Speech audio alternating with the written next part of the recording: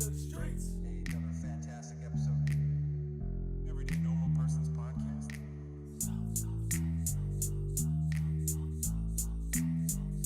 Salt to the streets. Upper left or the upper left? Just upper left.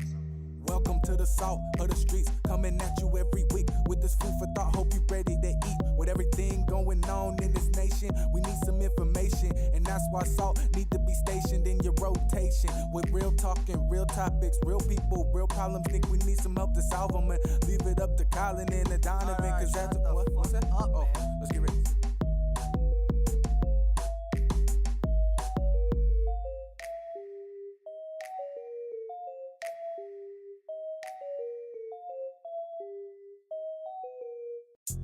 And we're back to Salt to the Streets podcast.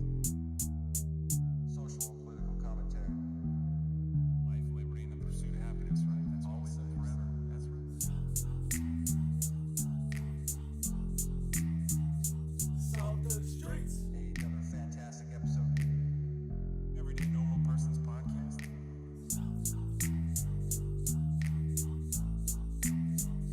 Salt to the streets. Upper left or the upper left? Just upper left. Welcome to the salt of the streets, coming at you every week with this food for thought. Hope you ready to eat. With everything going on in this nation, we need some information, and that's why salt need to be stationed in your rotation. With real talking, real topics, real people, real problems. Think we need some help to solve them, and leave it up to Colin and the Donovan. Cause that's what's that? Let's get ready.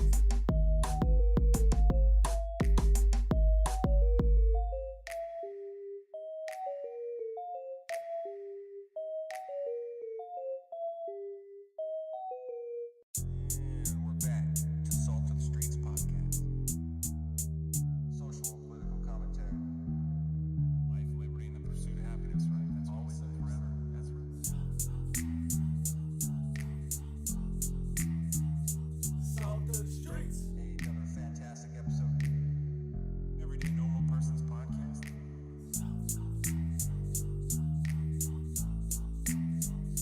Salt to the streets. Upper left or the upper left?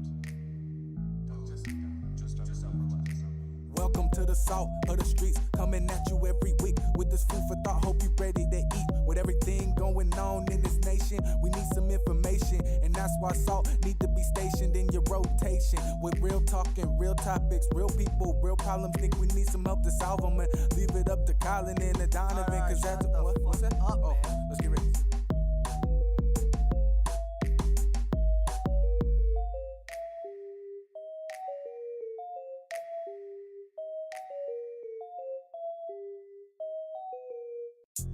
And we're back to Salt to the Streets podcast.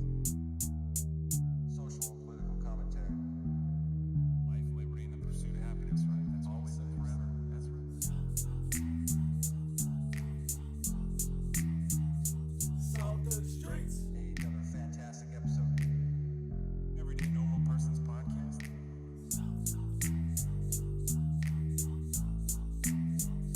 Salt to the streets. Upper left or the upper left? Just upper left. Welcome to the salt of the streets, coming at you every week with this food for thought. Hope you ready to eat. With everything going on in this nation, we need some information, and that's why salt need to be stationed in your rotation. With real talking, real topics, real people, real problems. Think we need some help to solve them, and leave it up to Colin and the Donovan. Cause that's what's that? Let's get ready.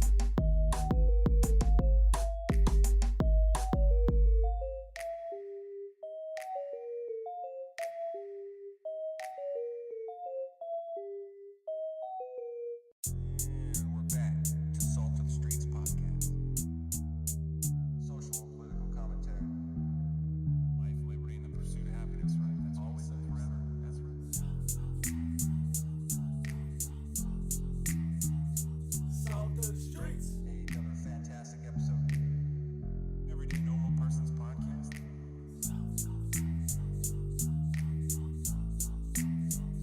Salt to the streets. Upper left or the upper left? Just upper left.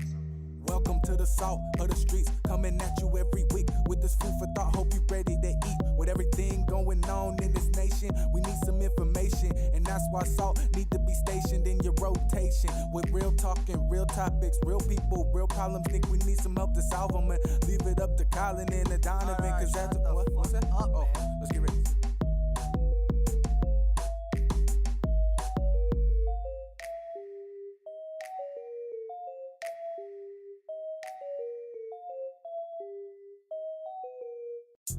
And we're back to Salt of the Streets podcast. Social and political commentary. Life, liberty, and the pursuit of happiness, right? That's always and forever. That's right. Salt of the streets. Another fantastic episode. Everyday Normal Person's podcast.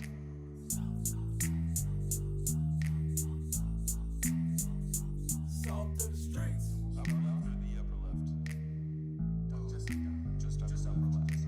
Welcome to the salt of the streets, coming at you every week with this food for thought. Hope you ready to eat. With everything going on in this nation, we need some information, and that's why salt need to be stationed in your rotation. With real talking, real topics, real people, real problems. Think we need some help to solve them, and leave it up to Colin and the Donovan, cause that's what's that? Oh, let's get ready.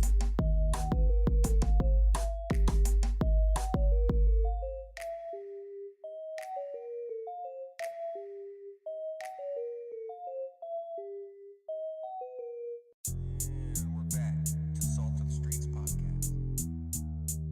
Social and political commentary. Life, liberty, and the pursuit of happiness, right? That's always and forever. That's right. Salt of the streets. Another fantastic episode. Everyday Normal Person's podcast.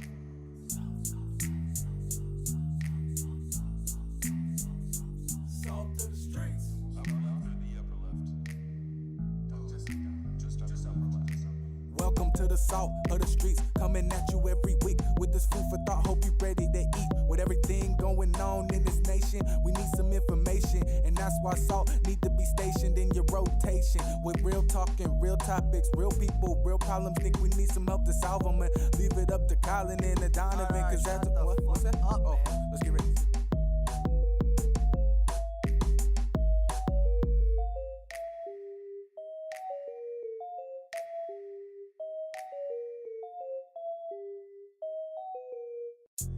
And we're back to Salt of the Streets podcast. Social and political commentary. Life, liberty, and the pursuit of happiness, right? That's always and forever. That's right. Salt of the streets. Another fantastic episode. Everyday Normal Person's podcast.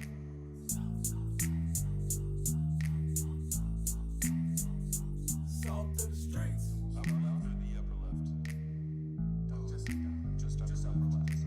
Welcome to the salt of the streets, coming at you every week with this food for thought. Hope you ready to eat. With everything going on in this nation, we need some information, and that's why salt need to be stationed in your rotation. With real talking, real topics, real people, real problems. Think we need some help to solve them, and leave it up to Colin and the Donovan, cause that's what's that? Oh, let's get ready.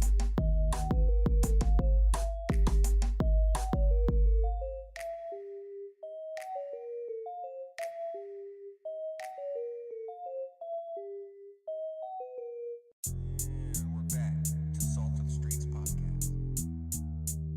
Social and political commentary. Life, liberty, and the pursuit of happiness, right? That's always and forever. That's right. Salt of the streets. Another fantastic episode. Everyday Normal Person's podcast.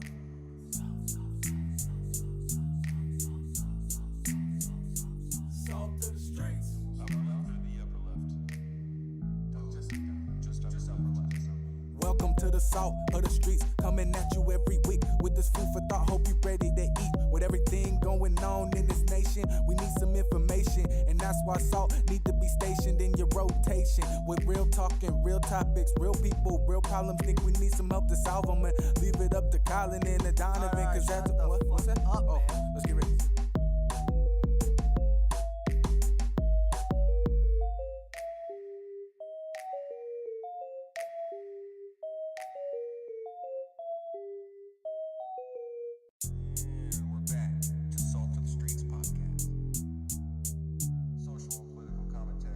Hey, everybody. Welcome back to the Salt the Streets podcast, the most pro-America, anti-government podcast or show we've discussed this. We're not necessarily just a podcast, but the show where we discuss news, government, and culture and how it pertains to you, the individual, and your natural rights to life, liberty, and the pursuit of happiness. I am that big bird-looking fellow they call Colin. I am, of course, joined by my co-host, brother-in-arms, the near of neoprene himself, the original Salt of the Streets, Donovan. How are you today, good sir? I am excellent, sir. Thank you very much for having me today. Fantastic. Without any further delay, why don't you just tell the people what they got to look forward to? Oh, goodness. Okay, we got all kinds of stuff going on today. Of course, we have some local stories. We're going to talk about some tech layoffs. You talked a little bit about this yesterday. We have some investigations going on to the way that our state spent the COVID money, and there's been a lot of discussions about that, PPP loans, things like that. And part two, we're going to be talking about Virginia high school students being denied their Merit Scholar Awards. Racist. Biden documents, again, Pence documents, the California shootings. We're talking about that. And then we have also some information about the COVID vaccine, some updates from the FDA around them. So we're going to talk about that. Part three, we're going to be talking about MAYD in Canada, medical assistance in dying. Tanks to Ukraine, of course. We're going to be sending new Abrams tanks to Ukraine. Germany is sending some Leopard 2 tanks. We're going to talk about some new Ukraine updates. Part four, with the grab bag, Alec Baldwin. Steven Crowder versus Daily Wire. That's right. Dobbs unresolved. We got a lot of good things stacked up in here. So it is going to be heavy today. Yeah, it's going to be a fat show. So, of course, make sure that you like, comment, subscribe. Thank you here for joining us, Bilbo. Share this with all your friends, right? With youtube.com, Soul to Streets, Instagram, Facebook, everything, Soul to Streets, including our Patreon. Go there, subscribe, help us make more, better content just like this. We have a newsletter coming out in 3 days. 3 days. Go there, subscribe. It's fantastic. Of course, you can find all this at saltofthestreets.com, including our own personal social media. I am at Salt of the Street on Twitter and at alpaca_Donovan on Instagram. Colin is at Big Bird Offie on both of those things. Boom. And of course, before we go any further, I want to remind you to evaluate and adjust your relationship with the CCP any way that you can, right? Take a look at your life, the ways that you interact with the Chinese Communist Party. Try and lessen that as much as possible because they are every day taking people's freedoms. So let's try and do everything we can to get rid of that. And our sponsor for this first segment is going to be Lexi Kai on Twitch. Boom. Go there. She's been doing it intermittently as she comes home. So go there, watch some streams, and of course she'll let you know when she's going to be live. Yeah, again. she's been playing through the new God of War game lately, Ragnarok. There you go. So if you got any interest in that, make sure to check over there and check that out. And I have another makeshift, not an ad sponsor for today, brought to you by our friends over at Signal. Oh. Because I saw this tweet today, just came out. It says, happy Data Privacy Day to everyone, except the tech companies whose business models rely on monetizing your personal info. Signal is supported by your donations, not surveillance. If you guys do not know what Signal is, we shill it all the time on the show. It's a fantastic messaging app. You can use it for video calls, voice messages back and forth. It is fantastic. We use it almost every single show that we do. And it's encrypted end to end. End to end. And it's not owned by Facebook like WhatsApp is. So yeah. So you're good there. I saw that. I was like, hey, here's a hashtag, not an ad. Not an ad. So Joseph, good to see you. What's up, guys? Brand new riots in 90 seconds to midnight. What could be next? I wonder. Yeah, we're going to talk a little bit about the riots. Maybe not necessarily the riots themselves. The riots are the riots. We're going to talk a little bit about the footage. Paul Pelosi, too, because the footage came out yesterday. The Paul Pelosi shit is some of the weirdest shit I ever seen. Bro. Some of the weirdest stuff I have ever seen. It's messed up. And did you listen to the 911 call? Only what they were. Saga played on Saga? that. Yeah. So, it is the whole thing. I went through both of those things for back to back last night, and then was watching various people's takes on it and stuff like that. And so it's been ingrained in my mind, and I cannot unsee what I have seen at that point. It's fucking weird. It's so fucking weird, dude. Yeah, we watched it together yesterday weird. At work. We're like at the same time. Yeah, it was like, what is happening? Just one of the weirdest things I have ever seen in my whole life. Mm-hmm. And they did release the footage too. I don't know if I have it pulled up or not. It's not really anything to see, but of DePap breaking the glass with his hammer to get inside the house. Yeah, I saw that from too. the outside footage, but there's nothing really there to see. It's breaking in. It's a dude that just is. It seems like it was some thick ass glass or something like that. I mean, I would goddamn hope so. It took a minute, and he's got a big fucking like mini mall hammer. It's not like a framing hammer. So yeah, we got all sorts of shit to get into today. Yeah. I think the guy was Paul's drug dealer. dealer. I just realized my camera is in a very inopportune position to see see the very newest chats as they come in. Oh. It cuts off the very first one. No, I got you. But, yeah. It was weird. The phone call specifically. We'll get into it more later, but yeah, the phone call was really, really weird. Well, before we get into all the heavy stuff, we talked a lot last episode about the new upcoming show, Last of Us. And Yeah. we have both watched those. We're both up to date on the episodes. And I got to tell you, there's been a lot of big new shows that have come out over the last couple of years, right? Everything Yep. from Lord of the Rings, Game of Thrones, and they have just done nothing but disappoint me left and right. Every big new show that comes out, minus like The Boys, maybe, has Yeah, been you didn't like pretty the Dragons fantastic. show. You did not like the Dragons show. Don't like the Dragon show, which What was it I called? love Age of Dragons. or something? It's House of Dragons. House of Dragons. Yeah, because it's all about House Targaryen and shit. Age of Dragons is a game, right? Probably. Age of Dragons, it has to be. gotta be a video it's got to be. But yeah, I did watch the second episode finally last night. Third one comes out Sunday, and Thoughts? I am fucking here for it, dude. It's cinematically beautiful. Yep. It's touching. It's emotional. It's suspenseful. The last episode was the first time we got to see those. What are they call them? clickers. Clickers in the game. Like some people would call them zombies or whatever. And so I was interested. They're just different kinds of zombies. Yeah. They call them clickers to differentiate them from other zombies. Well, and they look thematically different than the standard zombie, which I really, Yes. really appreciated. So It's a beautiful show. And the reason being because and they got into this more in the show, which I did appreciate, that the fungus grows from your brain out, and so Yeah. eventually it splits The your head open. cordyceps. Yeah. And the longer you're infected, like the harder that plating gets, and so you start to in the game fight like big like tanker style zombies that are just covered in these plates from this fungus that grows. So you have to shit. shoot and like break through the plates before That makes you sense. can do that shit. Yeah. I like there's some kind of like intelligence because it's all connected because it's a giant fucking fungus. And it seems more realistic. I got super into like learning about mushrooms and shit when the mushroom guy came on Rogan a few years ago, and then he came back on relatively recently. So I'm all about fucking mushrooms and fungus and stuff. Yeah. And I was like, oh yeah, that's a realistic concept. Like if the fucking mycelium feels something over there, it might be the same thing 2 miles away. Of course it's going to know what's going on. Yeah. Huge fan. But I did pull up. I was curious what Rotten Tomatoes had to say about this whole thing. What did I say? Surprisingly, it's a 97 from the tomato meter, aka the critic side of things, and then 96% audience score. It's being done pretty well. Yeah. I told you the only real issues that I have with it are the casting of the two main characters. Mm-hmm. I don't think that Pedro Pascal was a good choice, and then whatever that girl's name is, Yeah. Bella Ramsey. Yeah, Yeah, Bella Ramsey. not into it. And So I will say this. I was 100% on your side with the Bella Ramsey Ellie character. But after last episode, like I'm warming up to her. I'm liking it more, Oh. mind you. I'm not coming from a video game background, though. and like I think that. that's what it is. If you had Yeah. played the game, because she's not. She's not like that. No. It just doesn't play as well. There's moments where she seems too old to be 15 or whatever she's supposed to be. Yeah. There's a few moments that have come up. I'm like, I'm not convinced that you're that young. And the attitude thing like doesn't seem as organic in the show, and like her spunkiness, you know. Mm-hmm. And Like there was that scene in the flooded hotel. When Yeah. she was like doing that little goofy thing with the bellhop and stuff like that. I was like, yeah, and it there's seemed like it seemed a little forced.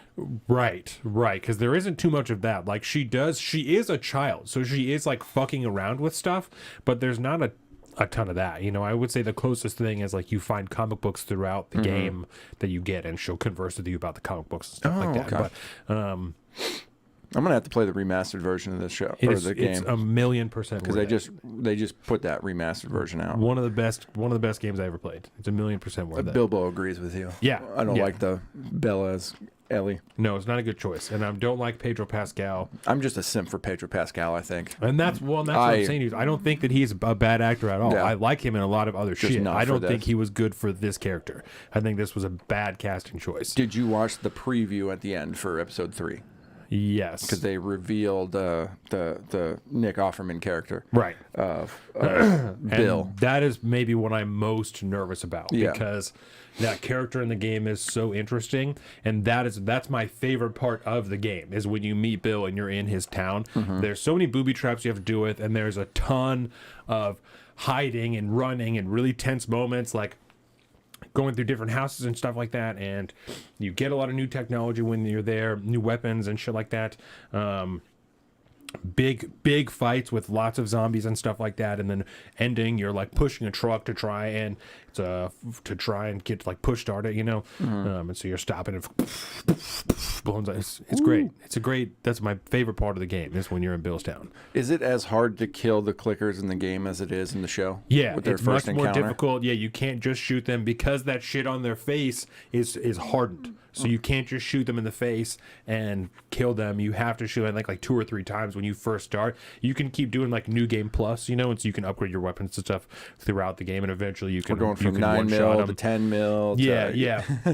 Because that snub nose that Joel has is the first kind of gun that you have in the game. Is that snub nose? And so you only have. Oh no! I'm sorry. It's a semi-automatic pistol. It's just like a 9 mil, and then you pick up that snub nose right when you start fighting the clickers. When you're going through this giant because he had that high-rise revolver building. in the and that's what in the shootout scene. Right. And you pick that up in the game. You pick that up when you first encounter the clickers, because the first clicker that you see is dead, and it's a police officer, like a whatever federal officer or whatever. So you pick up his gun, and then you start working through a dark part of the building with some regular zombies, and then some clickers, and so you have to start getting after them. And you can there are shanks in the game, and you can shank them, and that will kill them, but you have to sneak up on them if you're going to do that. And they will usually walk kind of like a set path, and so Patrol routes. Yeah, so you have to hide from them because they also use that clicking as echolocation. So even if you're not making noise, but you're in their eyesight, then they'll bounce off and they can also see you like that. And so that's how... In the show, when it turns the corner and Joel's right there, that's how it knows that he's there, is because it's bouncing that sound off of him. So that's how they see shit, and that's the whole idea of the clicking is echolocation. Oh shit! Yeah, I like it. I like it a lot. As far as TV goes, it's new zombie rules, new zombie stuff all around like that. It's different enough to be cool, I think. And so I'm a huge fan at this point. It looks like there's going to be 9 episodes in this season from what IMDb's saying. So we got a lot to look forward to. I just saw yesterday, Bilbo said that the second season is going to be the second game.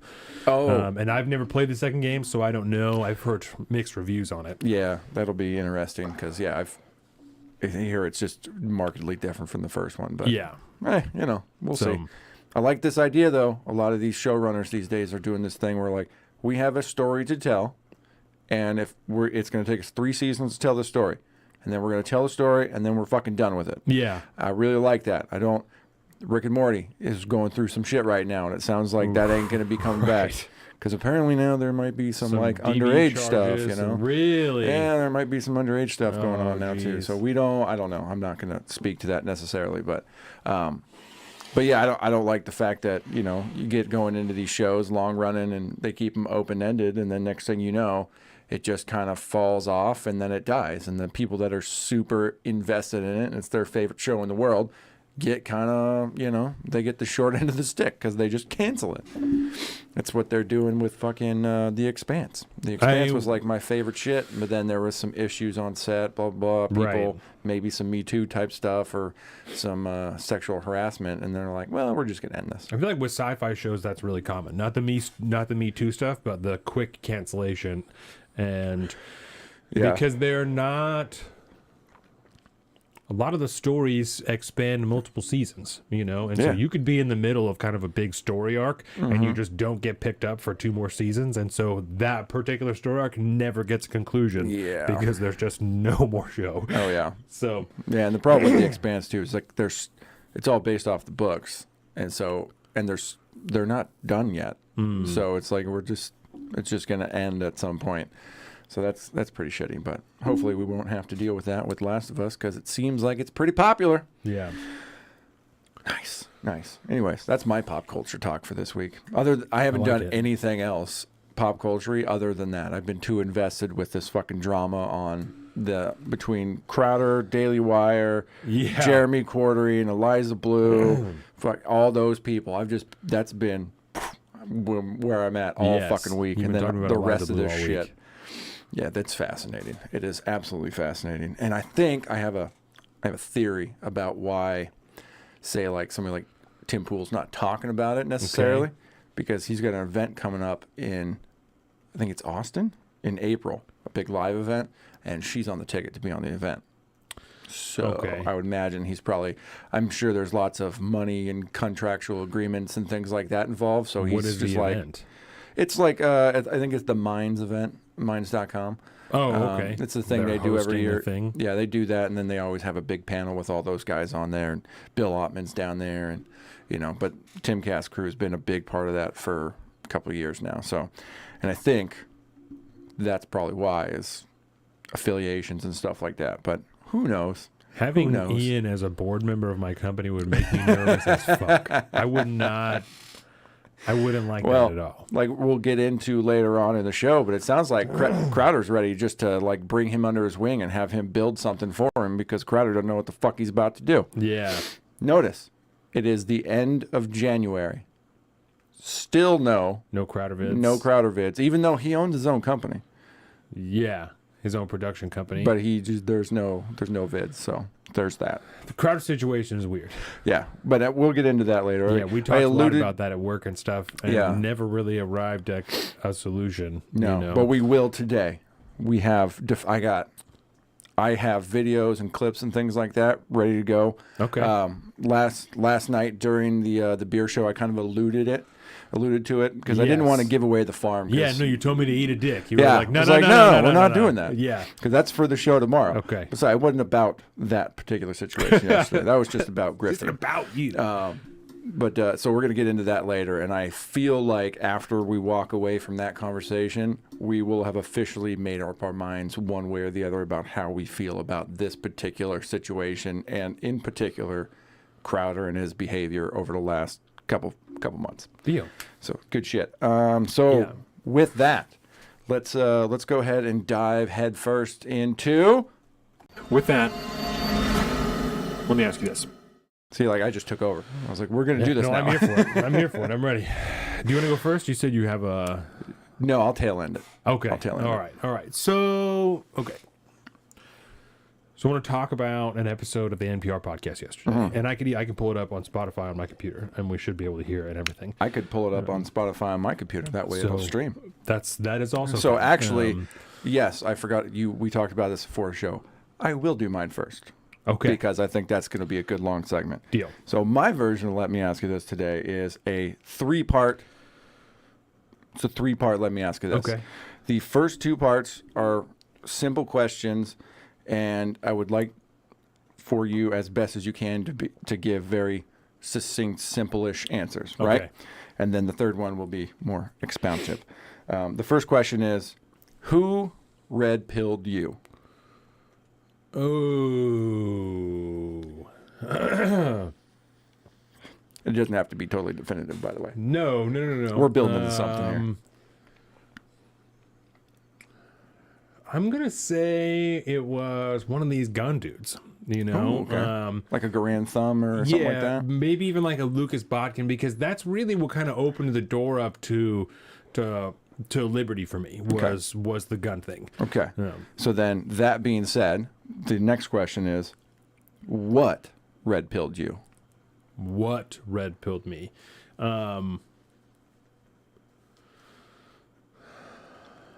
Having kids, and with that, recognizing, accepting whatever adjective or noun, whatever that's going to be, that you need to have the ability, you as an individual need to have the ability to make your own choices for your family, particularly around keeping them safe. Okay. And I think that makes a lot of sense considering Security. what you said with Yeah. who. Now, the last part of the question essentially is, which one of those questions do you think is more important? Who red-pilled you or what red-pilled you? And why would you think one of those questions is more important? I think what? Because I think most people's what is going to boil down to like a few different things, you know, or it could be easily boiled down. So like mine, like I would put it into a security category. Like that's security, you know, and I would think that's a perfectly acceptable way to categorize that. And I think a lot of other people's would be the same way. Whether it's that or like fucking, I don't know, freedom would be like a large category, just choice, you know? So I think probably why would be a more important question. Okay. And it's exactly my thoughts, right? And this came to me the other day because I've seen this floating around a lot lately, this simple question of who red pilled you on Twitter and shit like that. And it should be no surprise to you that I've been very interested in like the following of personalities on the internet lately. Yes. And this concept of like you get behind somebody because you like their message or whatever and this, that, and the other thing. But then you turn around and find out that, you know, Candace Owens used to run like an SJW doxing site essentially. Or, you know, Jack Murphy used to be into like the weird sexual pegging cuckery world. And now he's a fucking, you know, a manosphere type of dude. Or it could be anybody at any time because we don't know these people. So I think it's far more important to ask the question, what red pilled you versus who red pilled you. Yeah. You can have a gateway person to bring you to, you know, to a different mindset and something like that, but you can't wholly rely on that person to be the cornerstone of why you're believing what you are and you like everything they do. They talk about this, that, and the other thing. Use them as gateways to the ideas and to the thought processes. But at the end of the day, you have a situation with your family in which you have like a security issue, and that becomes the trigger to be like, I'm all into this whole fucking, you know, firearms thing and the security of myself and my family type of situation. You always have like some kind of catalyst or something in your life that actually affects you to back up your reasoning behind having the values that you develop over time. Yeah. And so I was very interested to hear your take on that. No, and I think that makes a lot of sense because whether it is legitimate moral inconsistency or just people's opinions changing over time, you know, pinning that to one person is not gonna. It's not a good idea. It's not as strong of a tether as a why, you know? Yeah. And I think we are even like good examples, you know, because if you went back to the very beginning of the show, and you're like, this and guy I challenge used to you fucking, all to do that. Yeah, like this guy used to fucking think no one should even have AR-15s, and now he's talking about fucking fuck the NFA and shit. Yep. So it would be easy for someone to claim or semi-legitimately allege that I had moral inconsistency around this issue, you know?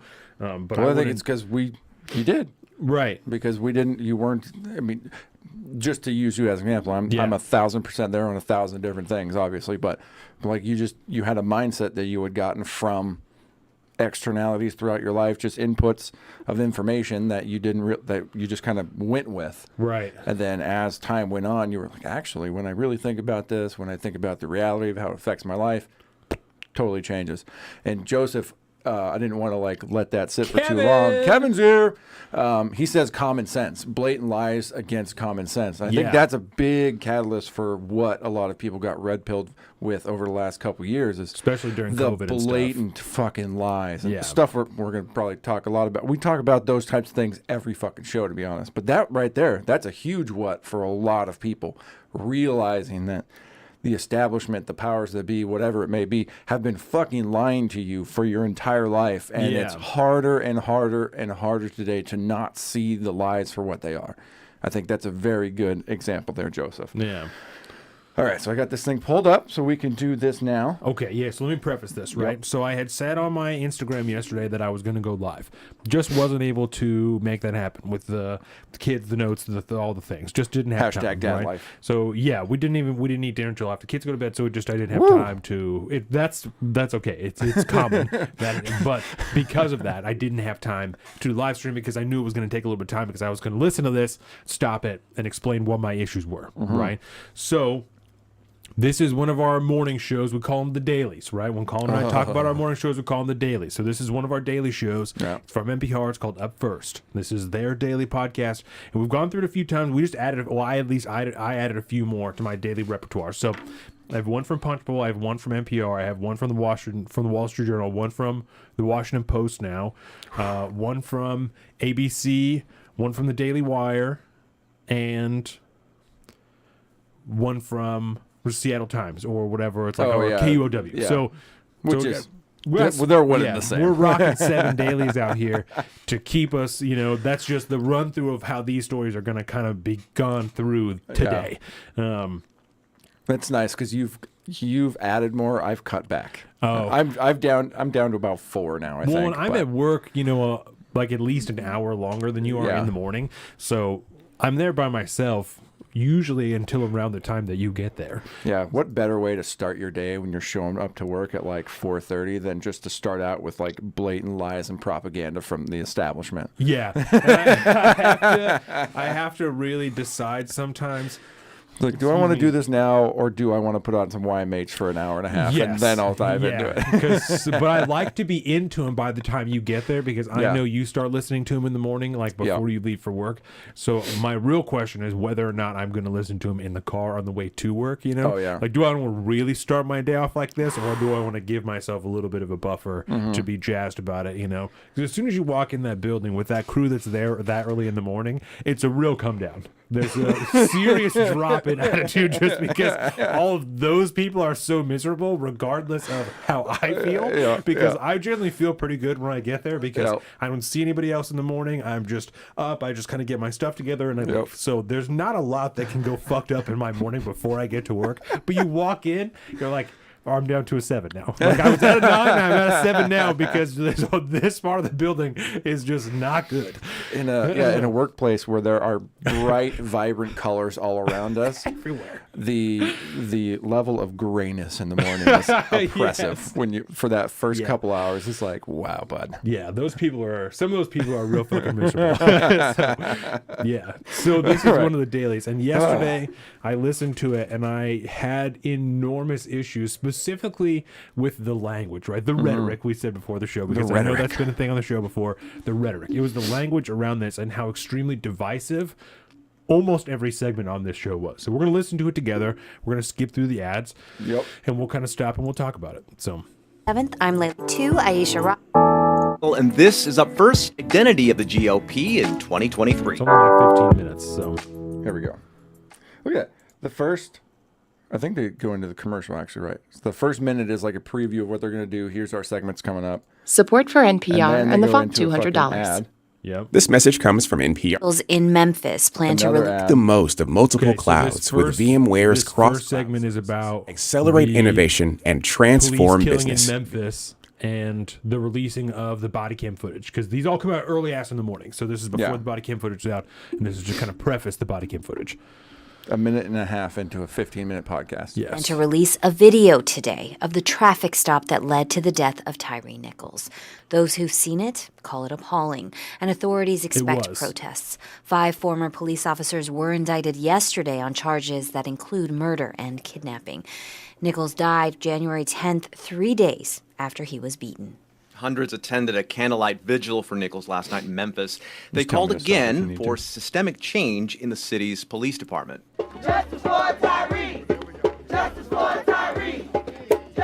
NPR's That's the Debbie key, man. Elliott Bring was some at drums that for vigil, protest. and she joins us now. Good morning, Debbie. Good morning. Good So morning, Debbie. what's it like right now in Memphis? Well, tense, Bad. as you might imagine, right? People are asking It's not questions good. about just what went wrong here. How did this FedEx worker and father of a 4-year-old end up dead after what police said was a stop for reckless driving? Last night's vigil was at a skate park because Tyree Nichols was an avid skateboarder. And Pause. I did see a wicked, sweet, badass skate video of his the other day. He's a legit skater. He was tearing it up. Yeah. speaker after speaker just seemed really weary to have to be standing up with a bullhorn talking about the death of yet another black man at the hands of law Okay, enforcement. pause right there. Now, I like all that of part, the yeah. Okay, so These people were very weary. Okay, so I'm not even going to get into statistics or any of that type of shit, right? Because you can read it either way and argue it either way.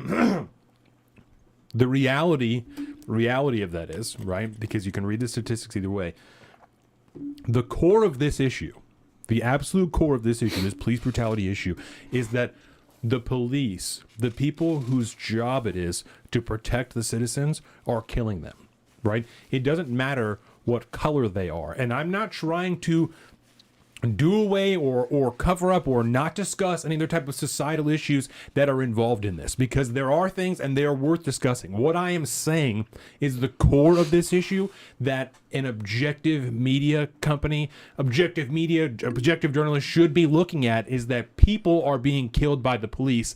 This is an inherent societal issue that needs to be dealt with. This is not productive. To continue to race bait and cut at this like it's a race issue, like it's solely a race issue, is not productive. It doesn't help, and it's just divisive. And this whole segment is like this. Yes. And that's the issue that I had with this, and I got so fucking irritated because this isn't productive. It doesn't make anything better. No.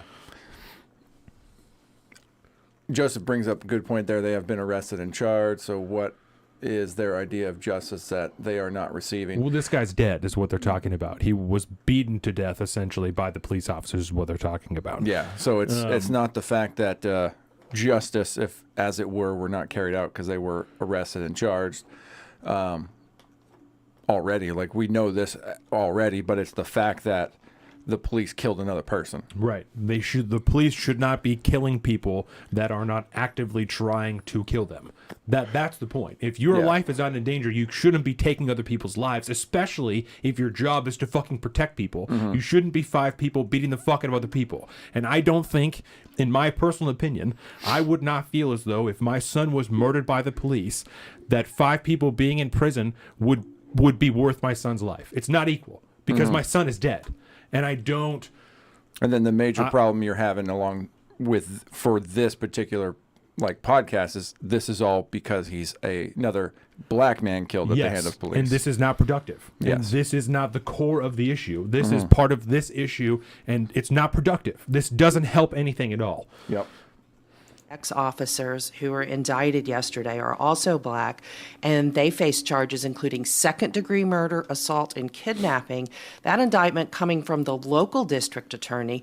There remain other investigations going on, both from the state of Tennessee and federal investigators. What do we know about the video that's going to be released? We're expecting it sometime this evening. It will cover the span of about 3 minutes. There will be body cams from the police officers, dash cams, and also some surveillance video from the neighborhood where this happened. It's going to show what those who have already seen it describe as a particularly brutal beating, one that the Memphis police chief herself has called heinous, reckless, and a failing of basic humanity. Last night at the vigil, Nicole's mother, Rovon Wells, got a little bit emotional, asking people to remain peaceful when it comes out. When that tape comes out tomorrow, I hate when they do this. it's going to be horrific. My Lord, my Put Lord. like a family member I or didn't somebody on see there it. that's just, But from what I hear, it's going to be horrific. But I want each and every one of you to protest in peace. I don't want us burning up our cities, tearing up the streets, because that's not what my son stood for. Oh, I can't That's how you imagine know what it's going to anybody be riding like is for a her piece to of shit. watch that. I don't think she will. cared about shredding up the street. Residents Yeah, are well, now, calling okay, for so that was reform. one. Go back 15 seconds really quick. And now, Us burning up our cities, tearing up the streets, because that's not what my son stood for. Oh, I can't imagine what it's going to be like for her to watch that. I don't think she will. okay, that was another part. And this is Residents- maybe I'm really nitpicking about the words here. I feel like should be saying, well, let's just hope she doesn't have to see that, right? Because there's already a whole side of this issue that is, I'm not even like degrading it or putting it down, but I'm just as an umbrella term, like a conspiracy type that believe, that there's, why are they always putting these videos out on a Friday, when people have nothing to do? Because it opens up the opportunity for writing. Like, there's already a whole deal with that. that doesn't help. This type of wording around this issue of this is going to be really tough for her to see that. Instead of, let's really hope that doesn't happen, or that people listen to what she says, or fucking something like that maybe is going to put a positive potential spin on that. I would think would be, again, is more productive. That's more productive, right? So maybe I'm nitpicking about the vocabulary, because I'm not saying. Well, it certainly adds bias one way or the other. At that point, you're inflicting some emotional context there that. I mean, you just heard her speak. We don't need third parties from some big city in fucking Washington or New York to add emotional context to this to try to sway the viewers or listeners' opinion one way or the other, which is exactly what they're doing. Right. And Joseph, I don't know what they're advocating for. That's not what I'm saying. They talk about the BLM activist talks about it in this, I think. Right, and that's their own deal, right? Yeah. All I'm saying is that when your child is when anybody is murdered, other people being arrested isn't justice. That's the best thing that our government could potentially provide, because for the state to take somebody else's life also is not just. What I'm saying is that I don't blame anybody who is legitimately saying, because there's a lot of people who are saying it, BLM activists or whatever, that are saying it to gain clout, to try and to change something, to gain to do whatever, right? For not genuine causes. It's a grift. To grift, right? Yeah, buddy. What I'm saying is I don't blame anybody who is legitimately saying this is not justice, because a potentially innocent person was murdered by 5 police officers who are paid with our tax dollars to protect them, right? Yeah. That's what I'm saying. The video looks bad indeed. They should be charged to the maximum extent of the law. They should be held to a higher standard because they are supposed to be and have the authority to 100%. Amen. 100%. And that's Based ass take. Precisely what I'm saying. Yeah. Continue. Continuing. Yeah. Calling for reform in the police department after this. What changes do they want to see? A complete overhaul of the way policing works. Here's Amber Sherman. She's an organizer with Black Lives Matter. The only way for us to end the injustice that keeps happening and the murders of Black people that keeps happening is to stop using police for traffic enforcement, to stop developing these different task force units, and to stop having these violent interactions with citizens. So the police chief has said there will be a complete and independent review of specialized units like the one that these officers who are indicted were part of.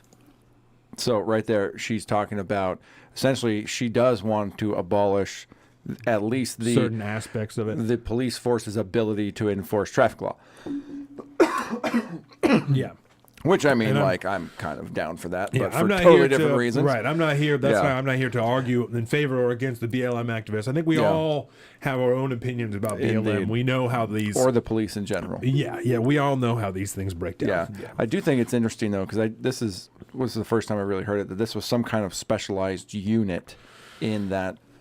For street shit, do you know what I do not know. Because that type of stuff happens all the time. Yeah. Especially like they were talking about federalized task forces that receive federal dollars to have gang task units, drug task units. Like most of those things, that is where a lot of the federal funding comes to police departments as specialized units like that, along with the equipment and whatnot that they're getting. Yeah. You don't just, the regular cops at that precinct don't just necessarily get a blank check from the feds. It comes with okay, you can get all this cool shit, but now you got to have a SWAT unit, or now you got to have this or that. Or they'll have some type of liaison to the FBI, and they'll also, you'll go through some type of specialized training, generally through a federal facility, through the federal government, so that you can be specialized to deal with these things, and then you have somebody, like I said, a liaison with the federal government that you're consistently working with, so that you're giving them evidence, you're telling them, you're running the cases and shit like that. Oh, so the feds are getting closer and closer to your actual doorstep. Yes. That's nice. NPR's Debbie Elliott in Memphis. Thank you so much for your reporting. Now we shift gears. Welcome. Overall, not productive. Hard no. That was 4.5 minutes. Not even 3.5 minutes. Not good. It's no secret that the United States is deeply divided. No. Sure, but while we think typically of these divisions as left versus right, progressive versus conservative, the fight within the Republican Party has been on full display lately. And the fight may get even louder as candidates prepare to jump into the 2024 presidential race. NPR's Dan. Do you know why it's only the fight against the Republicans? Because the Democrats have been shown, no matter whether you are progressive or you are an establishment, you are all part of the same thing. All of these people are all part of the Uniparty, but we have seen over the last 2 years, 4 years, however long the Democrats were in control, they're all shills together. Yeah, right? yeah, yeah. AOC and the part or they converted the squad, man. Yeah, they say what they want on the internet, and they all vote for her shit, for Pelosi's shit in the end anyway. So they're all part of the same fucking shifty, shitty, grifting party. It's all that's all nonsense. The whole jam is one uniparty, but the Democrats, there really is no one fucking breaking rank in there. Like, and the red flag term that they all used is we are unified as a party on this. Precisely. Yeah, uniparty. Yes. Uniparty. Yeah, we could discuss and debate all day how honest the people, the detractors in the Republican Party are. Yeah. But there's no question in the Democrat Party. They're all pieces of shit. And they're all pieces of shit. But yeah, no, the Democrats, like you said, unified Just as a a party different brand of on it, everything. you know? Yeah. We are 222 or whatever, fucking ride or die. But yeah, it's not good. Yeah. I like them to all get tattoos because then they'd always just constantly be changing. Danielle Kurtzleben is here to talk about what this says about the Kurtzleben, direction yeah. of the GOP. Danielle, remind us what kind of fights are taking place in the Republican Party right now.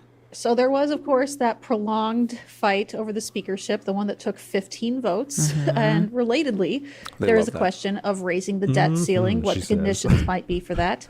And also this week, current RNC chair Ronna McDaniel has faced a challenge for who is going to even lead the party next. Just got reelected. Now, all of this has led to these conversations in columns, op-eds, among us journalists also about, okay, what does it mean to be conservative? And one person who raised this is Charlie Sykes. He's a because former NPR is going to be able to figure it out, That's right? part of this whole thing that I absolutely love. When the NPR tries to talk about the GOP or conservatism, that's like how many times we say, like, tell me you don't know anything about guns without telling me you don't know anything about guns. Okay, like, you guys are not the people to be having this conversation. But we got a guy from the Bulwark to come in and talk to us. Everyone listen and let NPR tell you what it means to be conservative. Yeah, conservative radio host, and he's now the editor-in-chief at the right-leaning The Bulwark. I understand the whole idea of fiscal conservatism, but then basically saying, yes, let's push the country toward debt default. In what world is the refusal to pay your credit cards considered a conservative act? So for pause. Okay. I love that. All right. So did you see the spin? Right? Did you see the spin? Because at first he talked about the debt ceiling, right? Pushing the country closer to debt default. Right, so that's what he's talking about, is the debt ceiling, because that's what's up right now. Jenny Yellen's pissing her pants. Everybody's freaking the fuck out. We're going to run out of money. We can't take any more debt. And then he says, not paying your credit card bills. Those two things are not connected, right? The debt ceiling has to do with how much debt this country can incur, not paying off our debts. No. That's not what we're talking about. No, that's not what anybody's talking about. Not even the Freedom Caucus, the detractors. They're just talking about reducing overall spending, which is a positive thing, right? But this guy's talking about not paying our debts. We're not paying debts regardless. We're never paying back that $30 million ever. No, we pay interest It's never on going to it. happen. Never happening. The best we can hope for at this point is to cut back spending, which is what the Freedom Caucus is asking for. Yes. This guy's fucking gaslighting you through NPR. And to actually make his credit card analogy valid to what he's talking about with the debt ceiling, it's not paying your credit card bill. You're talking about two different things now, right? Because, like you said before, we don't pay off our debt. We pay the interest on the debt. That's the only thing that we pay for at that point, right? Hope to do. But really what it means in the analogy of credit cards like that, and to bring it to a personal level, is it's not you not paying your credit card debt. It's you continually increasing your credit limit on your credit card as you continue to spend every month. Yes. Because you keep getting closer and closer to your limit. That's what increasing the debt ceiling is. Yes. It has nothing to do with the payments of your credit card. It's everything to do with taking out more and more and more and more credit cards. So he's already gaslighting you because he's not talking about the same thing. Yes. He strategically put in an analogy so that his train of thought can be disconnected, and then he could start to talk about something completely different because he's talking about debt ceiling. Now he's talking about making a credit card payment. Now he can just say whatever the fuck he wants because it's an unrelated topic again. He's not in the same realm of conversation. And it's going to bridge. It's going to bridge with its audio clip they have from Hakeem Jeffries. Yes. So let's continue, and we'll because Hands in they the run party with it. It's like good. him. This is all further confirmation that traditional conservative principles like the free market, like fiscal restraint, that those have just been eroded. Fiscal restraint. Now, this like all cutting seems back like spending. interesting. That's literally fiscal restraint, right? Restraining your fiscal fucking whatever, the active form of fiscalist, right? Yeah. Money. Restraining your money. Spending less money. Yeah. Don't go to Starbucks every day. Yeah, you guys have listened for a while now. I'm not a fucking Freedom Caucus guy, but I mean, you're lying about it. Like, you're not being honest, and that's what we do here. If anything, that's what we do. We're being honest about you. This is complete and utter lies. This is blatant disregard for the truth. And I don't know if the Freedom Caucus comment or not, right? This guy, the Bulwark, if you guys do not know what that is essentially just one step removed from the Lincoln Project. These are like conservatives that they're like the old school neocon, big government, big spending type of Republicans. Those type of cats, Jonah Goldberg type of people. You know what I mean? They're of that realm. Philosophical argument, but it's just an argument. How do you know how a philosophy is changing? That's a very good question. And so a couple of political scientists named Daniel Hopkins, he's at the University of Pennsylvania, and Hans Knoll, he's at Georgetown, they tried to measure this. Now, what they did is... They tried to measure it. We're going to measure how conservative you are because that works. It's the science, bro. Because the political science. Because political science is super legit, right? We all know how real a political science career is. So we're going to get 2 tenured professors from state universities that they'll tell us what's up. We got to go to the experts for this stuff. Yeah, you know what you learn in political science, fucking college? Statistics about old elections and shit.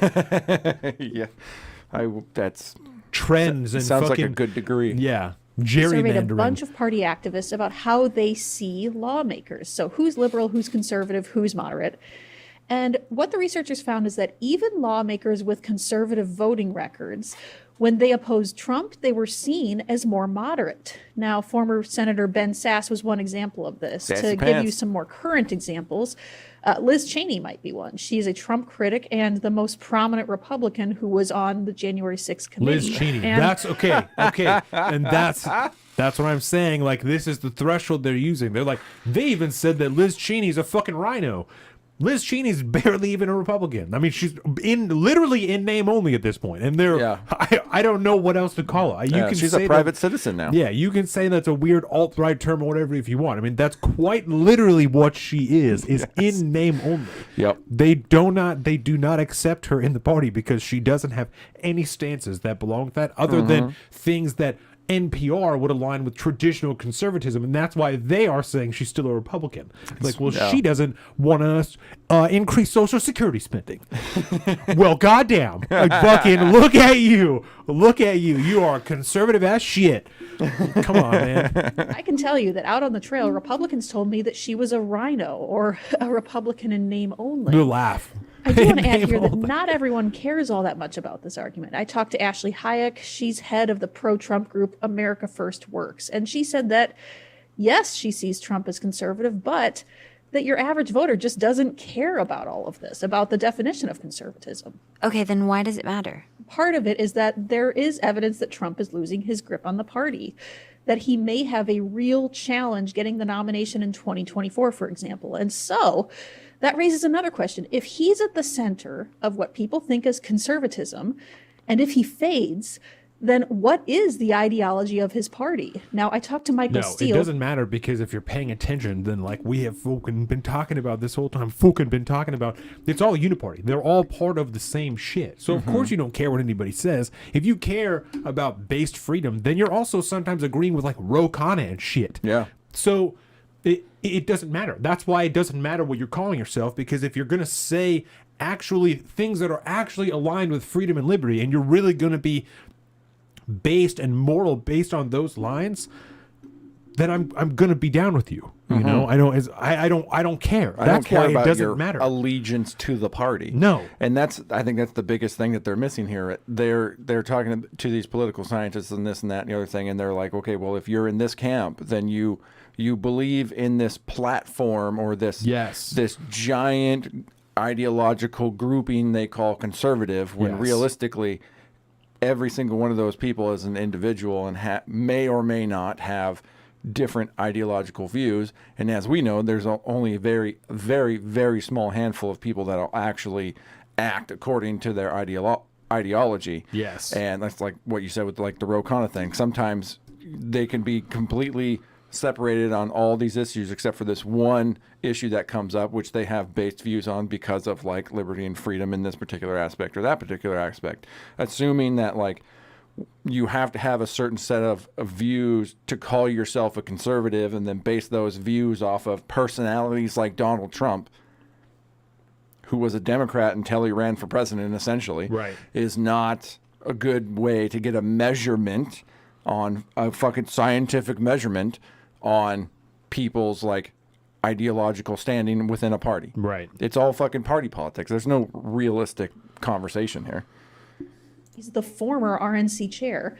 He worries that the GOP right, simply Joseph. has no ideology right now. He pointed out that the GOP didn't adopt a new platform in 2020. That is so precisely the point, Joseph. That is so precisely the point. Mm-hmm. That he's not. But NPR is still using Trump as a bellwether for as a well, if he's the standard for conservatism, yes. It's like he's not, bro. Yes, as a measuring post for what conservatism is, and that's not even a little bit the truth. Like, we can have an argument, I think we talked about it at some point a few weeks ago or a few shows ago, but like he might be the bellwether, the poll for the standard kind of path the party is going to go down. The Republican Party. But not as a conservative. Yes. This is the guy that spent damn near the most money ever before. He's he put out the vaccine. He shut down the country for 2 weeks, or he let the country be shut down for 2 weeks. Yes. I mean, go down the list, bro. He's not a conservative, period. He might have some conservative he didn't fire values. Fauci. Like, there's all kinds of things that he didn't do.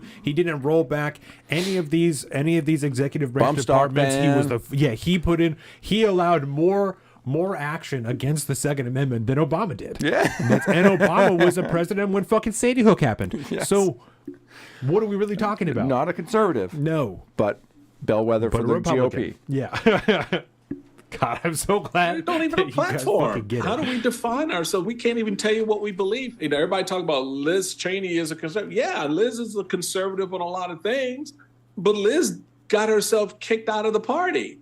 And one thing he added is that he sees an increasing focus in the conservative movement on negative politics, that a lot of people right now identify not with what they believe, because they don't but do with what anything they don't. positive. So that's they because maybe the Republican care about Party being conservative. only is negative politics. That's all they have is the Democrats are shit. What they're doing is terrible. I'm not going to let my country go to this. I'm not going to let this happen. But they don't have any actual solutions to anything. No. All they have is obstruction. And that's why the only thing they really have now, outside of the Freedom Caucus, is investigations. That's all they have. We're going to look into all of this shit.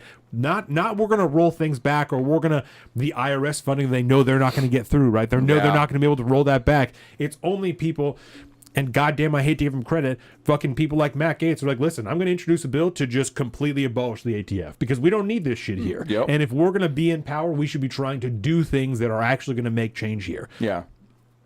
And at this point, Kevin McCarthy's like, yeah, fuck that. We're not doing that. That's crazy. Why would we do something like that? Because what the fuck are they doing? They're turning millions of people into felons in 120 days. Yes. Right? We've got clips coming out all week about this type of shit. Yeah. And there's I hate to give that old like phrase too much credit, but it's the old adage is, what is a conservative? A conservative is standing in front of progressivism and saying slow the fuck down or something like that, or it's a speed bump along the road or something like that. Right. It's like there's no actual there's no plan to do anything, because the only plan as far as to stay ideologically true would be to like cut back on the government. Yes. And that is something that none of these people are actually willing to do, except for maybe a few people. But then again, that's like when you can't be done, it gives you the freedom to be like, well, I'm going to say this thing because it's based, even though I would never actually do it if it was realistic. Right. But who knows? But they definitely care about not being seen as liberal. NPR's Danielle Kurtzleben. Thanks so much. Yeah, that's all they have. That's all they got. That's all the Republicans have.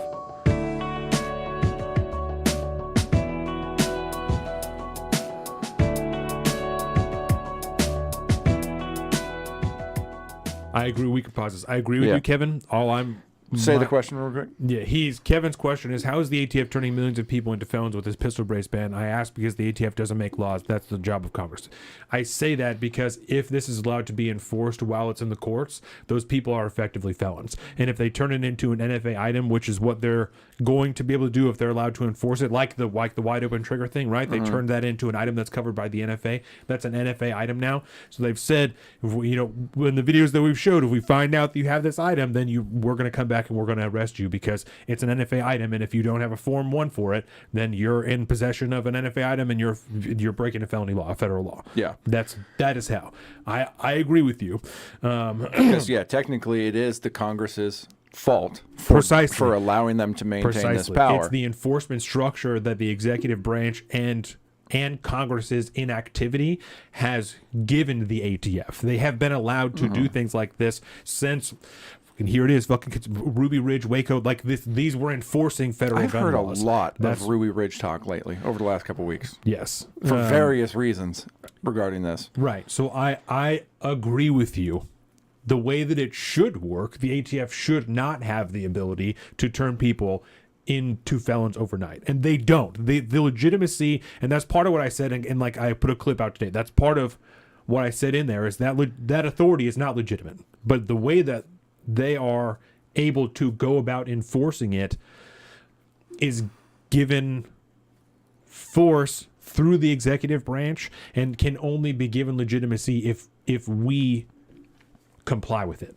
Yeah. Right. So that's a very delicate thing. I hope that makes sense the way that I explained it. It's illegitimate, but because they are a law enforcement branch of the federal government, they are the boot of the state, and we have seen that they will stomp down on you regardless of what color you are, what creed you have, what you believe in. So whether or not they legitimately have the power, they'll constitutionally, they'll still come to your house and throw you in a box or kill you. Right. Like that doesn't stop them from doing that, like much of the various executive branches do. Precisely. Okay, so we're done with that one. Now we're going to get into the fun one, the Rona one, I think, right? Yeah, I'm pretty sure. In the House of Representatives, Democrats hope to take advantage of GOP divisions. Republicans have yet to raise the federal debt limit, demanding budget concessions from President Biden before they do. The new leader of the House Democrats says that won't be necessary. Hakeem Jeffries of New York tells Steve Inskeep he expects to attract a few votes from the other party and avoid economic calamity. We cannot pay that ransom note, and we will find a vehicle legislatively.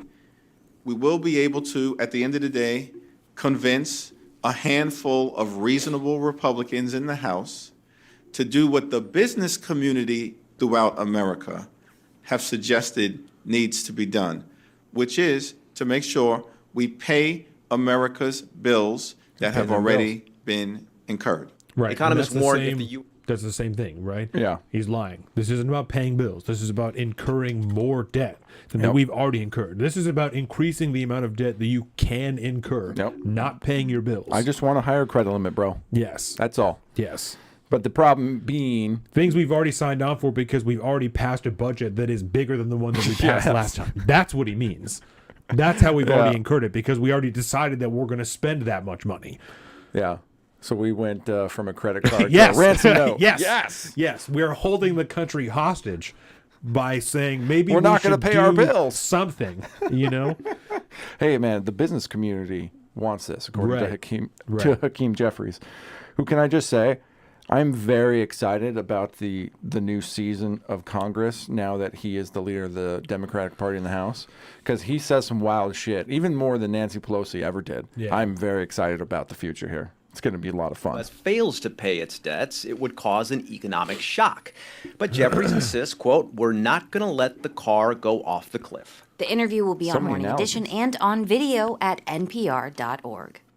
The pandemic showed the... Okay, so just to put a cap on this, right? Yeah. There is a hair of truth they're talking about when it comes to not paying the bills, right? Okay. Because essentially, if you do not raise your credit card limit and you're maxed out on your credit card, you ain't got no more fucking money. Right. Now, I'm sure there's a bunch of fuckery that can happen that will make it so that there will be more money. Yeah. the U.S. government will ensure, by working with the Fed, that there will always be more money for them to spend, regardless of this arbitrary credit limit that we have on the country. Like we won't be able to pay the military or fucking. That's not going to happen. We'll shut down the parks again. It's not going to happen. No, they'll close the. They will fuck your life. They're not going to not pay people. It's not. They'll furlough people. They'll send people home. Those people are still going to fucking get checks. Yeah, they'll because get as checks. we've seen, even if they go fucking 6 weeks without pay, they're going to get back pay as soon as they go. And I'm not even going to go into it. Of course, it's hard to go 6 weeks without pay. Fuck you. You work for the federal government. I don't want to fucking hear the bullshit. That's right. This is what you get. Number one employer in the United States. This is what you get. World, what can happen when a dangerous virus starts to spread? And that's one reason the government is taking another look at how it regulates some controversial lab experiments on viruses. Officials are meeting with key advisors today. NPR's Nell Greenfield-Boyce is here to fill us in on what this means. Hi, Nell. Hey there. So what kind of research is under more scrutiny right now? Basically, experiments that might make a germ worse, like more contagious or more deadly. Wait, why would a scientist want to make a virus more deadly, more dangerous? To understand what viruses are capable of, to get ready in case a virus out in nature mutates. Critics would say, this is risky. You're creating new potential threats. Now, this is making the argument for gain of function, by the way. Like where have these people been the last couple of years? Did they just live? Oh, I forgot. They did. They just lived in their apartments in New York City and then just watched CNN, where they obviously didn't talk about gain of function. Right. And they say, why would we do this? Let me tell you why. You know, actually, back in the day of the Obama eras, we didn't do this. Right. For reasons. debates about this have gone on for years, but a virologist at the University of Michigan, Michael Imperiale, told me that this moment feels different. I think that the pandemic has really kind of heightened the urgency with which we need to address these issues, just because of all the controversy that's been out there regarding, was this a lab leak or not? A lot of people are suspicious about a lab in China and whether its activities might have started the pandemic.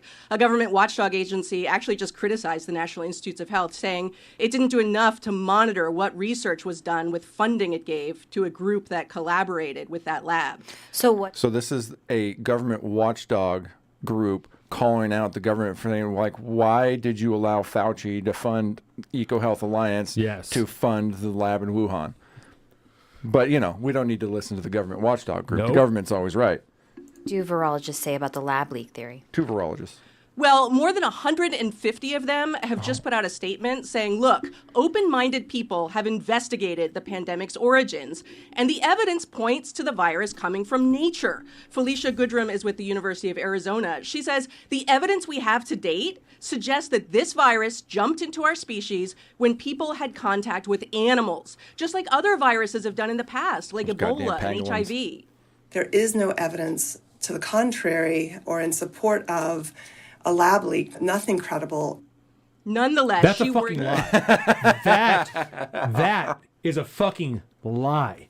That woman, who is apparently a virologist, just lied. There is no evidence of that's a lie. Yep. No evidence of a lab leak.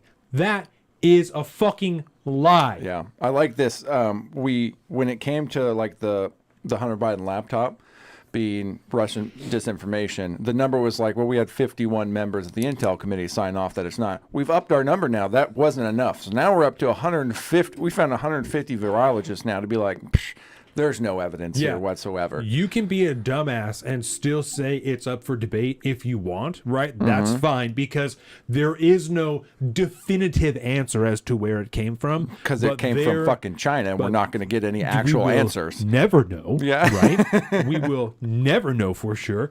But there is an awful lot of very good indication that the background research was being done for this virus to be created in that lab in Wuhan. They're talking about, came from, contact with an animal. So we're talking about maybe a fucking animal that was infected with in the lab and someone got scratched or some shit, because I'll buy that they got in contact with it in a fucking lab, right? But not in the wet market down the street from it, unless they're taking the animals and selling them when they're done to the wet market. Yeah.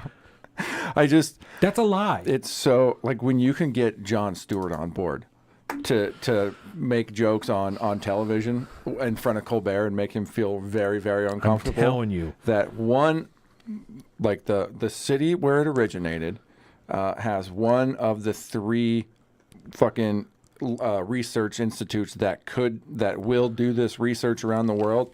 That's the one right next door to the market that they say it came from. But there's obviously no reason to think that that's where it came from. No, even though we, again, have evidence, legitimate government documents that show us, emails, conversation streams that show us that research was being done, funded by our own government in that facility. Common sense, right? Right. Way to go, Joseph. Right. But no, we got 150 people, bro. And this scientists will get hit with people onerous listen to new this every day. regulations. And not just us. I don't mean just us. I mean people get their news from this. They listen to this and they believe it.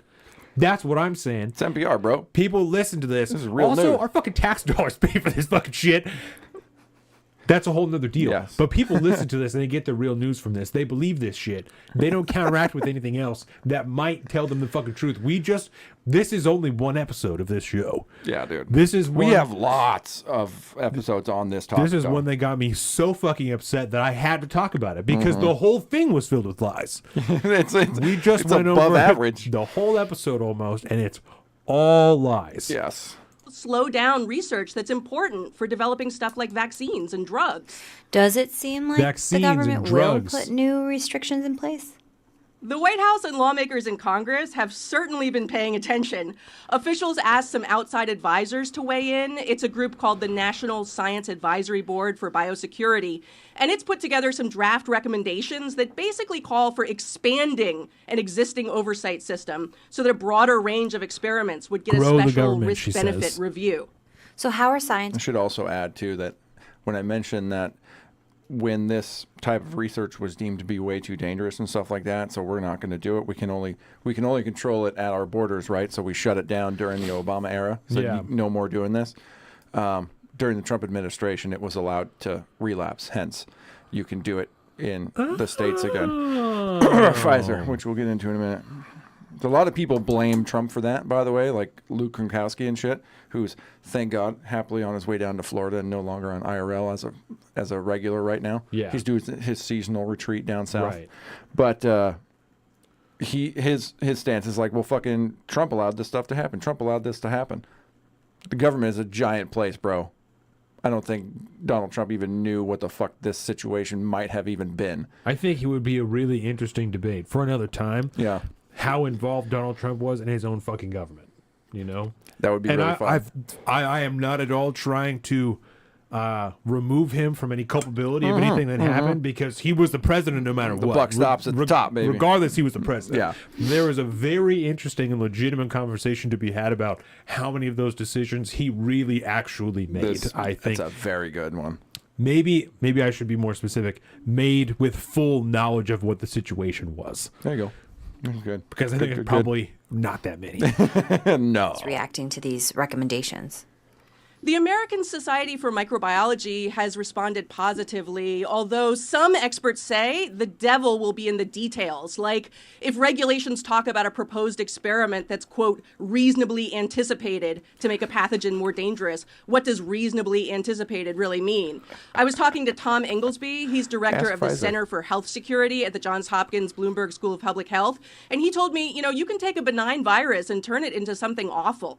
So the government really has a strong interest on behalf of all of us and the public in knowing when researchers want to make a virus more lethal or more transmissible and in understanding how that would be done, why that would be done, and whether the benefits are worth it. It's not But he says at the same time, you don't want to stifle science that's needed to protect the public health. NPR's Nell Green. Oh, It's really a good thing in the end. It's a really good thing in the end. Yeah. Well, we listened to it, and so did you. Yeah. So usually it's like we listened to it so you didn't have to, but this one was so bad we made you listen to it too. Yeah. So I think maybe we'll just hit the one kind of big local story that we're talking about is like the COVID money. Right? Oh, I thought you were talking about how they arrested the people that fucking took my truck. What? Hey, buddy. What? In a series of 2 seizures. Oh, shit. They locked up the dudes that fucking stole my truck. These are the same. This is the same fucking racket of people, right? This is a picture from Let's the Sting. see the Gats. Ooh. The Gats are pretty nice, to be honest. Oh, yeah. Very nice. The second one. That top one without the stock on it. You see that? Yeah. I wonder if it had a fucking... Oh, the other one doesn't, like the painted one doesn't even have a muzzle device on it. No. I wonder if they're just piecing these things together. Oh, I guarantee it. And then that one there. They got a hunting rifle. They got 2 hunting rifles. That's a really nice... Wow, dude. That optic on that thing probably alone. Look at that little fucking sweet little piece right there. I like that one. That's a real shorty. Yeah, it's a real shorty. It's a pretty gun, though. But yeah, they stung these bastards not once, but twice. Because they stung them once and arrested everybody, and within 24 hours they were let back out because we live in Washington State. And so at that point, the cops were literally just doing another sting operation. They were just waiting for them to continue doing what they were doing. Yeah. And then they fucking stung them again. That's and awesome. So now it's a twofer. So that was the biggest story. I wanted to surprise you with that one. That's awesome. But which one were you talking about? The COVID money. COVID money. Right? And we could talk about the tech stuff too. But that particular segment went along with NPR. And then we could just pivot and we could start with COVID. That's what I was next part. So Joseph, 3 different groups. 20% listen to this and common sense gets the best of them. 20% fall for every word, and 60% don't waste time on the news. They're living their life without the news. If we didn't do this show, I would listen to that type of shit probably very little. Yeah, this is true. But there was a point in my life where I got super into this. This is when we were first working together, right? And then I stepped away from this. I stepped away from it altogether and just went for a few months. Didn't do nothing, right? After I left Bennick the first time. Yeah. And all this. And then once I started to get back, I dipped my toes back in the water and it just captured me again. And that's when we really started texting back and forth. And hence the beginning of the show. But it's a fucking thing.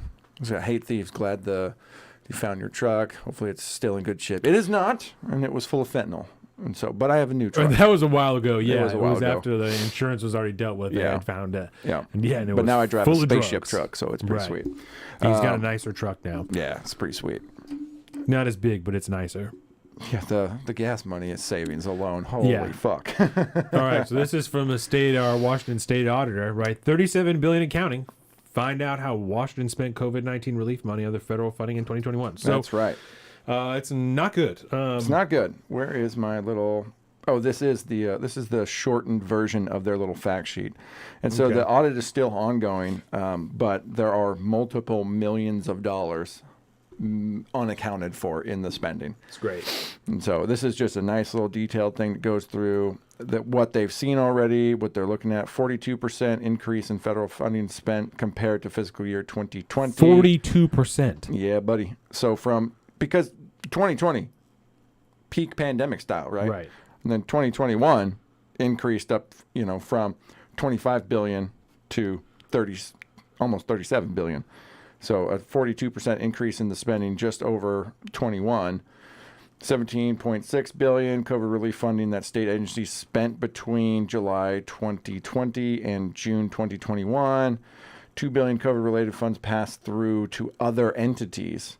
And it's just a really detailed breakdown of, a lot of it went to unemployment insurance, paying for people to not go to work, right? Yeah. Medicare cluster, which I'm just assuming is just recycled fucking insurance money going through hospitals and shit like that.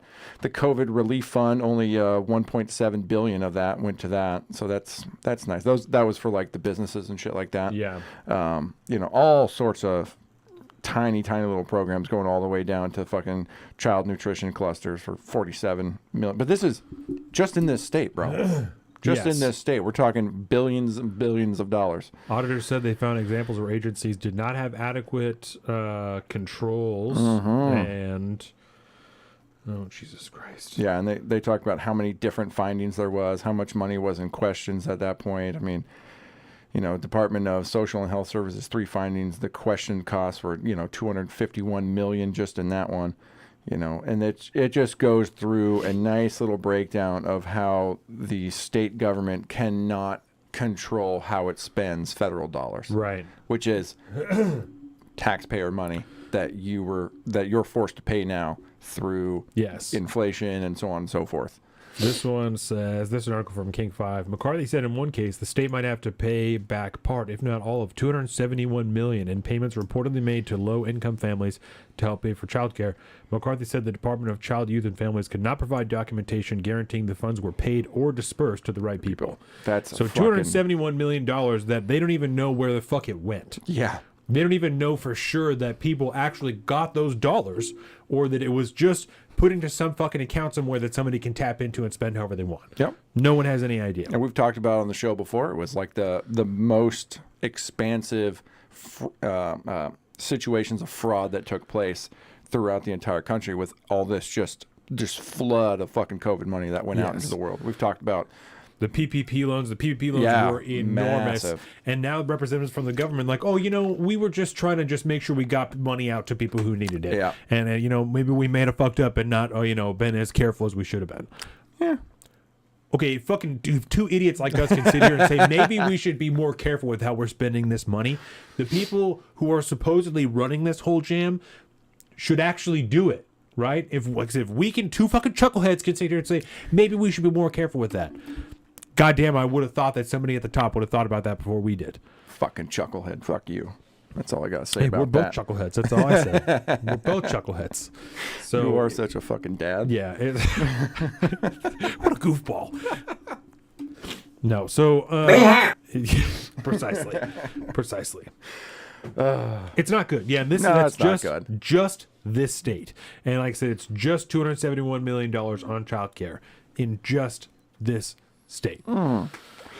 If you were to ask me, it was just another excuse to find a way to funnel money to people who generally steal money from the government all the time anyways. And by steal, I mean just be given it by the federal government and the state government. This is just a continued consolidation of wealth.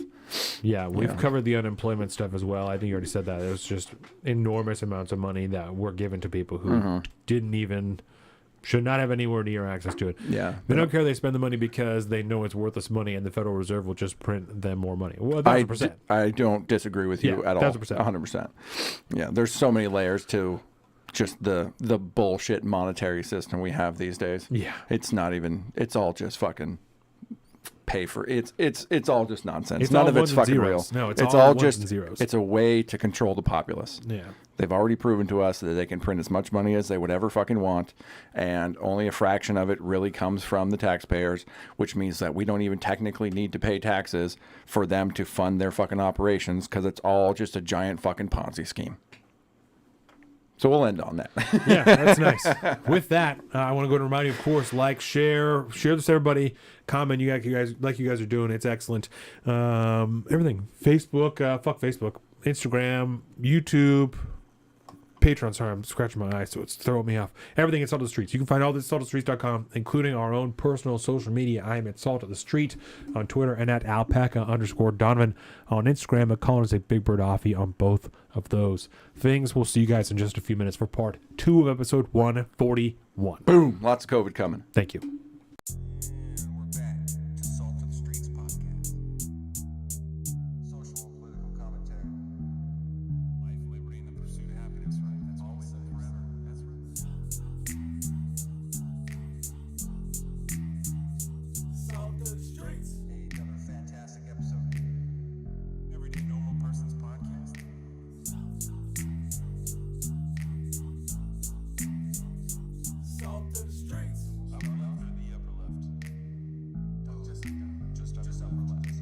Welcome to the salt of the streets, coming at you every week with this food for thought. Hope you ready to eat. With everything going on in this nation, we need some information, and that's why salt need to be stationed in your rotation. With real talking, real topics, real people, real problems. Think we need some help to solve them, and leave it up to Colin and the Donovan, cause that's what's that? Let's get ready.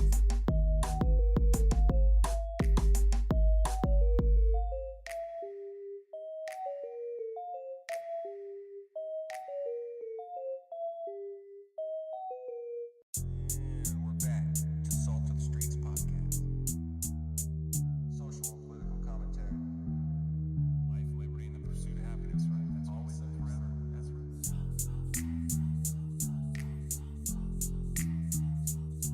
Another fantastic episode. Everyday Normal Person's Podcast.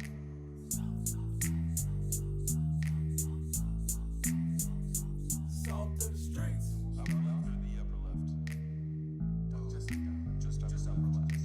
Welcome to the salt of the streets, coming at you every week with this food for thought. Hope you ready to eat. With everything going on in this nation, we need some information, and that's why salt need to be stationed in your rotation. With real talk and real topics, real people, real problems. Think we need some help to solve them, and leave it up to Colin and the Donovan, cause that's what's that? Oh, let's get ready.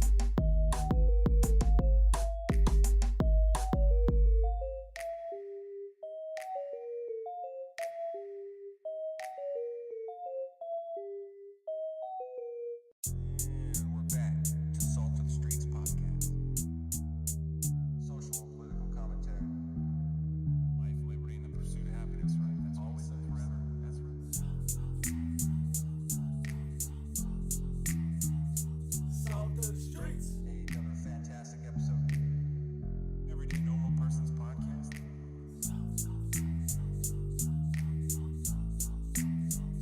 Salt to the streets. Upper left or the upper left?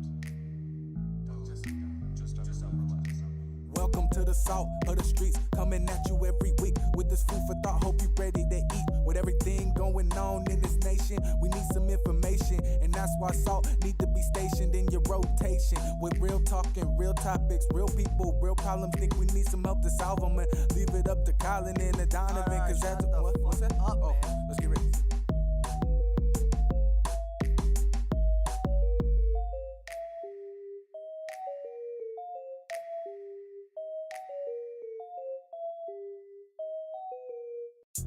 And we're back to Salt of the Streets podcast. Social and political commentary. Life, liberty, and the pursuit of happiness, right? That's always and forever. That's right. Salt to the streets. Another fantastic episode. Everyday Normal Person's Podcast.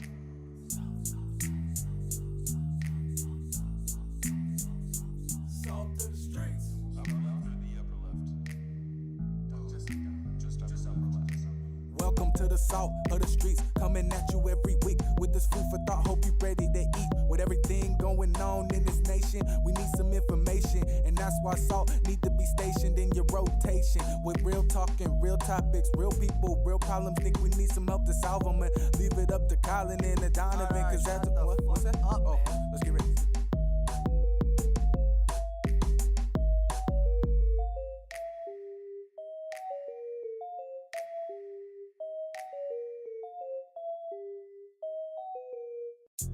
And we're back to Salt of the Streets podcast. Social and political commentary. Life, liberty, and the pursuit of happiness, right? That's always and forever. That's right. Salt to the streets. Another fantastic episode. Everyday Normal Person's Podcast.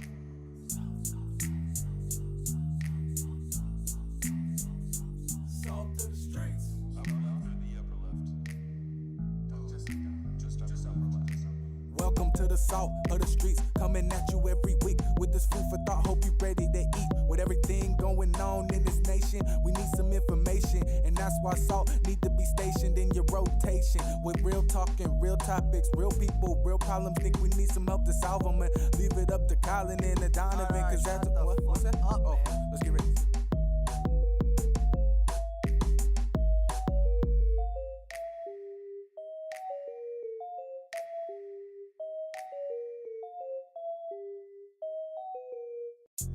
And we're back to Salt of the Streets podcast.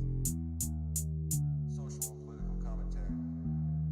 Life, liberty, and the pursuit of happiness, right? That's always and forever. That's right. Salt to the streets. Another fantastic episode. Everyday Normal Person's Podcast.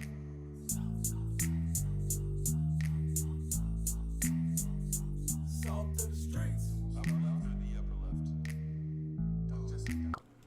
Thank you for joining us again, everybody. This is part 2 of Salt of the Streets, episode 141. My name is Donovan. I'm Colin. We are happy to have everyone here. 141 and pineapple juice. That's right. Make sure that you like, subscribe, and comment on this video. Share it with all of your friends. We have YouTube, Instagram, Patreon, all at Salt of the Streets. You can find all of this at saltofthestreets.com, including our own personal social media. I am at Salt of the Street on Twitter, and Colin is at Big Bird Offie on both of those things, because I'm also at Alpaca_Dominant on Instagram. Indeed. Our sponsor for this segment is Swell Blended. He is the one that is helping me keep this mane controlled. You guys can see it. Got a headband going today. It's a whole deal. I'm busy pouring my beer. Show that those beautiful locks off. Even with the headband. Look at that. We got to keep it contained somehow, you know. Otherwise, it gets wild. Yeah. It gets wild. But I'm liking this. I think this is a decent look. The headband is a decent look. Oh, yeah. I'm very excited about this first beer because I haven't had it since I tasted it a few weeks ago.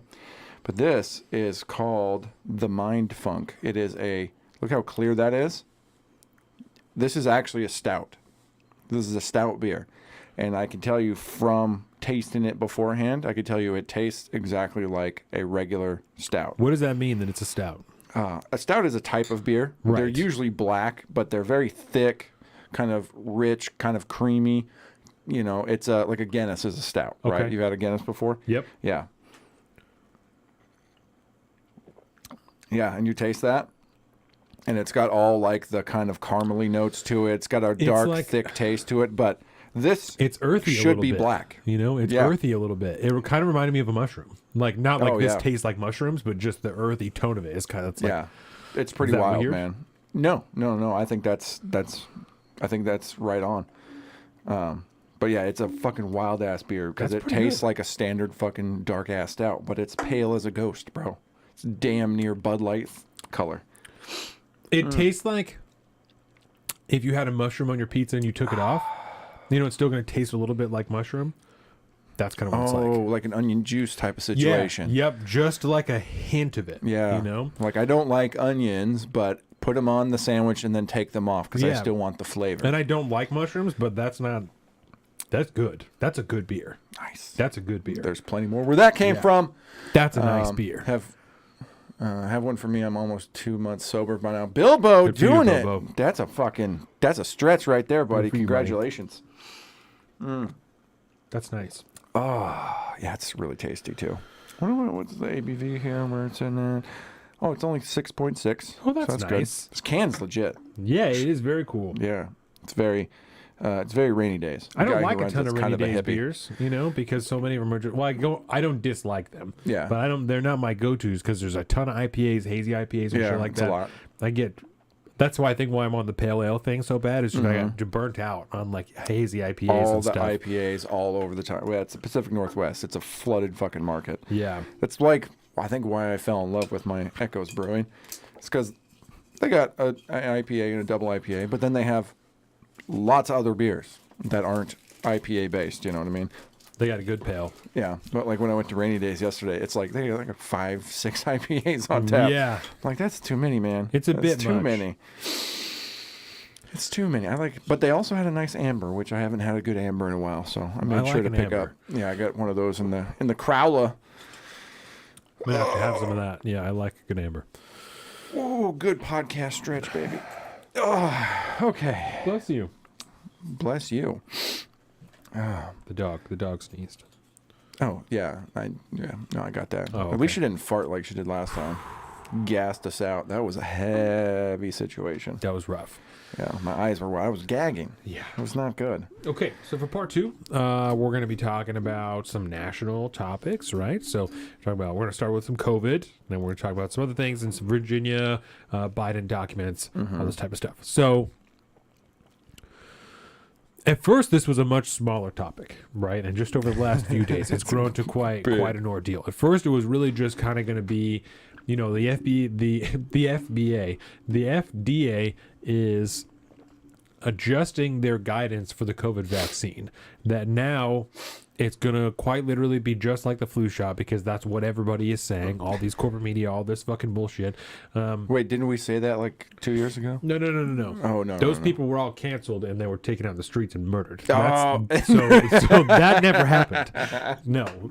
So they're like down the street and murdered. They've quite literally said it's just like the flu shot now, that they're gonna, and that's part of why they're doing this spin on the gain of function research now is because this forced evolution thing is a part of what they did with the flu vaccine to get it to the point that they're at, where they can they push continually they play push with it through every these year. animals and they can see which strain becomes most dominant, and they say, well, that's probably the one that is going to happen, so we're going to make a vaccine for that one, and we're going to bing bang boom, we have a new flu vaccine. So bing bang boom, we have a new COVID vaccine. That's how they're going to do it every year, and you're just expected to go and get a COVID vaccine every single year. Except there's a major difference here.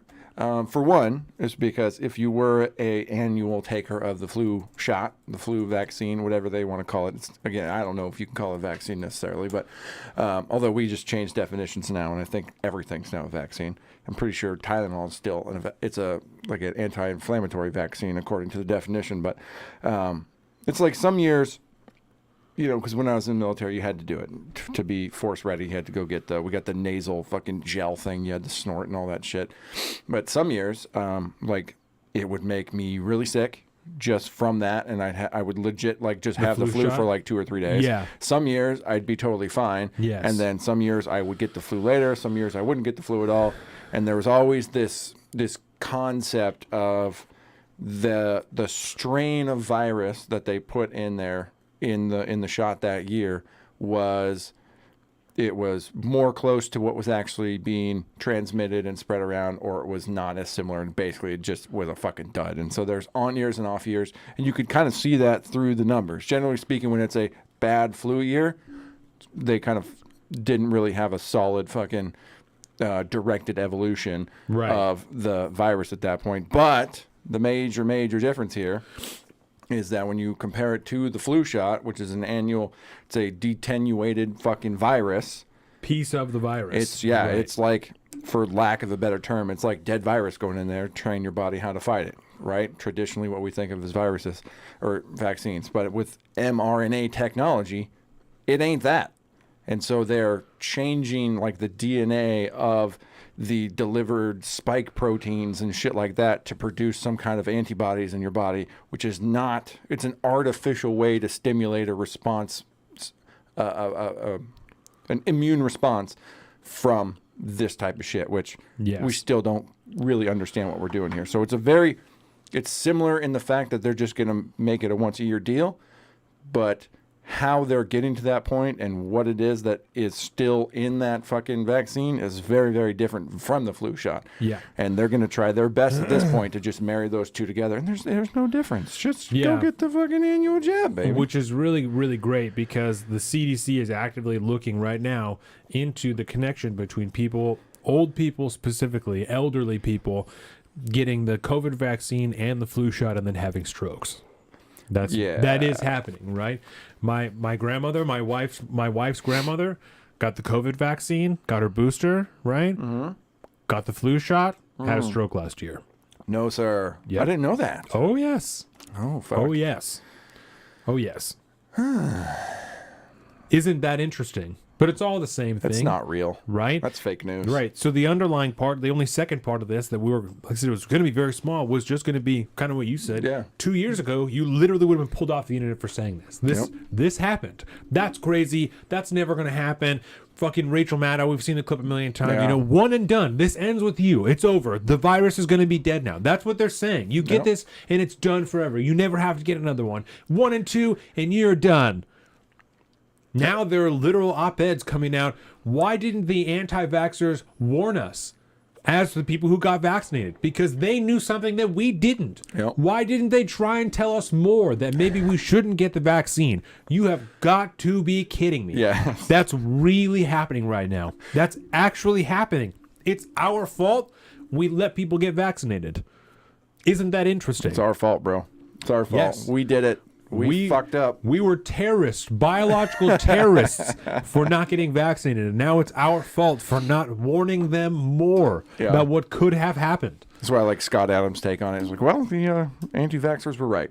Fuck you. We lost. They were right. They won this one. I'm like, you mean to tell me that somebody who was justifiably skeptical in the intentions and morality of Big Pharma, and somebody who was distrusting of the intentions and morality of the United States federal government's overreach into and their authoritarian attempt to run our lives, was proved in the end to be a more correct stance? And that is a surprise to me. This should harden us all to stay firm the next time something like this happens, and we are part of a group that is acting against what the government says is in our best interest, and they're telling us that we're fascist and we're terrorists and we're all this stuff and we can't be trusted and everyone hates us, right?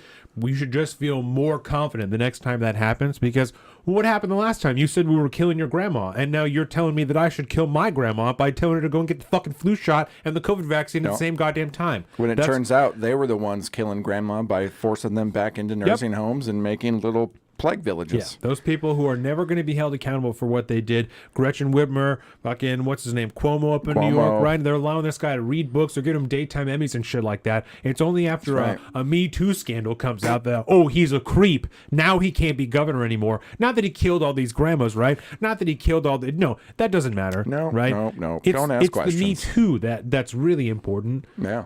Yep. Don't forget, like, where the main retirement... not retirement home, but old folks' home breakout originally began.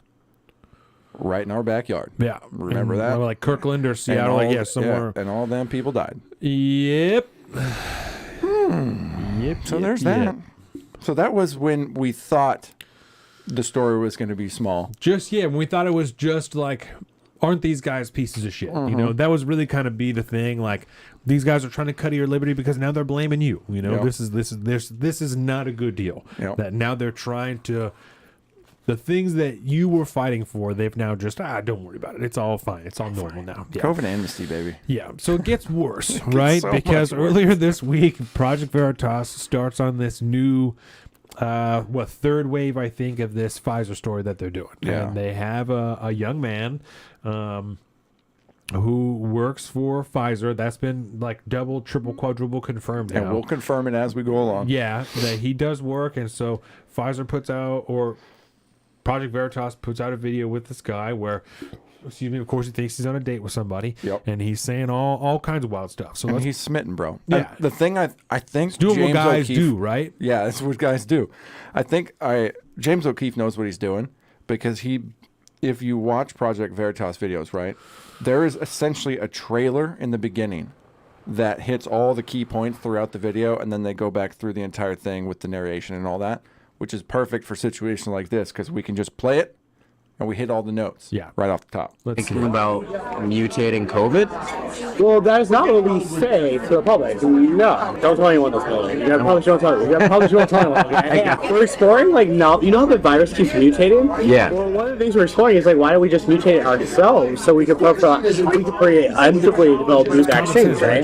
So we have to do that. If we're going to do that, though, there's a risk of, like, as you could imagine, no one wants to be having a pharma company mutating viruses. It be, like, very controlled to make sure that this virus that you mutate doesn't create something that, like, you know, it goes everywhere. Something crazy. Is the way that the virus started and moving on. To be honest, like, it makes no sense that this virus popped out of nowhere. Like, yeah, I know.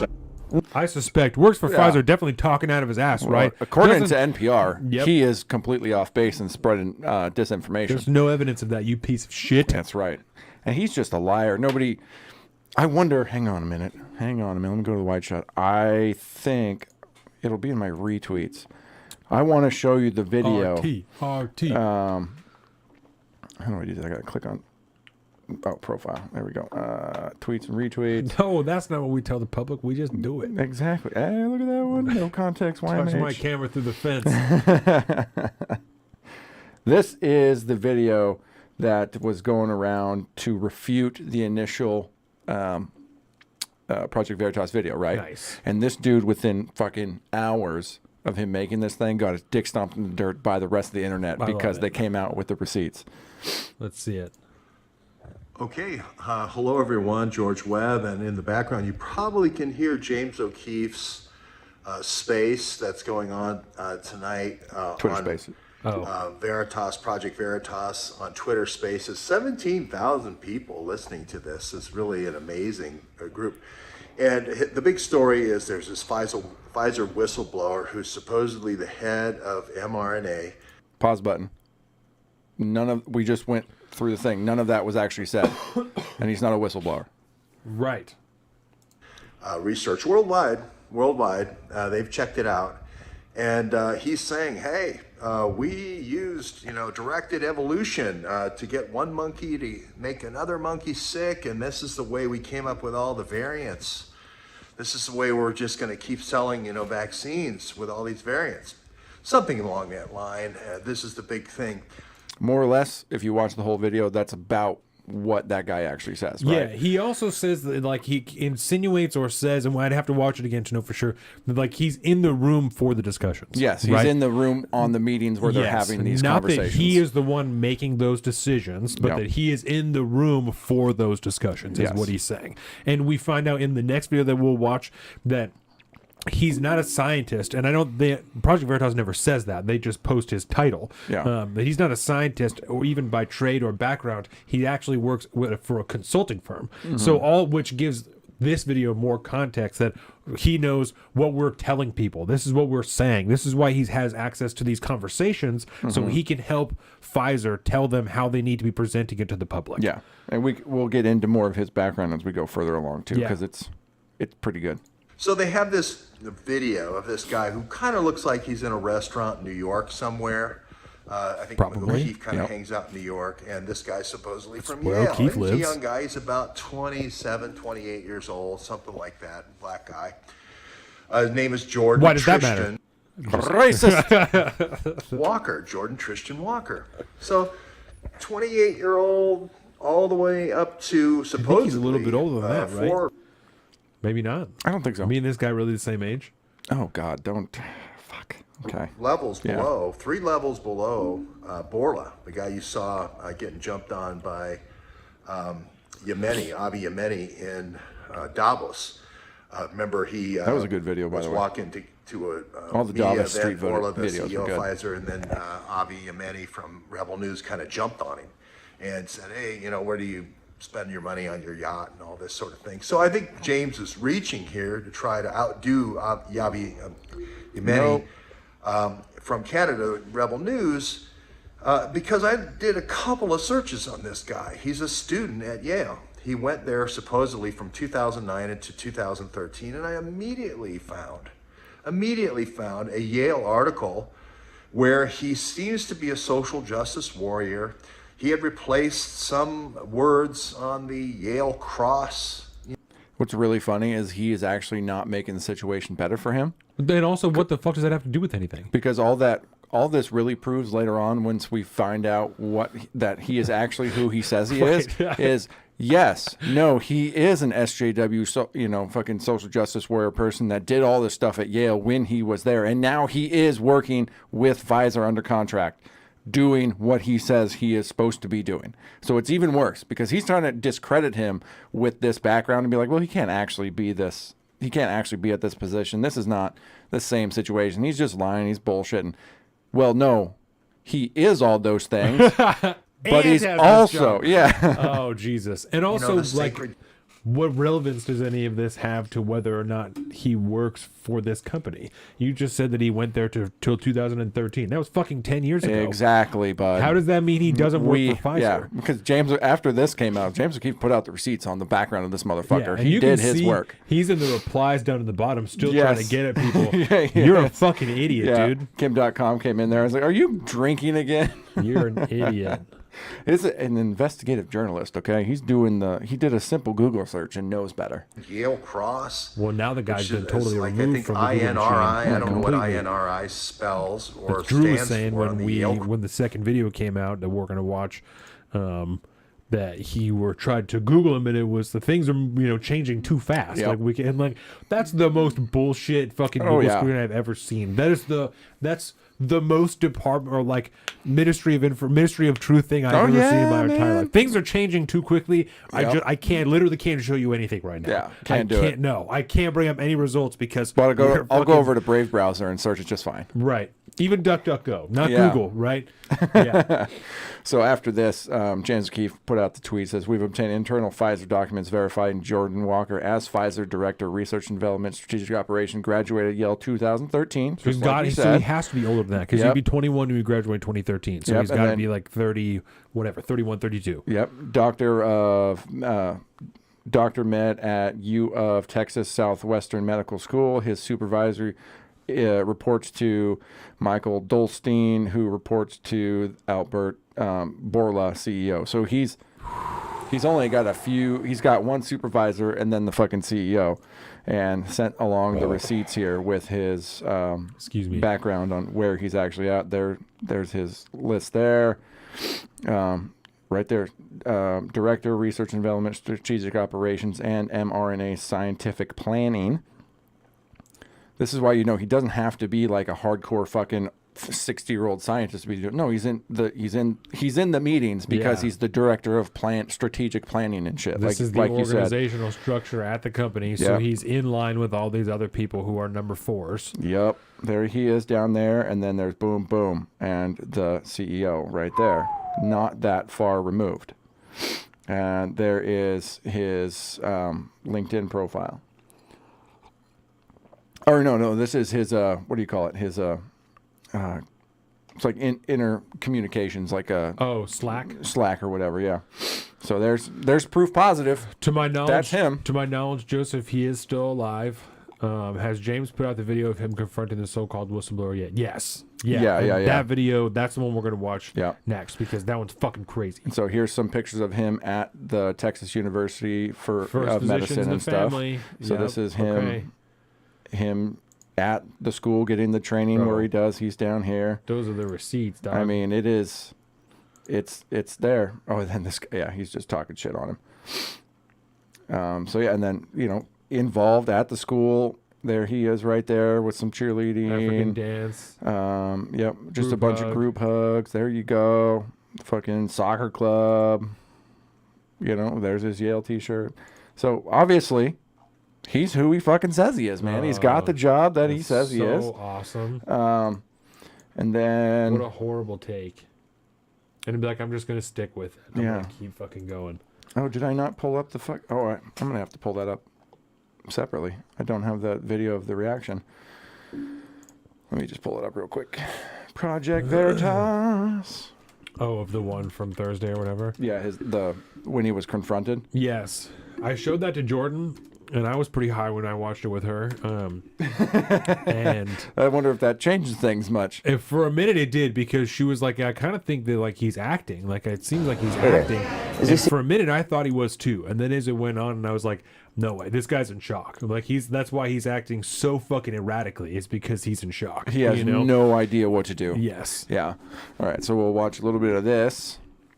And then after this fiasco went down, Pfizer put out a letter making a statement about the situation, and then James O'Keefe talking about being pulled off of the video being pulled off of YouTube. Joseph, if I was him, I would have killed myself after this video dropped.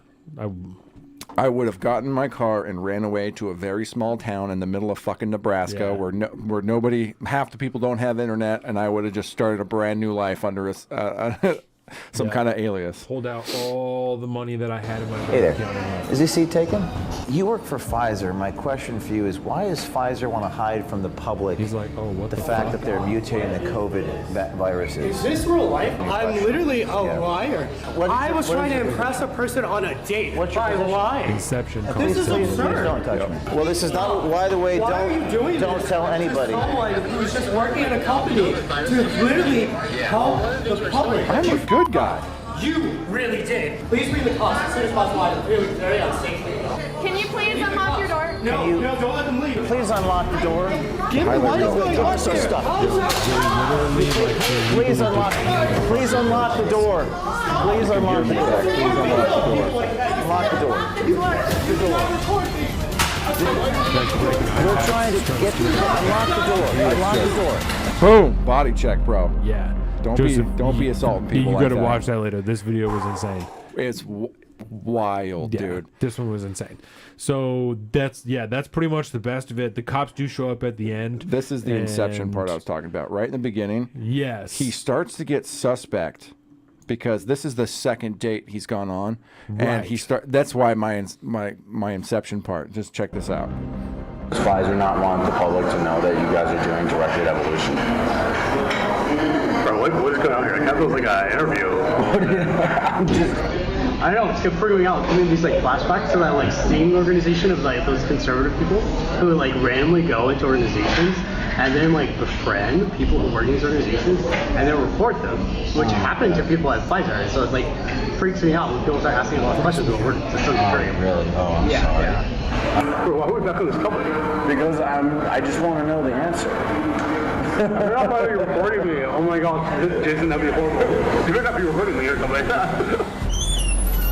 So the dude knows he's fucked right now because his hackles are up. He knows what's going on. And then all of a sudden, James O'Keefe walks in. Oh, man, this is not real. Yes. Shit. Oh.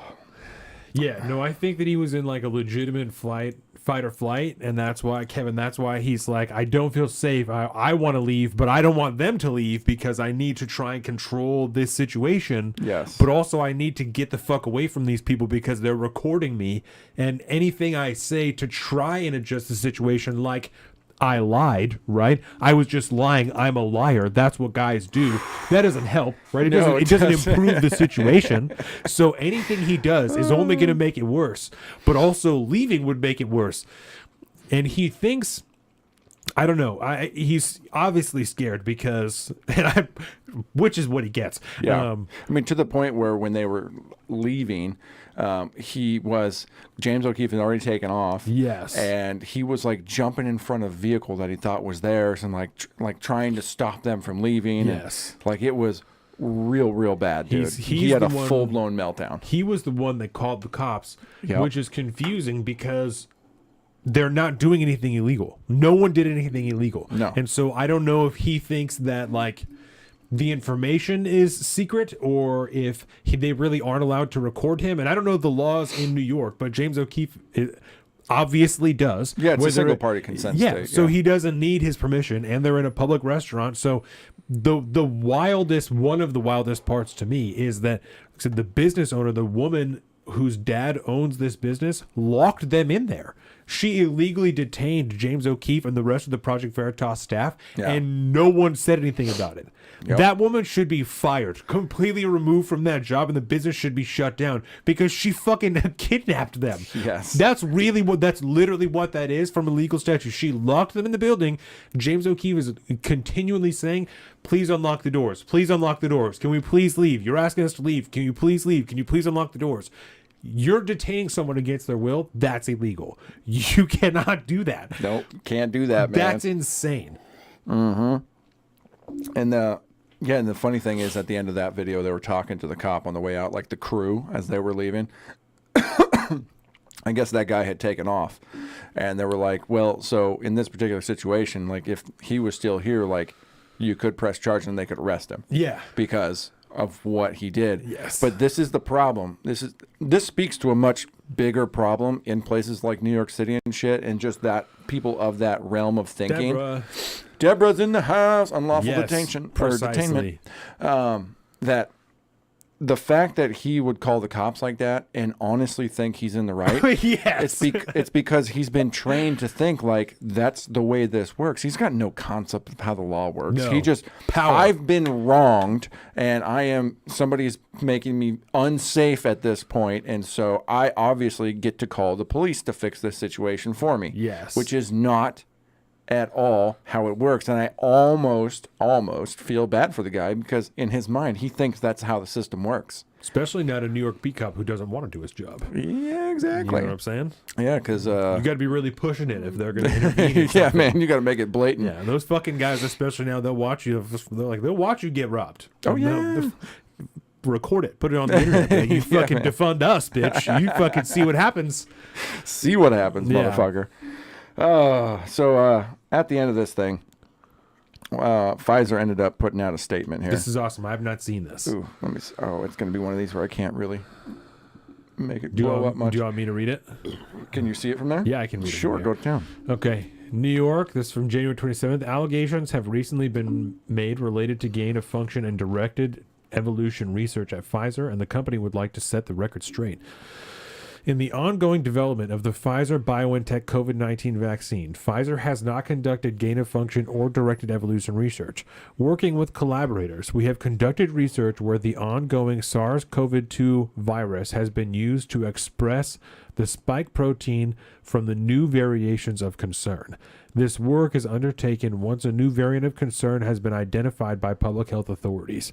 This research provides a way for us to rapidly assess the ability of existing vaccine to induce antibodies that neutralize a newly identified variant of concern. We then make this data available through peer-reviewed scientific journals and use it as one of the steps to determine whether a vaccine update is required. So what they're saying there is that they're taking new strains that come about naturally, and they are testing the current vaccine against those strains to see if it works or not. Mm-hmm.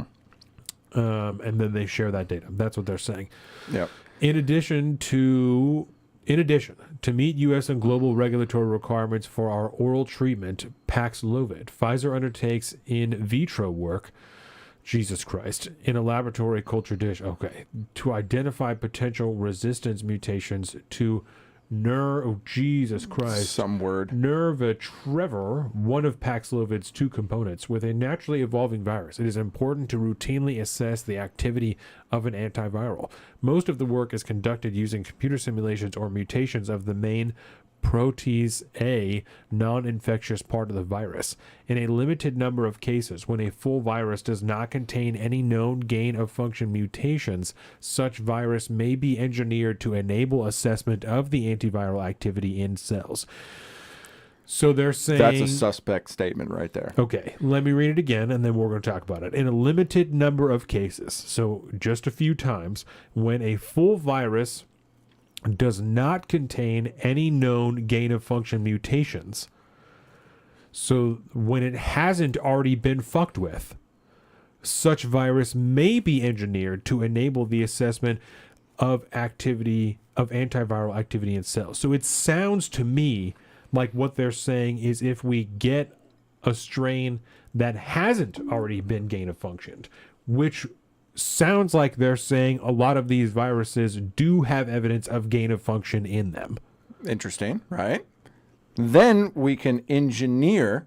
Then we fuck with that strain so that we can make an assessment of the antiviral activity in the cells. Yeah. And okay. In addition, in vitro resistance selection experiments are undertaken in cells incubated with SARS-CoV-2 and Notreventramir in our secure biosafety level 3 laboratory to assess whether the main protease can mutate to yield resistant strains of the virus. In addition, in vitro resistance selection experiments are undertaken in cells incubated with, we infect cells with SARS-CoV-2 in the biosafety lab and one of the components in Paxlovid in the biosafety lab to assess whether the main protease can mutate, whether or not that virus will be able to mutate and be resistant to the part of Paxlovid that we put in there. Yep. So they're watching it to see if it evolves to adapt to that. In dishes, not in animals, is what they're saying. Yeah, in vitro, in Yep. in It that. is important to note that these studies are required by U.S. and global regulators for all antiviral products and are carried out by many companies and academic institutions in the U.S. and around the world. We're not the only ones, in other words. Fact-based information rooted in sound science is vitally important to overcoming the COVID-19 pandemic, and Pfizer remains committed to transparency and helping alleviate the devastating burden of the disease. So that's their statement to say, we're fucking with the virus, but we're not doing gain of function or directed evolution. And in the first video with that young guy, they had sections with Robert Malone sliced in there in the end. And he said that the monkey thing that he described is one of the forms of directed evolution that they use. Yeah. But he didn't elaborate on the other kinds. Yeah. So, and it sounds like they collaborate with other partners that do this kind of thing anyways, even if they're not doing at that specific facility. According to their statement anyways, it sounds like they may not be having the monkeys in the lab.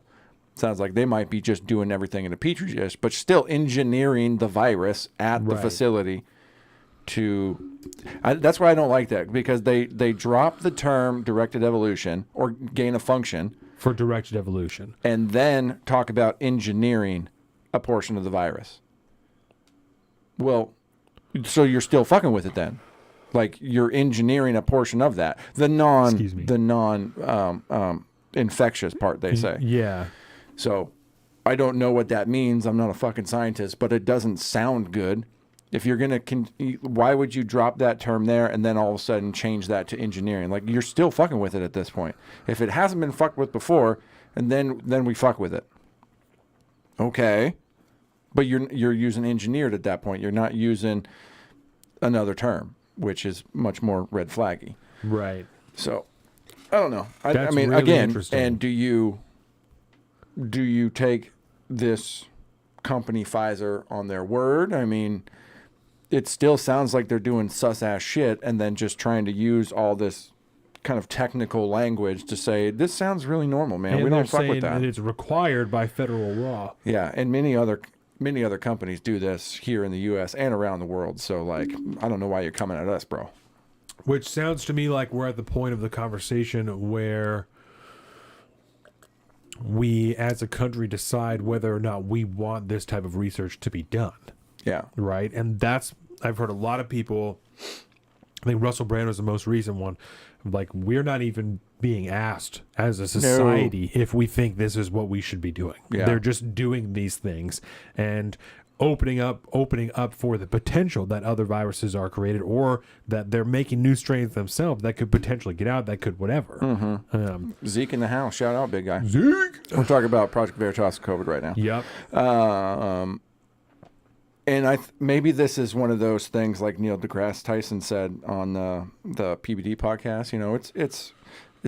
It's implicit consent because of our social contract that we have together with each other for public health. He this said is that? just buddy. Oh, fuck you. That was I'm surprised you haven't seen that clip roll around. That was an amazing segment of that podcast. They, because Patrick brought up the idea of COVID and the vaccine and stuff like this, and Neil deGrasse Tyson goes fucking off with all the standard state approved talking points and shit like that, and and that was one of his major arguments when it came to public health is we have systems in place, and this is as being a part of the United States as a citizen, you're born into this social contract that we all have signed implicitly by being citizens of the country, that this kind of work is allowed to go on and that this is the way we do things, and this is why we have the systems in place. So perhaps that's what we're talking about here. If we need to be running these incredibly dangerous population ending experiments potentially, then it's just you signed up for this, it's even a though we social didn't contract, ask you. bro. Yeah. Like, what if? That's nice. Yeah, I mean, what if Ebola came around? If we didn't have a virus or a vaccine for it, then we should be doing Ebola tests in our fucking lab somewhere in the middle of fucking massively populated cities. That would make sense, right? Even John Locke, dude. A tacit consent, indeed. Oh yes, indeed. Yeah. I have a solution for all this, bro. Let's just bring all the gain of function out into space. Let's just do that. I mean, at the very least, the middle of the goddamn ocean. At the very least, the middle of the goddamn ocean. I mean, if you're going to just build a super lab. Put it in the middle of the ocean. Antarctica. Yeah. That might be a thing. People can come and go once a year. Yeah. Put it in Antarctica. That might be a good thing. Even if it does get out, it fucking dies. So, people can come and go once a year. And 3 months before you leave, you go into a quarantine facility outside of that lab. You can't go back into the lab. Yep. You kick it. You do whatever. When your 3 months is done, then you can come home. Your sanitation is basically just you get down to your skivvies and you run outside for 2 minutes and then run back inside. Kills anything that's on your skin. Every day you do it. Yeah. Every day for 3 months. Every day. Or just cut a little hole and do a little polar plunge and Yeah. boom. You want to be a super scientist, you got to fuck around. That's right. Well, I'll give you that title so you can be a super scientist. We'll recognize it as legit. Yeah, dude, we'll give you a belt and perhaps a Nancy Pelosi level cape. Oh, yeah. Did you see your cape pic the other day? No. Oh, it's so bad. We'll tell restaurants about you. So there's a super scientist about to come in here. We need to make sure that he gets a fucking table. He doesn't want a table next to the bathroom. No. A table out here. Okay, so one last video here from Project V. Because their video got pulled off YouTube, right? Yes. Yep. The one of the guy freaking out? Or both of them? I believe both of them. Dude. I'm not. See, the thing is all this Fucking stuff lives YouTube. on Twitter at this point, so I don't have to go to YouTube. The one has 22 million views. Bro. Which is way more than it would ever get on YouTube. Oh, hard, yeah. Oh, I can't wait to talk about Crowder's YouTube numbers. So, Do you know? You have YouTube receipts about just- his YouTube numbers? Like his Oh, video, yeah, his video yeah. views. Yeah. Yeah, it'd be strange if, but we'll get there. took down our Pfizer expose. It had 800,000 views. YouTube gave us a strike and will not let us post for a week. And it gave us this reason. Listen to this. Like this. Medical misinformation. YouTube doesn't allow claims about COVID-19 vaccinations that contradict expert consensus. Get the fuck out of here. He is the expert consensus. He's number 4. Yeah, dude. Oh my God. YouTube Keep it rolling. What do we do? What do we do? Doesn't allow claims about COVID that contradict expert consensus. These were not our claims. These are the claims of a director at Pfizer. We just saw that. I really think it's third world that big, massive corporations team up with big tech monopolies to target journalism in these United States. It's just wrong. And I think they'll regret doing this. We know that there are sources in Pfizer today that tell us that Pfizer is going through turmoil today. A lot of people talking about what they're doing inside. They're in damage control mode. Oh, yeah. There's more information coming out. Oh, Nothing stops us. Nothing stops. Go to that website. I fucking love James O'Keefe, dude. He's so dramatic, too. He is, It is dude. so good, He dude. knows exactly what he's doing. He knows exactly what he's doing, Yeah. yes. So that is the latest update in the world of COVID right now. Oh, That's my where we're at, God. man. It is. It's a whole deal. Just get your boosters, everybody. That's all. Fire. Oh. Oh, you can't see it on here. I'll make it small. I gotta make those things smaller now. Yeah. on No, that guy is fired. I mean, like I almost feel bad for the guy, man. He was just trying to get his dick wet, and he's out there, you know. And it's like, sorry, bud. That's what guys do. We lie apparently to get into. It's like, bro, Yeah. you're toxic masculinity, by the way, bud. You're making us all look bad. Gonna go over there and lie to these dudes that you know got to be 10 pieces, by the way. Right. Because come on now, how many drinks does a dude got to have to be like that gushy about what you're doing at work like that? Yeah. Everybody's a little different, obviously, but man. Whoo! It's been a hell of a week, man. Been a hell of a week. This was a fun one to follow. It sure was. Sure was. The fact that the left came out so hard to defend someone who is saying they are doing things that even put the left's life at risk, it's really telling. Yeah. They're like, no, it's okay. It's okay. We can make sacrifice. We eat each other all the time. It's okay. We cast each other out in the wilderness all the time. It's okay if a bunch of us got to die so that Pfizer can make money. It's not a big deal. That's wild. It is fucking nuts, bro. Fucking clown world. Okay, all right. Let's get back to the rest of the Demise of the Republic, shall we? Yeah. So let's just start from the top. Let's go with the Virginia high school students, right? So this was a story that I think was pretty new to you, yeah? I had not heard about it until you told me, yeah. I got one from the Fairfax County Times here. There you go. Yeah, I'm trying to find my article really quick. So I think this headline speaks pretty well. Now 17 area schools, not 17 kids, 17 area schools withheld national merit awards, mostly impact Asian students. Yes. Oh, what is it with the education world? What have they got against Asian people, man? And so let's see. So I have one from the Daily Mail UK that I'll read from. But I'll send I it got to Signal too. There, yeah, I'll send it to you really quick. Hashtag #USignal. Download it today. Get all your friends on it. Once I converted my mom over to it, I almost don't use my regular text messages anymore. I have like maybe a couple people that I randomly occasionally text. Other than that, all my communication now is on Signal. It's pretty sweet. I have another one that talks about, it's different than this one, but it talks about the amount of money that the school district spent on an equity coordinator. Because that's kind of at the core of this whole thing. And even, what's his name? Ralph Northam, the guy that was like, we'll kill the babies after they're born. That same guy. We'll have a discussion after the baby is born. This guy's like, this is fucked up, and they shouldn't be doing this. So he's really trying to win.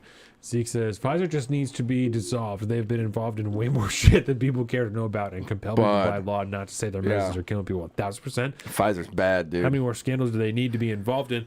How many more people need to die due to their negligence before the government says enough? At least one more. That's always the answer. Always the answer. How many more people have to die? At least one more. Yes. Okay, so this says that Fairfax County Public Schools District paid an equity consultant $455,000 for 9 months of work, which included a recommendation that focuses on, quote, equal outcomes for every student without exception. Mm-hmm. So I'll start there, and then we'll read it. Okay, because, yes, I have thoughts on this, and this was something that I pushed back on at the time, early on. A lot of people on the right side of the aisle, because this was back during, like, my Bill O'Reilly days, right? I was a shill for Fox News and all that. But the idea was, it doesn't matter that these people are going to these really expensive liberal colleges and getting these, what used to be called, underwater basket weaving degrees, aka things in the gender studies or female, it was like lesbian dance theory is what it was joked about, this, that, and the other thing. And I was like, you guys don't understand at this point. It's really, really bad, because if there's enough people that flood the market with these types of degrees that no company will hire them for having that degree, they will create an industry for themselves to go into. And as we have seen, the industry is a multi-billion-dollar industry at this point, given this one person's fucking salary, almost $500,000. Yeah, for somebody with a fucking gender studies degree for 9 months of work. Bro. They created an industry. They created an industry now that is sucking money out of institutions and businesses. What's the woman's name? Robin DiAngelo. That bitch white is guilt making or whatever. money hand over fist. Yeah, that's the biggest race grift. Oh my god, race grift ever. White woman coming up to tell you that you're racist because you're white. Fuck yeah, and you're gonna pay her for killing it, dude. Yeah, bro. Yeah. So yeah, that's not good. Okay, so Daily Mail UK, right? So one of Virginia's top education officials denied accusations that at least 17 schools under her jurisdiction withheld handing out merit awards to protect the feelings of students who didn't receive them. In her first interview since the scandal broke, Fairfax County Schools Superintendent Dr. Michelle Reed said her department held a third-party investigation into the situation and insisted that the delays were the result of human error at 17 different schools. Yeah, human error. She added that any talk of, quote, equal outcomes for Virginia students referred only to her school's intentions to help students achieve, quote, their unique potential. Virginia Governor Glenn Youngkin has said the schools denied students a golden ticket for college admissions by delivering news of merit awards too late for kids to include them in their early decision applications.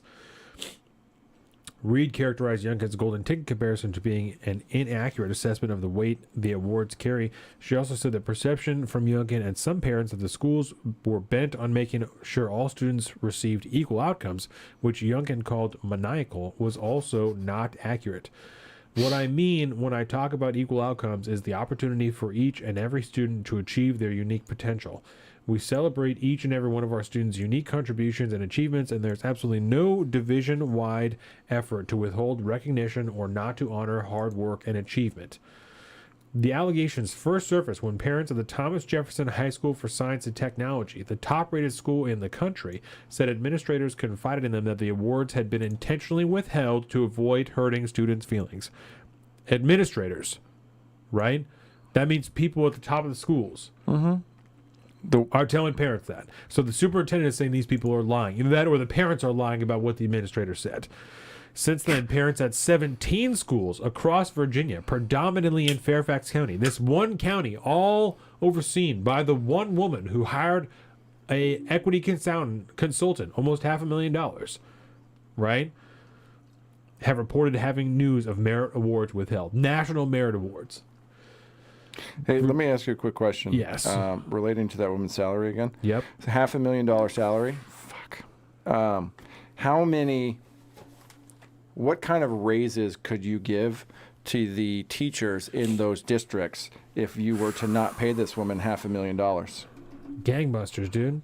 How many school supplies that those teachers are going to buy out of their own pocket would be supplemented by her salary? But we care about our teachers. Yeah. Okay, sorry, carry on. I just wanted to make that point. Virginia Attorney General Jason Miyares has launched an investigation into the allegations, and Governor Youngkin has proposed a law that would bar schools from withholding information from students. Reed said Fairfax had a third party conduct its own investigation. We did initiate a third party external review of the situation, she said, noting the investigation found human error was to blame.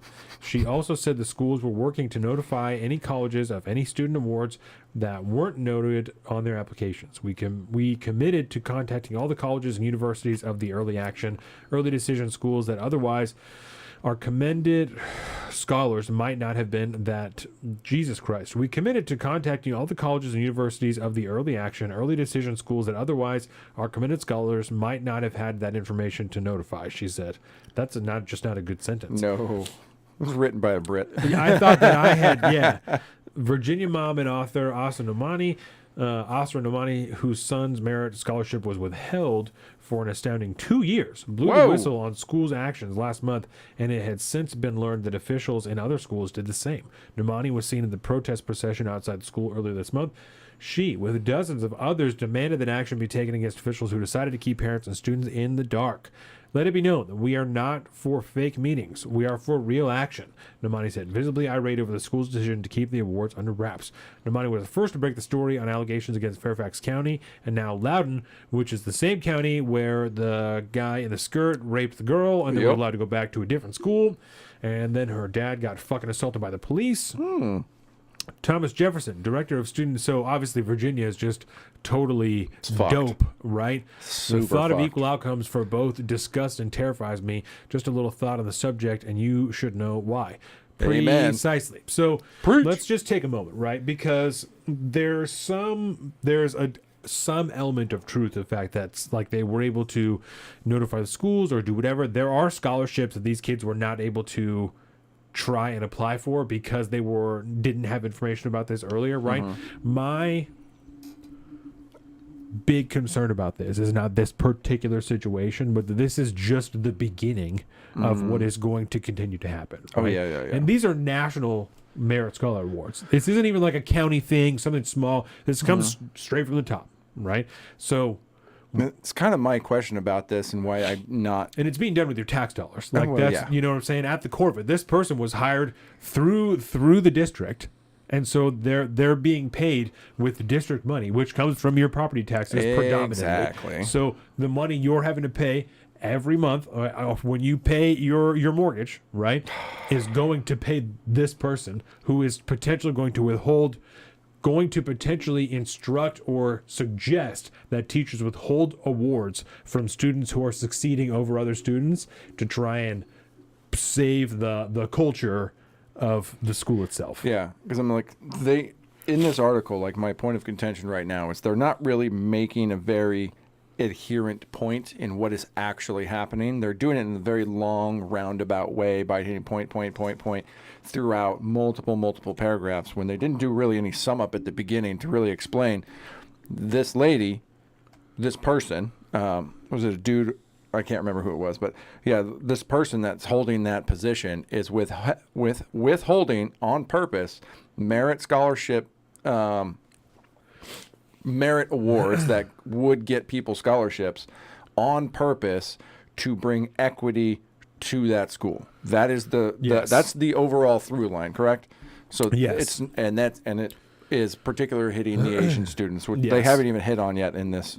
And you're correct, Joseph. They are destroying the culture. I was speaking from their perspective that's their claim, is they're trying to preserve the culture, when in reality they are destroying it. Yes. That's their claim, is we're trying to make sure that everyone has equity, that we all have the same outcome so that we are all good, and that's the best way to have a prosperous society, when in reality they are destroying what is American culture, right? Through this type of equity and meritocracy is racist, Donovan. This type of I'm trying to think really careful about the way that I want to simply just this type of structure is not good. I don't want to, I just didn't want to put too many qualifiers on it. So it's very damaging. Yeah. These are the teachers who grew up in everyone gets a trophy generation. Probably. I'm from that generation. It's not a good, Me too. you know. Yeah. It was a good long clip where that was the way of things. Yeah. Unfortunately. I mean that's pretty much So this says, Mayars told Fox Business Tuesday that in Fairfax the district paid an equity consultant $450,000 to ensure equal outcomes no matter what, even if it means treating some students purposefully unequally. He added, "You hear the word equity all the time. Equity without excellence is actually emptiness. It doesn't really help the student at all. It actually divides us." It's true. That's just a funny way to say that. The National Merit Awards are only given to 50,000 of 1.5 million high schoolers who score well on the PSATs, and they can help students compete for scholarships, honor accolades, and college admissions.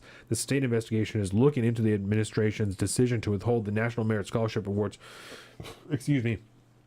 And if it violates the Virginia Human Rights Act, because there was also most of the students that it was withheld from were Asian, and that's another aspect of this is.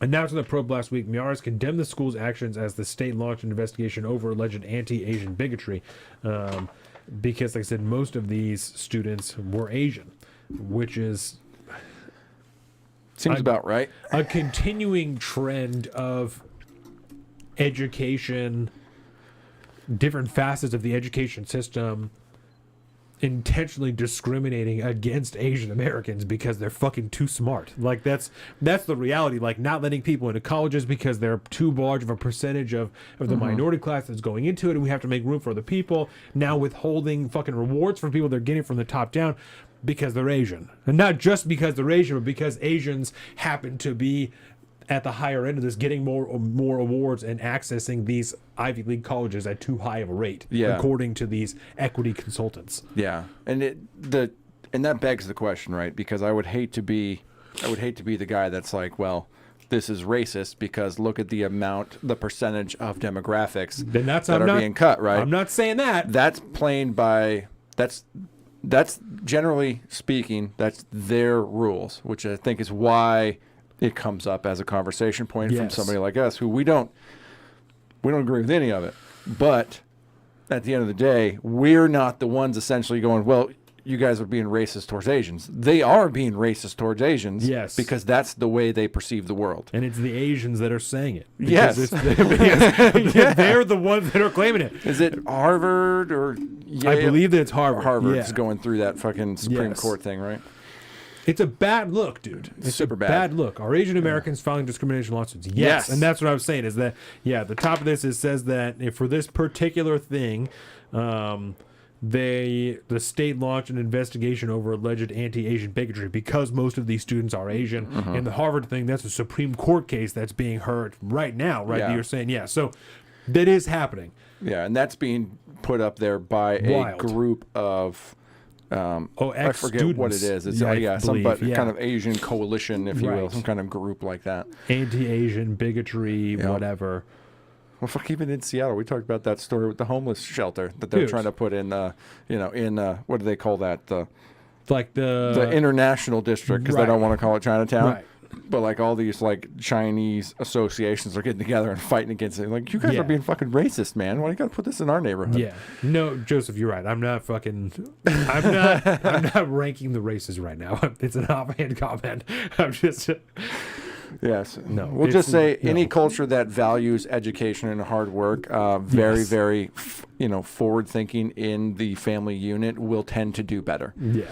And that's something that culture tends to do. It's an off-color comment that I made. Yeah, you fucking racist. Look at you. Call him out, Joseph. Call him out. Yeah. Yeah. Yeah. What is it with fucking Virginia, man? What is it with Virginia? They are just not. It's too close to the capital. It's too close to the capital. Yeah. Well, and a lot of the capital people live there. It's not good. Yes. Their culture demands their work ethic and act 100%. Yeah. Yes. So the question you guys should are be right. acting. You guys are right. It's the culture. Yeah, you guys are right. I know. That's it. We got it. We got it on tape. Listen, I have tons of Asian friends. Oh, Jesus. I love this. I love this show. Okay. Fucking Virginia. So, do you want to talk about Biden documents first or the California shootings first? Biden documents? Why not? Okay. All right. So, since the last time we were here, I'm pretty sure that when last time we were here, they had found the second set of documents. Or maybe it was later that day. Either way. If not, we found a second and now third set of documents in Joe Biden's house. Yeah, they had found the second set, and I think we had just heard about the third set because the morning of the last show, we heard about the third set because we couldn't really talk about it. Yeah. Because they found the third set, a separate person found the third set on the same day. They found the second set in the same room as the second set, like his home office, his library. Yeah. But because the first person wasn't qualified to look at those documents, someone else had to come in, and that's when they found more documents. These documents, apparently some of them date all the way back to the time that Joe Biden was a senator. Yeah, so we're not even talking about before, these were vice presidential documents, and even then he definitely didn't have the ability to declassify these documents and take them and place them in his own home. Now, if we're talking about shit from the time that he was senator, even regardless of what committees he was on, he definitely didn't have the clearance to declassify them and take them back to his house. Yes. Even if he had the access to view them in the Capitol in skiffs or something like that. It should be noted too, like when we say it goes back to Joe Biden's time in the Senate. That's true. This could go back multiple decades. He was in the Senate for decades before he was vice president. Yes. This is not like, he was a senator 8 years or so before vice president, which would already be damn near 20 years anyways. But we're talking like this dude's been in he's been in the Senate for a very, very, very long time. He was there because it was a Senate hearing where he was grilling Thomas Sowell, correct? Or not Thomas Sowell. Clarence Thomas? Clarence Thomas. Yes. And he was a senator back then. Yes. So, I mean, we're going way back in the archive. Which set was in the garage? That was the second set, right? So they found the first set in the Pence, or the Penn Biden Center, right? That was the first set when they were clearing things out. The second set, the Penn Biden Center for Chinese Foreign Investment is what we call that here. The second set, they found one package in the garage next to the Corvette, and another set in the office, right, in his library. But the person who found the stuff in the library with the second set of documents wasn't cleared to view them. So they left, and a third person came in to view them and found more documents. Yes. Right? So that's what the third set is a second set of documents in his library at his house. Mm-hmm.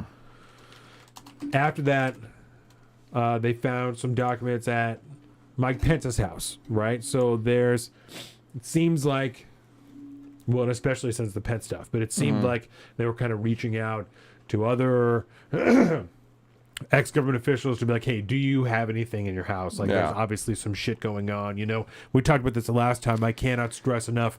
They're literally all doing this.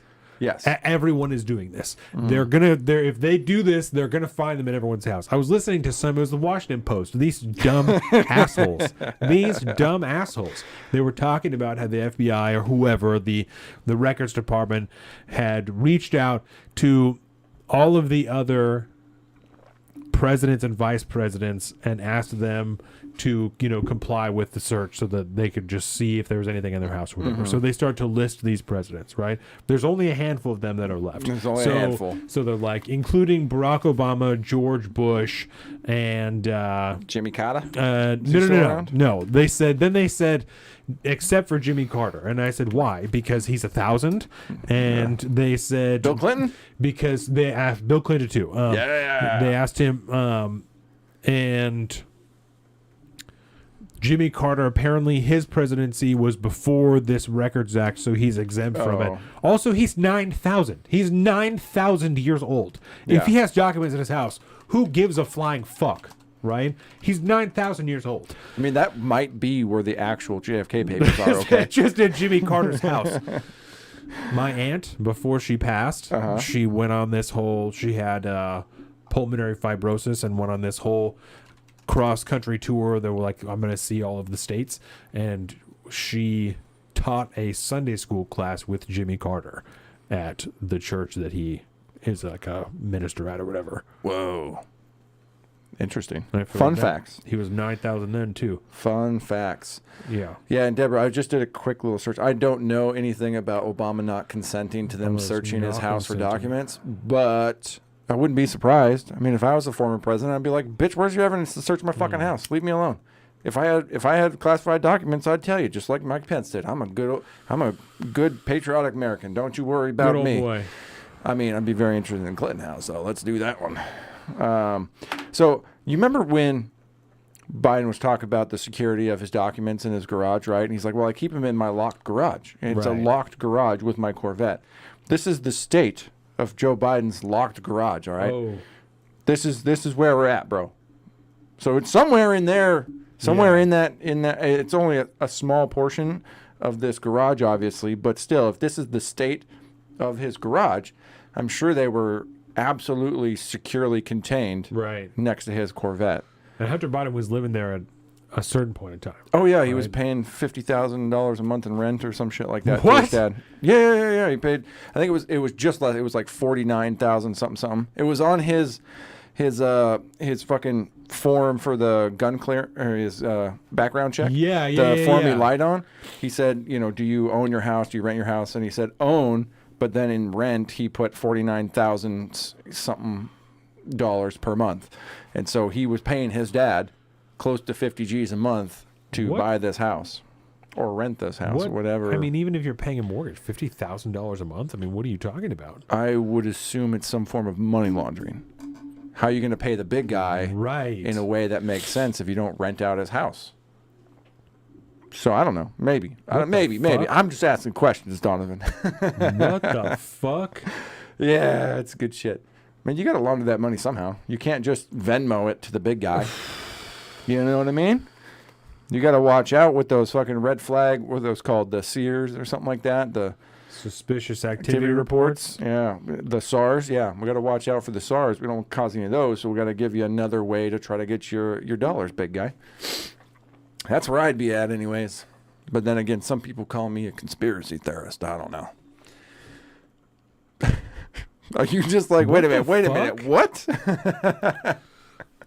And the big guy claim it on his income tax. Claimed it Probably on his not. income tax. Probably not. No, I think he got like $4,000 or something like that from renters or something like that in income tax. Send them all to fucking jail. That's what I gotta say.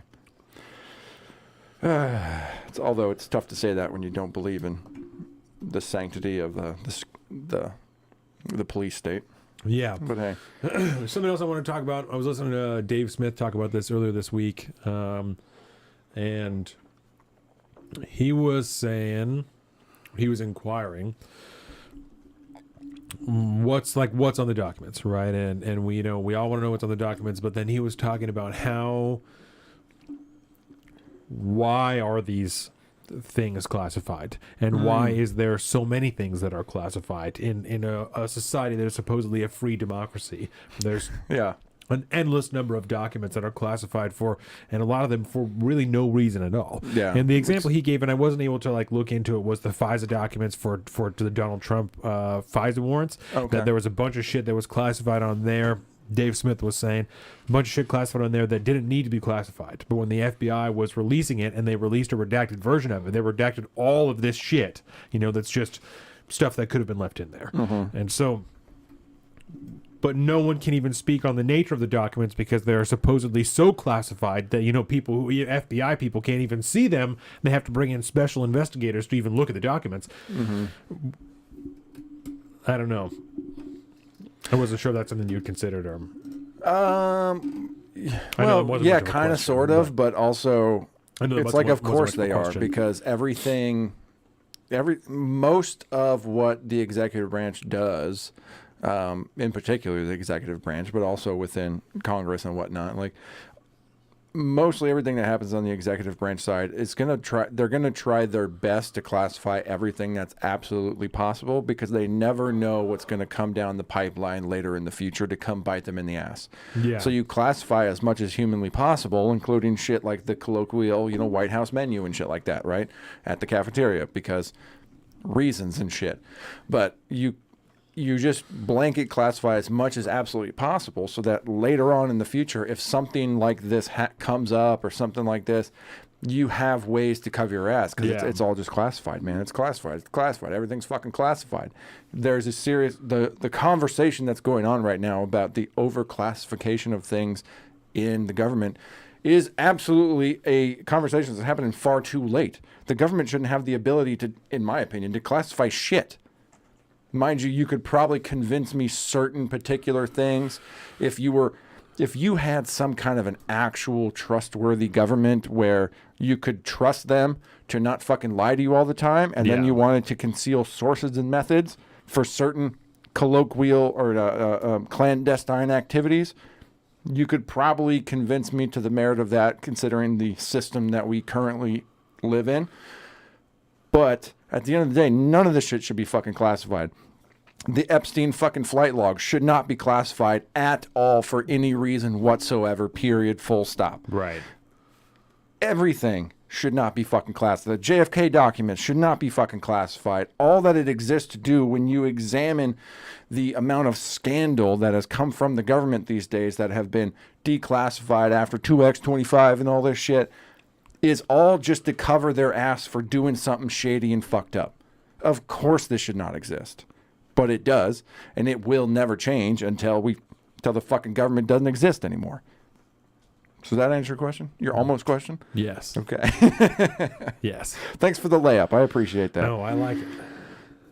Yeah, it's a problem, man. Overclassification is a serious problem, and I'm glad there is some kind of conversation around it now. Yeah.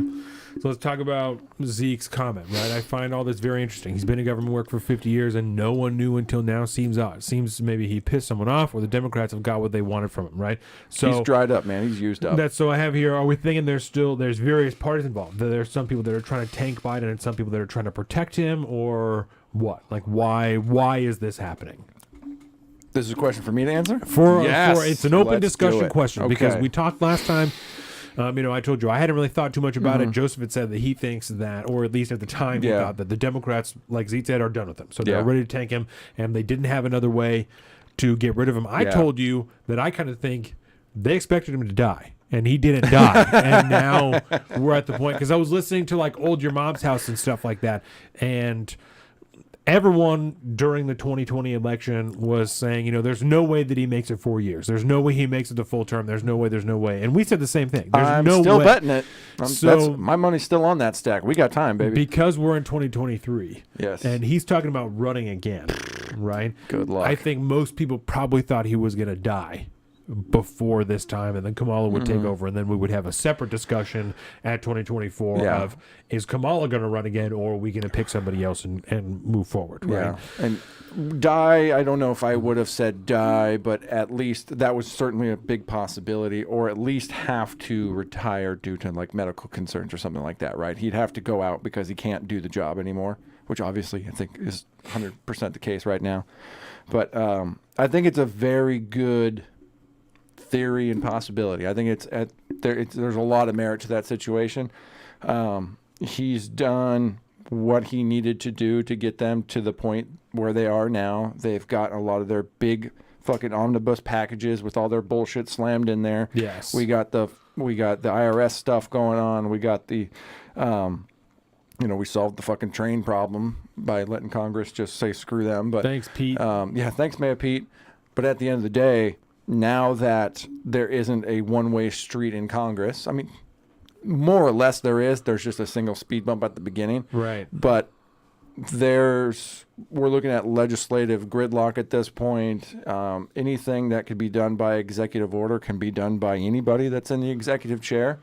And so we don't really need him anymore. He might be more of a liability, which I would argue, if I was a Democrat, he's more of a liability than wild shit. Exactly. He just says shit sometimes. He's more of a liability than anything else at this point. He doesn't help. The only thing that would give me trepidation into thinking that is absolutely their 100% plan and goal right now is to get him out because he's just a liability, is because they have no one to fill the void. No one that is better in that chair right now than him, because the next person that comes in is Kamala Harris, and she was real big and up front. They were very proud to have the Biden-Harris administration for a very long time, and she was out in front and then all of a sudden she went the fuck away because they realized how detrimental she was, and they cannot have her in charge of shit right now. And there isn't another person who is a complete party shill that is also accepted enough by the public to win the election. Yeah, and I would argue that has the appearance enough of public perception that they could force them they could push them up into the presidential seat. Yeah, and unfortunately, I think the next highest, the next in line behind Kamala Harris is fucking Pete Buttigieg. That's the closest. Huh? And obviously he got called out for taking fucking 9 months of maternity leave or whatever the hell he did, paternity leave, when the supply lines are shit in the bed because of what the government did to them. And then the whole train fiasco, the airline fiasco we went through recently. He's got a lot of hits on him lately, so he's even more poisoned than before. But I'd still argue he's probably the next closest. And Michelle Obama, Deborah says. But in the current structure right now, like it's somebody they can just promote for this close to the thing. He's got a big public perception. Michelle Obama's been out of the public eye for a hot minute. Yeah, she's very popular, I believe. Just with the public in general. But I don't think within the DNC system they don't have anybody to put up against him. So that's the only kind of pushback I get when I think about like they're trying to push him out. If anything, Newsom, Kevin says. Newsom is. I've heard that lately. And I think he needs to do some Ron DeSantis. Yeah, he needs to do some Ron DeSantis level shit from his side of the ideological spectrum to gain a little bit more prominence throughout the nation, to get some more name recognition and stuff like that, which is why he's running ads in Florida and doing all that stuff. But I still think they got a lot of work to do on him to get him to that level. That Ron guy's pushing DeSantis, an assault weapons ban if he gets in office. Oh, hard fucking yeah. He'll probably just sign an executive order that does it and then wait for the courts to say fuck you. Yep. But, he'll just tell the ATF and everybody enforce it. That's what we're doing. It. Yeah. But I mean, we'll put it analogy-wise, right? Ron DeSantis, even though he hasn't announced and he doesn't necessarily look like he's announcing or anything like that, is closer to a presidential nomination than fucking Pete Buttigieg or Gavin Newsom. I mean, all the Democrats are convinced that he's running. Exactly. They're convinced that DeSantis is running. Oh, yeah, DeSantis. The Democrats are convinced that DeSantis is running and he's going to challenge Donald Trump. Yeah. Crystal ball, if you ask her, man, she's the leader. Right. Or he's the leader. He's leading the pack right now. But I'm sure, like Joseph has said multiple times, he doesn't want DeSantis to run because he likes him so much as governor that he wants to keep him as governor. Yeah. And I bet there's tons of people in Florida that feel the same way. Oh, yeah. They're like, no, stay here with us, dog. Yeah. Just stick out. What do your we last get term, after you? then run. That's why I always said, man, you can't just, it's not free Florida, man. It's not the state of free Florida. Kamala and Newsom run together. Do you think that... Sorry, I just threw up a little bit. Thanks, Kevin. Is it possible that they allow, that the left could tolerate a biracial,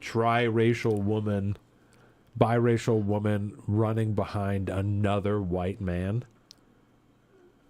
I don't know that they could. Well, I mean, if it's Kamala Harris, they're like, shut up and get in line. I think they would catch too much shit from their supporters, is what I'm saying. Like, the hardcore lefties would be like, oh, you're going to make her fucking subservient to another white man? Why? Because she just can't have the fucking top dog seat? Well, I don't know that they could sell that ticket. You know what I'm saying? I don't know what to say about that, The old California AG and the current California... I guess they have history. So that's Joseph. Just let us have Team him Cali. while we still can. Team Cali. Newsom will be VP. Yeah, but then they still got to put Kamala in front of a camera. And people hate Kamala. I mean, Democrats hate Kamala. Everybody hates Kamala. Now is the time for realizing the time is now. Well, there's no better time than the time. Dude, she's rough. She loves Venn diagrams and school buses. Is rough. She's kind of a colors and shapes kind of gal. You know what I mean? That's where she's at in life. I don't think she ever graduated from colors and shapes. Oh, Kamala. What about Jeffries? Joaquin Jeffries? I mean, I think it depends on Hakeem. Joaquin Castro. Oh, yes. Sorry. The brothers Castro. Yes.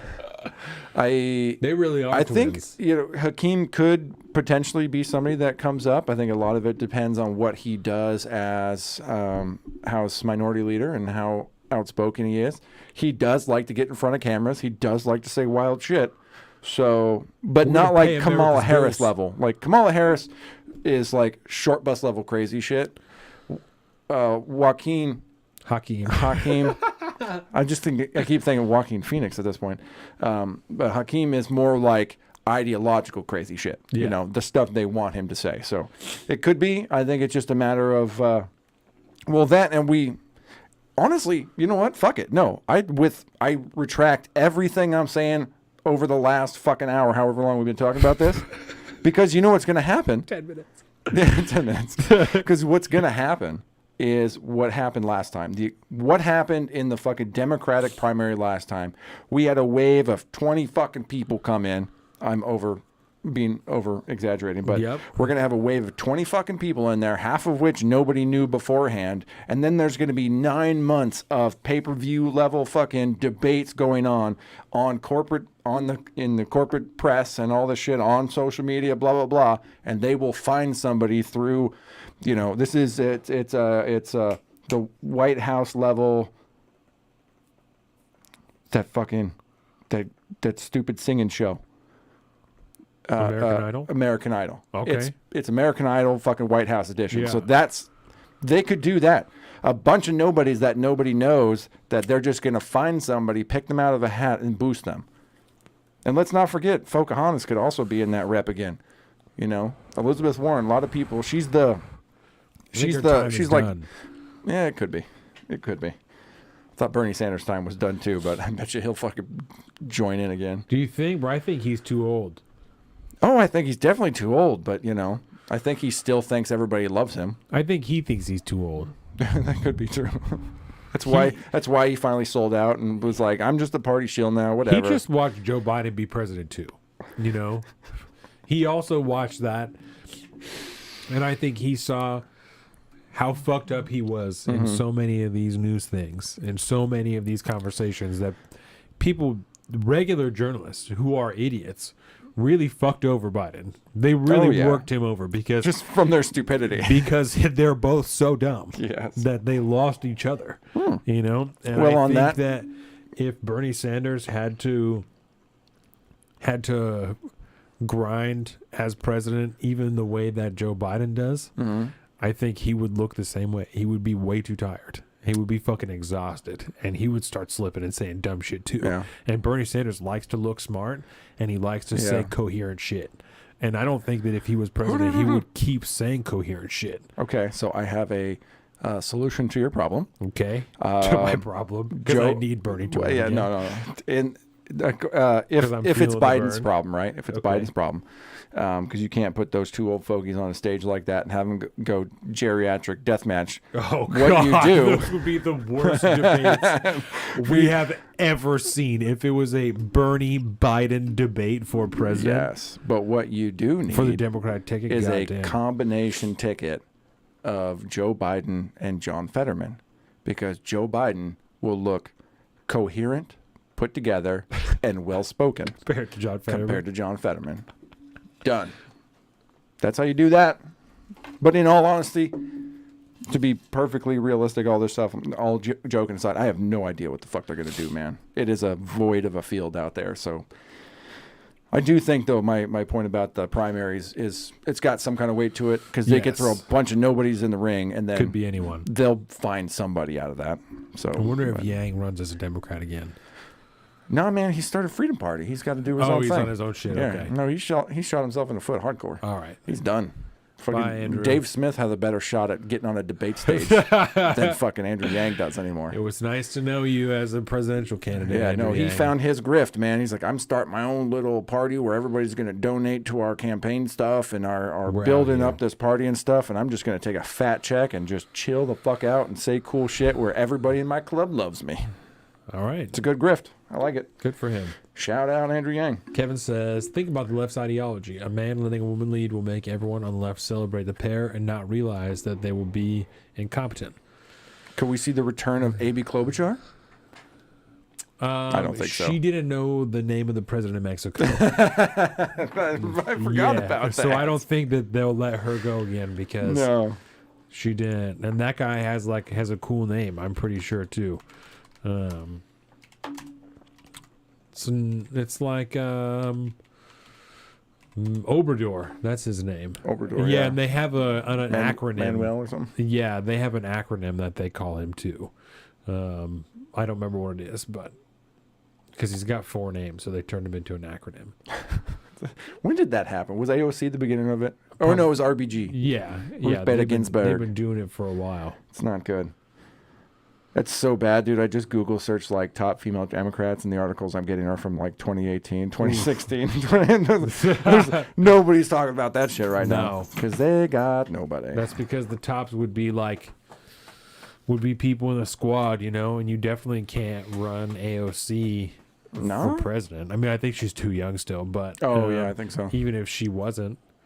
Can you imagine her and Donald Trump on a stage together? He would cut her in half with a machete. I mean, he would absolutely murder her on stage. I mean, we elected Barack Hussein Obama. How about Ilhan Omar? I think she's too young too, but and she's very unpopular. Yeah, people hate her, except for the people in fucking Minnesota. You know, her constituents really like her, which doesn't surprise anybody when you look at the demographic of the people that are there. But precisely, Kamala has there. I couldn't believe that she got to be VP now because she had done nothing. I mean, she had locked a ton of people in jail, and then was senator for half a term, and then was vice president. But that was the easy part, though, because the vice president is essentially, unless you're Dick Cheney making side deals before you run, it's essentially a powerless position that gets you nowhere. And does absolutely nothing. I don't even know why technically it even exists anymore. She's got to vote with the Democrats for a few years in the Senate. Yeah, is running the Senate. That's the whole... Just to split. That's the whole deal. But what was the point I'm going to make? Come on, there's no... Oh, yeah. As somebody that makes no accomplishments like that, you can start to groom them to take over. Yeah. But she drastically failed at that. And then... She's terrible. And then, she did a great job on the border, though, which is fantastic. So... If your VP is an all-star, you can groom them to take over after 8 years. or after 4 years if you need a clutch guy to come in. Yeah. Or you have a fall guy for when everything is shit in the bed from the executive branch. You have something to blame it on, which that's where she's at right now. Yeah, she fixed the border, right? Fixed the border. Kevin and Deborah should know that. Kevin's in California, Deborah's in Texas. Oh, yeah, bro. You guys know, right? Just fixed the border. It is top tier right now. It's running efficient. Yeah. Biden finally went down there. It was like, hey, border's running good, boys. Yeah, I think doing a good job. I think Kevin's in Northern California, though. But either way, I don't know where Deborah's at in Texas. Either way, you guys know. Yeah. The border's fixed. Border's fixed, bro. That's all thanks to Kamala Harris. It's so fixed. FEMA's getting involved to take care of all the massive groups of illegal aliens across the border living on the streets during the wintertime in Texas. What caravans? What are you talking about? What are you talking about? Deborah said no, she did not. Kamala's out for sure. She has a tremendous opportunity to be in the public eye, and the silence is deafening.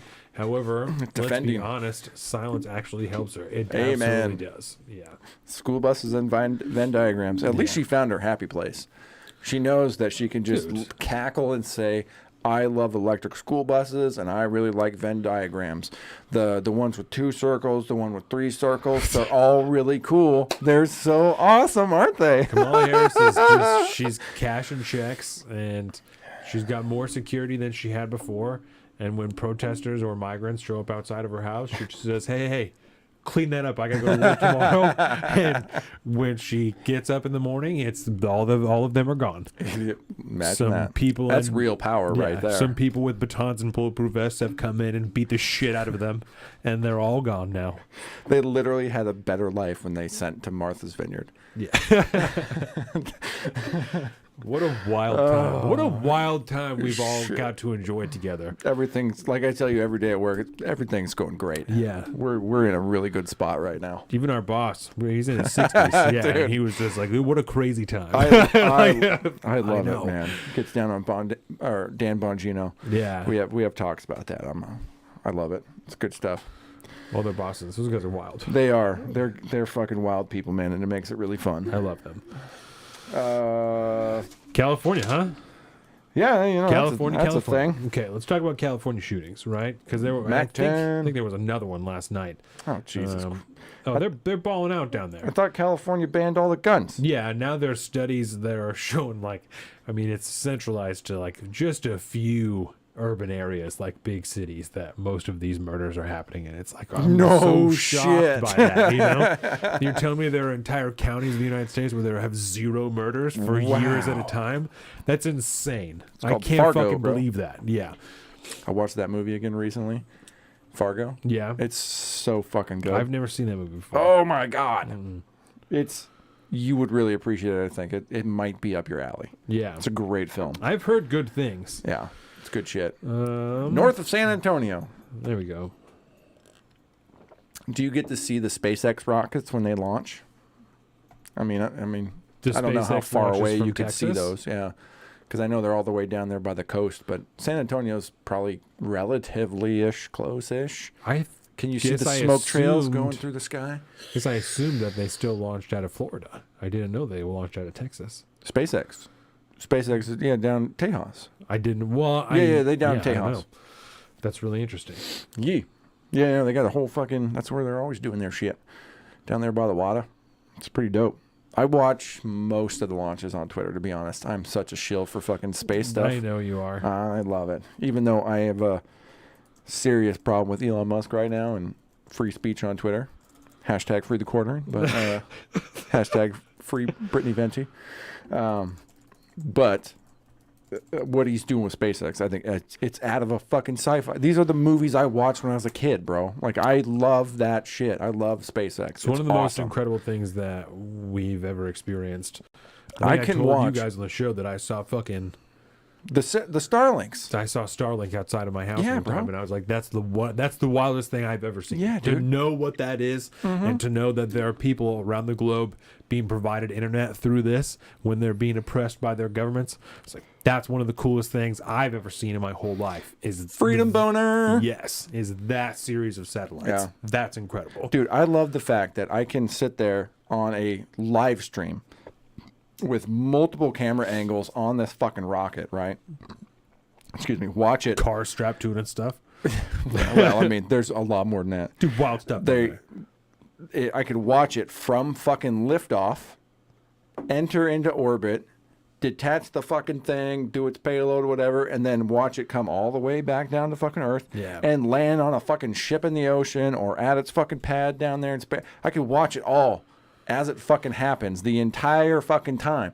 And every time it gets out there into orbit and you see that fucking thing like that, I'm like, fuck you, flat earthers. Yeah. But I'm a huge fan. I will watch that over and over and over again because it's so cool. And it doesn't take that long. No. You know? No. The like whole when they process. There was one, they launched something way deep out into fucking space, and I was like texting you about it one day because this like rocket was just fucking cooking. It was just cooking in fucking space, and it's like cool to think about like how heat like dissipates and shit like that, or it doesn't in the vacuum of fucking space. Yes. Because shit don't work like it does down here, you know what I mean? And so you think of space being super fucking cold, but also shit can get really, really hot and stay really fucking hot because there's no way to dissipate the heat. But like, and I'm watching like the speed on this thing until it like gets out of range, and it's fucking cooking, bro. It's like tens of thousands of, like, it's just, I'm like, that's not even real, dude. Sorry. Okay. So let's talk about some shootings now. I'm sorry. Bring it back down. Yeah. Yes. Okay. Let's end it on a low note, baby. So this first one happened on the Lunar New Year, right? Is this the Monterey Park? Yeah, Monterey Okay. Park. It's the video I had pulled up of the disarming.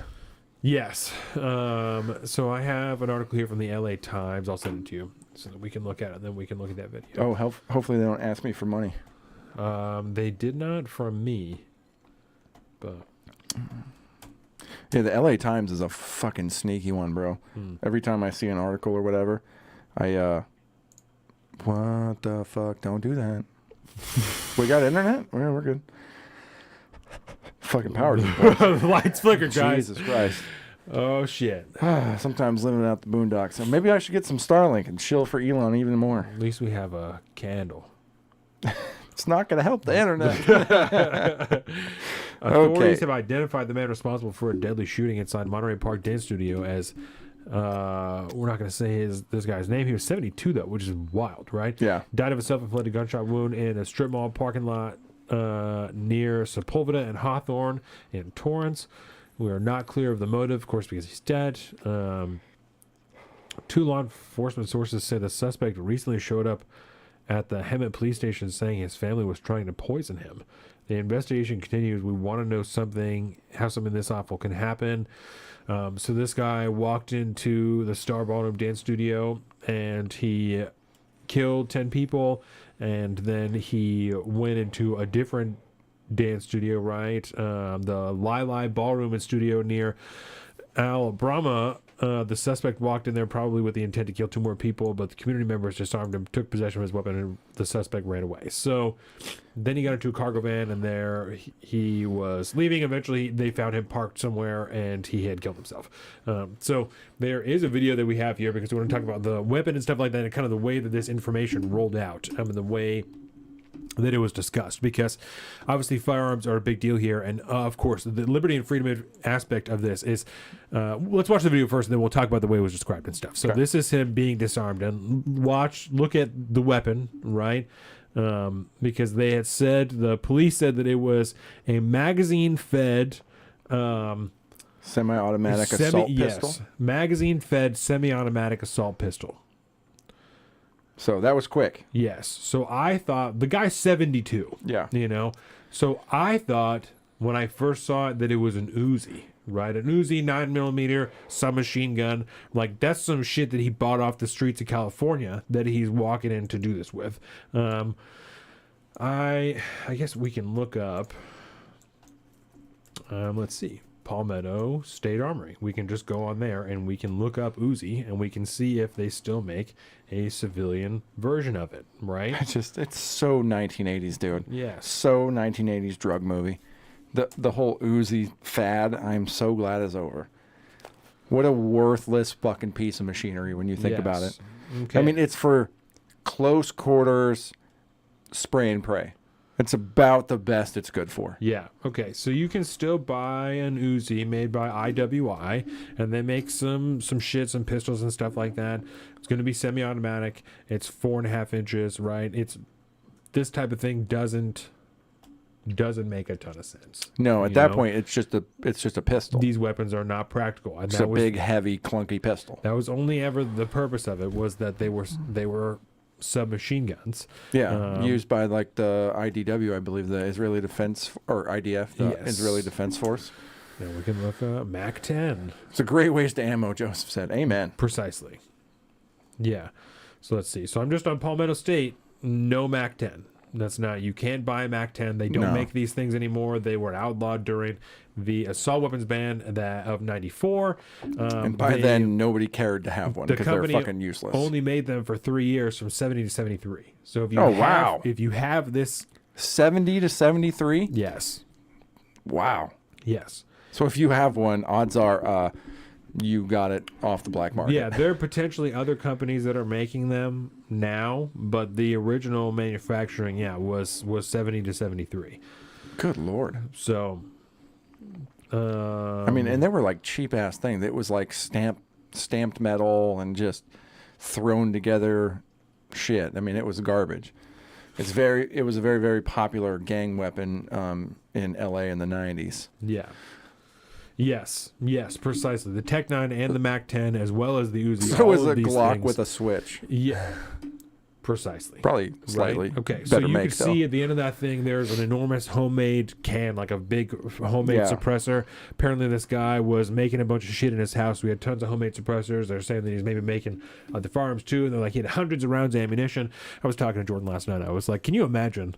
Said if someone had to write an article about my office, that would be a problem. I said, can you just imagine how it would look? So because with them, they're like, he had hundreds of rounds of ammunition, and we can't believe it. Don't come to my house, bitch. And that's I just like, can you fucking imagine? And then we had the whole conversation about the Turner Dice and stuff like that. And I was like, I can't even buy that book because any list I'm not on right now, I would immediately placed on if I bought a copy of that book. Yeah.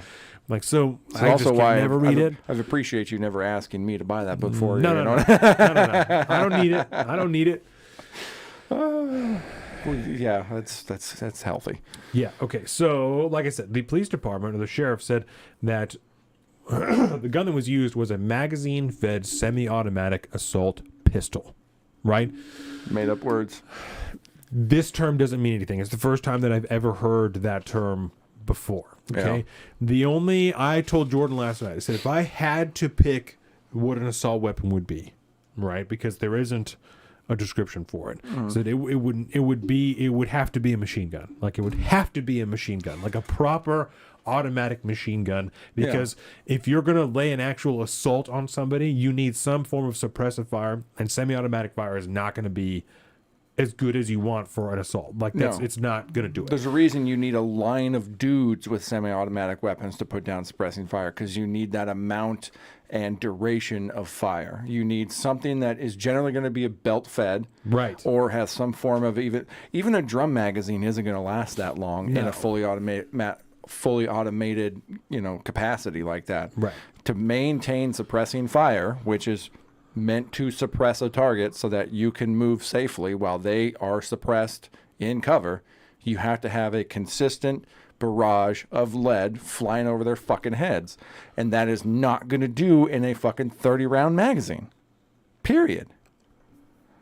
What they're saying doesn't make any sense. No. Right?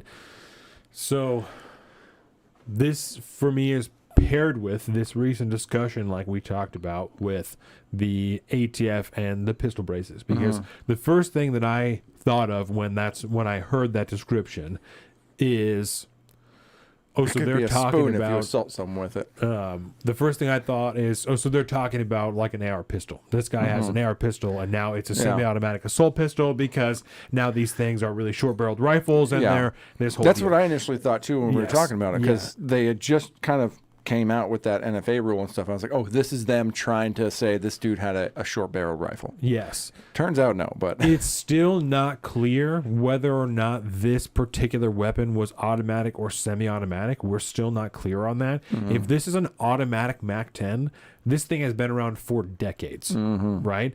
And if that is the case, then I believe it's being built this way because California doesn't want anybody to know that there are fucking decades old automatic weapons still floating around their streets that they have not been able to get a goddamn hold of by now. That's a good point. There's no way that thing is registered to somebody under the NFA, No. right?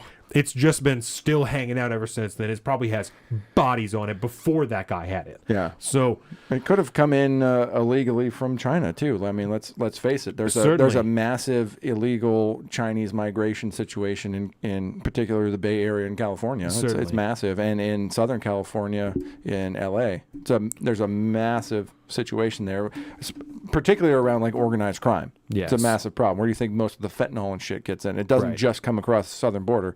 It comes in through California, and that easily could have been smuggled in along with a group of, illegal immigrants, or, at that point that's human trafficking, right? Which, who knows the situation behind this actual facility? I mean, why is this guy going to dance halls and stuff like this? This could be. I mean, I'm literally just pontificating and guessing at this point, but like given the nature of how the Chinese human trafficking market goes, this could be some kind of facility for that. Maybe this guy was a victim of human trafficking at one point and is being taken advantage of and was like, I'm gonna fucking blah blah blah. Who knows? We don't know. We have no idea, and we will never know. But just this thing is not just as simple as it might appear to be in the general narrative, obviously. Right. So, end of the day, that guy that took the gun from him is a hero. Mm-hmm. Shout out to that dude. Stay strapped. Fuck California. Let's talk about the second shooting. The next one. Right? The second one was in Half Moon Bay. And sorry, I gotta pull up my fucking article. And this was it was a farming facility of some sort. Yeah, it was two different farming facilities. And I'm going to send you this article. This one's from USA Today because it was written so fucked up. And that's why I want to talk about it because we support the idiocy and what's the right word? Mediocrity of the mainstream media. Yeah, it's a particularly bad look.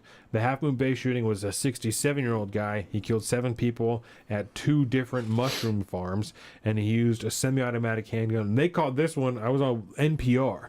They said it was a high caliber handgun, or a high powered handgun. That's what it was. A high powered handgun. High powered. Yeah, I can't find what type of weapon it was, so I don't know. But I said, unless this guy's using some type of fucking snub-nosed 44, I don't know what else we're calling a high-powered handgun. I know. It's got to be, to me, like high-powered in the realm of pistols is 45 caliber up. You know what I mean? And that's a select few. In which case, the gun that I carry every day would be a high-powered handgun. I mean, the 10 millimeter is just a larger version of the 45. That's a body stopper. Yeah. Let's put it that way. It's not going to poke holes in them. It's going to stop somebody. That's ho shit. Okay. So let's read this. Let's read this article really quick. You can't just say that. That's ho shit. Ho shit.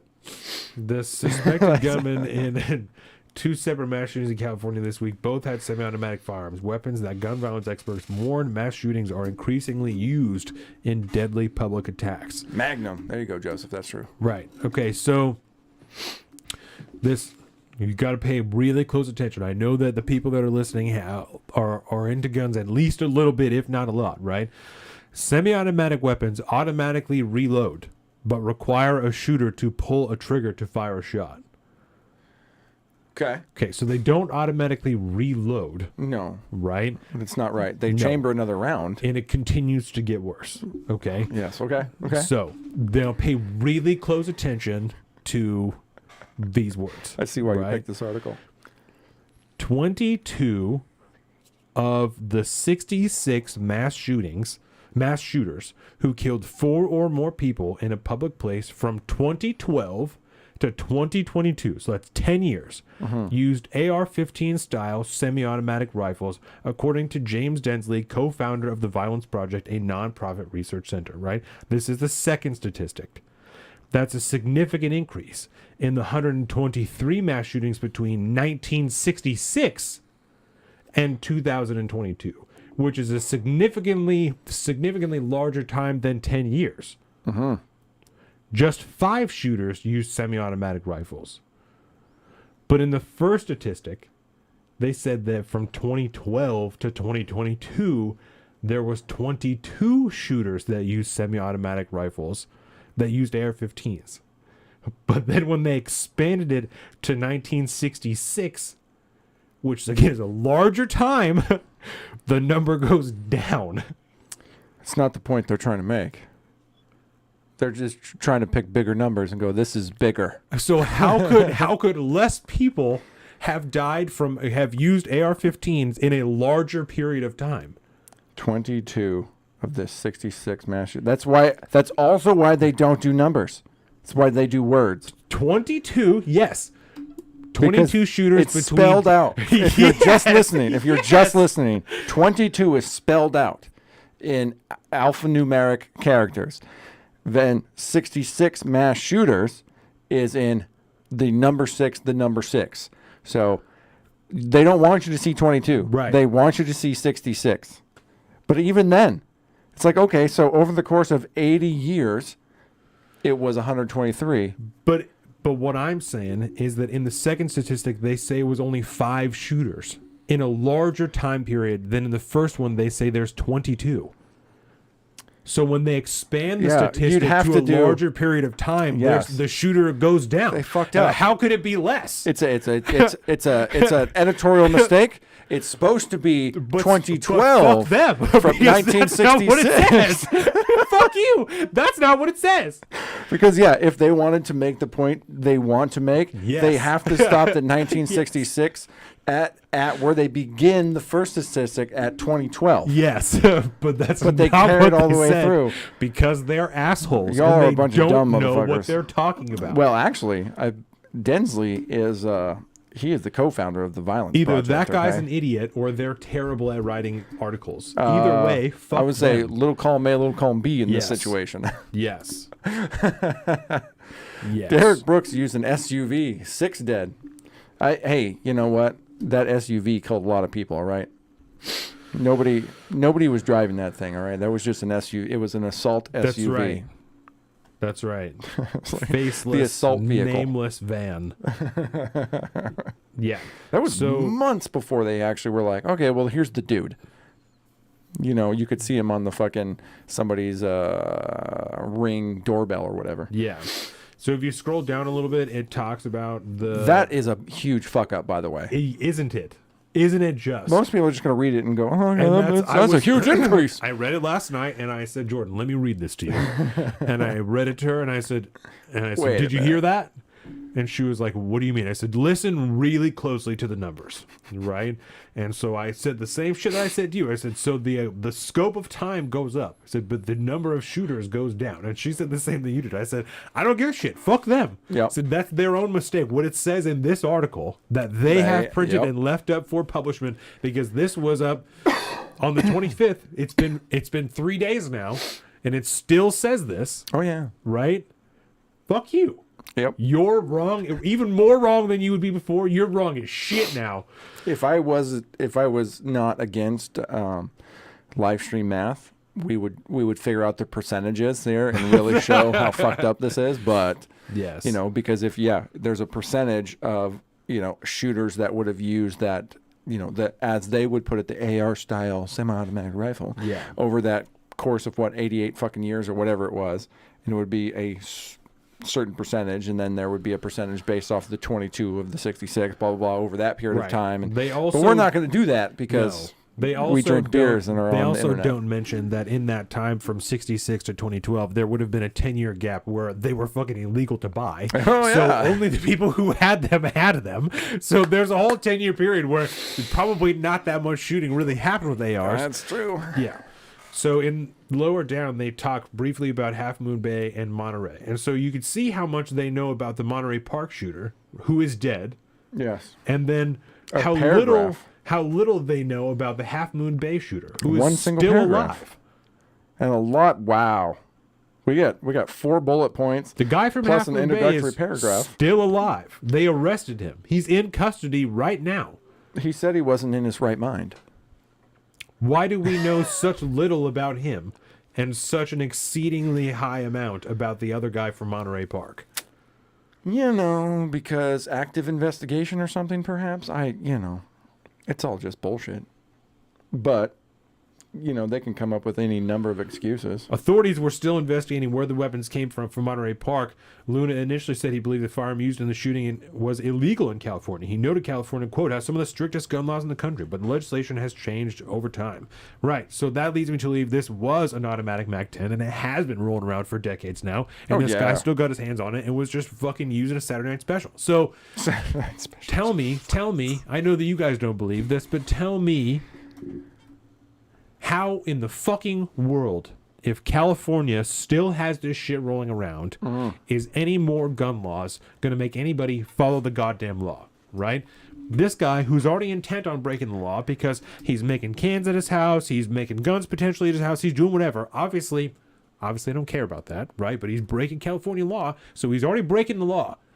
There's another law that says this gun that you're going to use to commit murder, which is against the law, is illegal to have. It obviously didn't deter him. It didn't cause him to use a different weapon because it was already legal.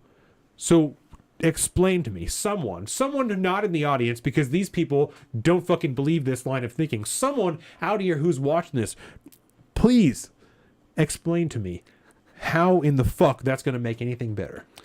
People who are already intent on breaking the law, why is another law going to stop them from doing this? Why is that going to make anything better? Hell yeah, we're going to take your assault weapon. That'll fix it. These things have been illegal in California for years now. Years. Still rolling around. It's still there. How? Joseph Garrett, if they had the ability, they don't, to take every gun in America, deranged individuals will still commit acts of atrocities, we would have more problems, not less, I guarantee it. There's a shitload of people get stabbed in the UK every year. Shitload of people. All the time. No guns, ton of knives. Except for the people who are law-abiding and can't carry fucking pocket knives to defend themselves. Good people will be the only ones hindered with gun control because criminals never break the law. Amen, Deborah. What you're saying, Joseph, right now is the very reason we're going to get demonetized. Is the very reason that in Washington State, give me this camera right here, where these are no longer legal, this is what is in my gun. This 15-round magazine. Because why in the hell would I put myself in a compromised position or my family for our own safety? Because there are people out there who want to do me harm, who want to do my family harm, who want to do other people around me harm, who aren't going to follow that law. You got me fucked up. These magazines have been illegal for like a year now. I don't know. I don't think, ever provided anyone guidance because when I reached out to try and find out, they didn't have any guidance on how this would be. They're grandfathered in, so we're allowed to have them. But, I assume that it would be taken from me if I were to be pulled over and asked about the magazine and my gun. I assume that it would be taken from me, confiscated by the law. But like I said, how can I, as a responsible father, put myself and my family in a compromised position as far as our safety goes, because there are other people who want to do us harm that aren't going to follow the law, that probably have an even fucking longer magazine than the one that I have in their pistol. Right. The law couldn't even protect Paul Pelosi, all right? No. And there was no guns involved in that situation. But it would have solved it. Well, what a fucking high note. Do not comply. That's Do what I have not to say comply. about that. Nope. So I told you on Drinking Bros, Dan Holloway made a quick statement on the NFA rule situation, and it was as simple as, do not comply with this. Do not comply with this. You have rights as American. And then he went on for a minute or two, but ultimately it was just, do not comply with this. This is ridiculous. You have rights. Don't let the government take them away from you. Yeah. Precisely. Men. Memphis police disband unit whose officers were charged in Tyree Nichols' death. What's the unit? I don't know. Does it say in the article? Let's see. Because that's the big question I wanted to know. It's like it seemed like there was some kind of specialty unit. Why are they doing fucking traffic stops? Yeah. Same kind of unit that hemmed me and this fucking chick I was dating up one time in New York. We were just sitting in the car. The so-called Scorpion unit. The Scorpion Oh, unit. Shit. Yo, come on. You guys aren't fucking Navy SEALs, bro. Right. You're cops in Tennessee, Memphis, Tennessee, and you're the Scorpion unit. I'm just trying to see if it says what they did. What the Scorpion unit did, not what the officers did. I suppose I could probably search this too. Memphis Scorpion unit.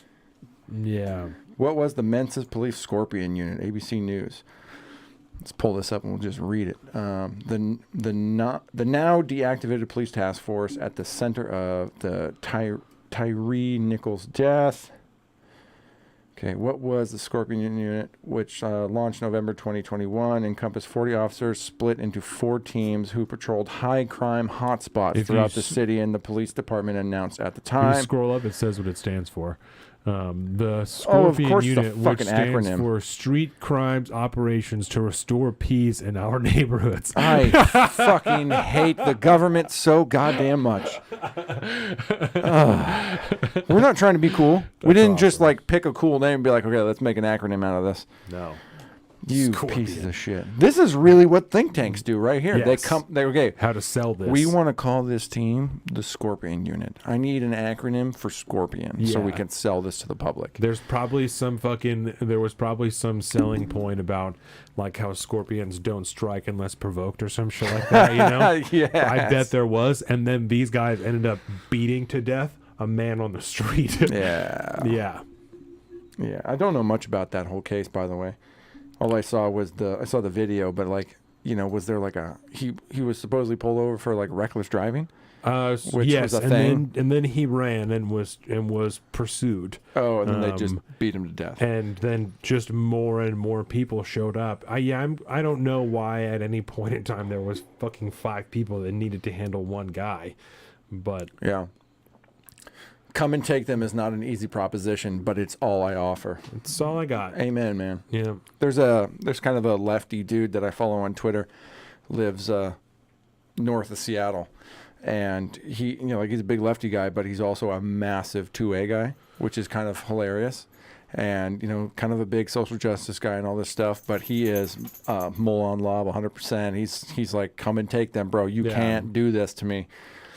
He's got a on his kit, he carries 3 different patches. One's an Antifa patch, one's a Gadsden flag, and one's a thin blue line. And he goes, "You keep them all so that you can switch them out whenever you need to stay safe." And I was like, "Oh my goodness." He's deep into it, bro. That's hilarious. That way, if it's fucking Antifa rolling through the town, you're like, you tat up, and you're like, no, I'm on your side. Just keep moving on. I'm holding it down here. Just tuck them into a GP pouch and wait till they roll. That's wild. That's wild. He's a hell of a Twitter follow, dude. Lots of cool content about, like, it's just him and his massive armory and his security He's got his whole house, which is in just this fucking neighborhood on the street. Yeah. You know, and he's got security cameras all over the fucking place. He's got a sweet fucking armory, and he's always taking, like, cleaning pictures of his guns and his fucking, you know, his PBs and shit like that. It's pretty dope. That's really funny. Yeah, but he's a leftist. When you look at the rest of his tweets, it's kind of funny. I just have the one patch that is 3 symbols. It's freedom, liberty, and autonomy. And to the unsuspecting, it could look like one of those lefty unity tags. You know what I mean? So there you go. I like it. So we covered the shootings. That's everything I got. I think that was it for El Nacional. Yeah. So I believe with that, you guys, we'll go and we'll move into our second break here. I want to thank everyone, obviously, for being here with us for Part 2, Salt of the Streets, episode 141. Like, subscribe, comment, as you've been doing. You guys are a fantastic audience. I love having you guys here every week. Roll the socials. Yeah, we'll be back in just a few minutes. Obviously, Salt of the Streets for everything, for Patreon, for Instagram, for our website, YouTube. Go there to our Patreon, subscribe, help us make more, better content like this. We got a newsletter coming out in just a couple of days. SaltOfTheStreets.com. You can find our personal social media as well. I am at Salt of the Street on Twitter and at Alpaca_Donovan on Instagram. At Colin is at Big Bird Offie on both of those things. I'll get it eventually. That's right. We'll be back in just a few minutes. Thank you guys very much for staying with us. Peace. We're back to Salt of the Streets podcast. Social and political commentary. Life, liberty, and the pursuit of happiness, right? That's always and forever. That's right. Salt of the streets. Another fantastic episode. Everyday normal person's podcast.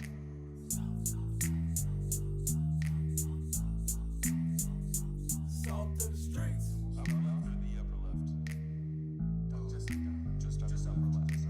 Welcome to the salt of the streets, coming at you every week with this food for thought. Hope you ready to eat. With everything going on in this nation, we need some information, and that's why salt need to be stationed in your rotation. With real talking, real topics, real people, real problems. Think we need some help to solve them, and leave it up to Colin and Donovan, cause that's what's that? Oh, let's get ready.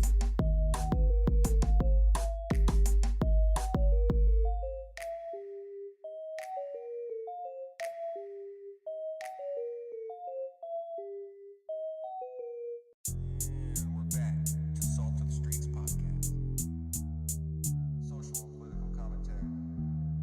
Life, liberty, and the pursuit of happiness, right? That's always and forever. That's right. Salt of the streets. Another fantastic episode. Everyday normal person's podcast.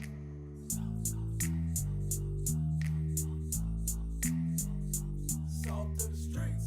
Upper left or the upper left? Just upper left.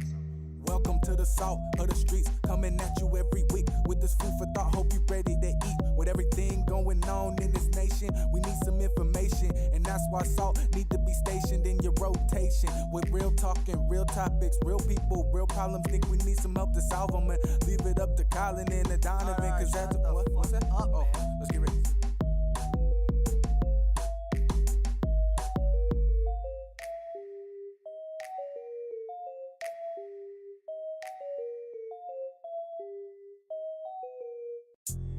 We're back to Salt of the Streets podcast. Social and political commentary. Life, liberty, and the pursuit of happiness, right? That's always and forever. That's right.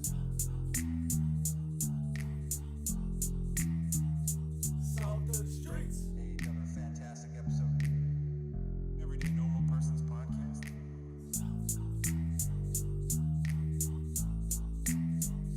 Salt of the streets. Upper left or the upper left? Just upper left. Welcome to the salt of the streets, coming at you every week with this food for thought. Hope you ready to eat. With everything going on in this nation, we need some information, and that's why salt need to be stationed in your rotation. With real talking, real topics, real people, real problems. Think we need some help to solve them, and leave it up to Colin and Donovan, cause that's what's that? Oh, let's get ready.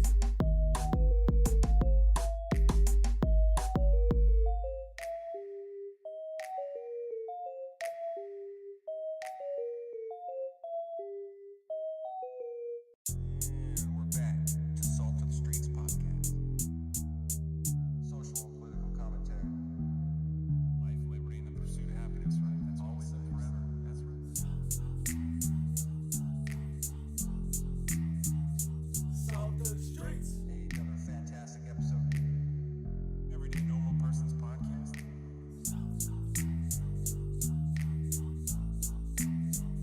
Salt of the streets. Upper left or the upper left? Just upper left. Welcome to the salt of the streets, coming at you every week with this food for thought. Hope you ready to eat. With everything going on in this nation, we need some information, and that's why salt need to be stationed in your rotation. With real talking, real topics, real people, real problems. Think we need some help to solve them, and leave it up to Colin and Donovan, cause that's what's that? Oh, let's get ready.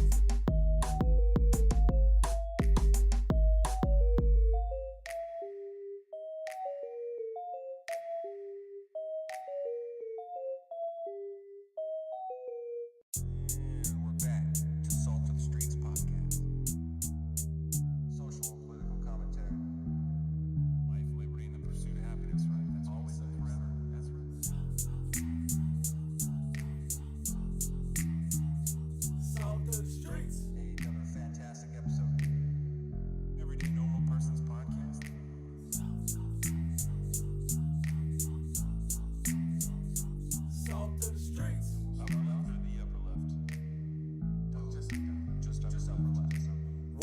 the salt of the streets, coming at you every week with this food for thought. Hope you ready to eat. With everything going on in this nation, we need some information, and that's why salt need to be stationed in your rotation. With real talking, real topics, real people, real problems. Think we need some help to solve them, and leave it up to Colin and Donovan, cause that's what's that? Oh, let's get ready.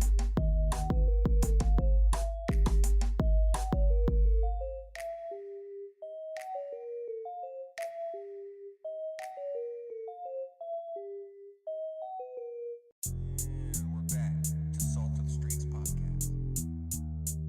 Social and political commentary. Life, liberty, and the pursuit of happiness, right? That's always and forever. That's right. Salt of the streets. Another fantastic episode. Everyday normal person's podcast.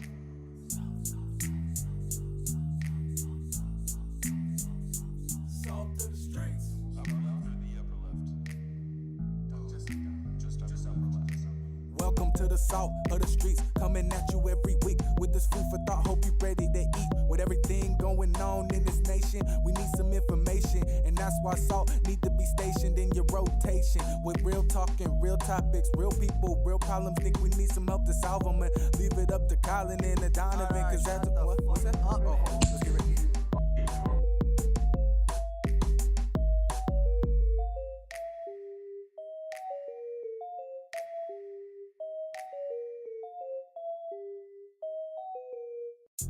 And we're back to Salt of the Streets podcast.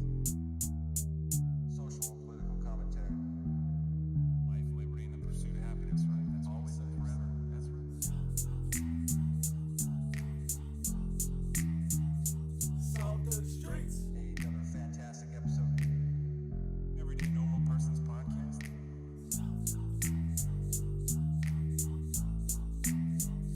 Salt of the streets. Upper left or the upper left? Just upper left. Welcome to the salt of the streets, coming at you every week with this food for thought. Hope you ready to eat. With everything going on in this nation, we need some information, and that's why salt need to be stationed in your rotation. With real talking, real topics, real people, real problems. Think we need some help to solve them, and leave it up to Colin and Donovan, cause that's what's that? Oh.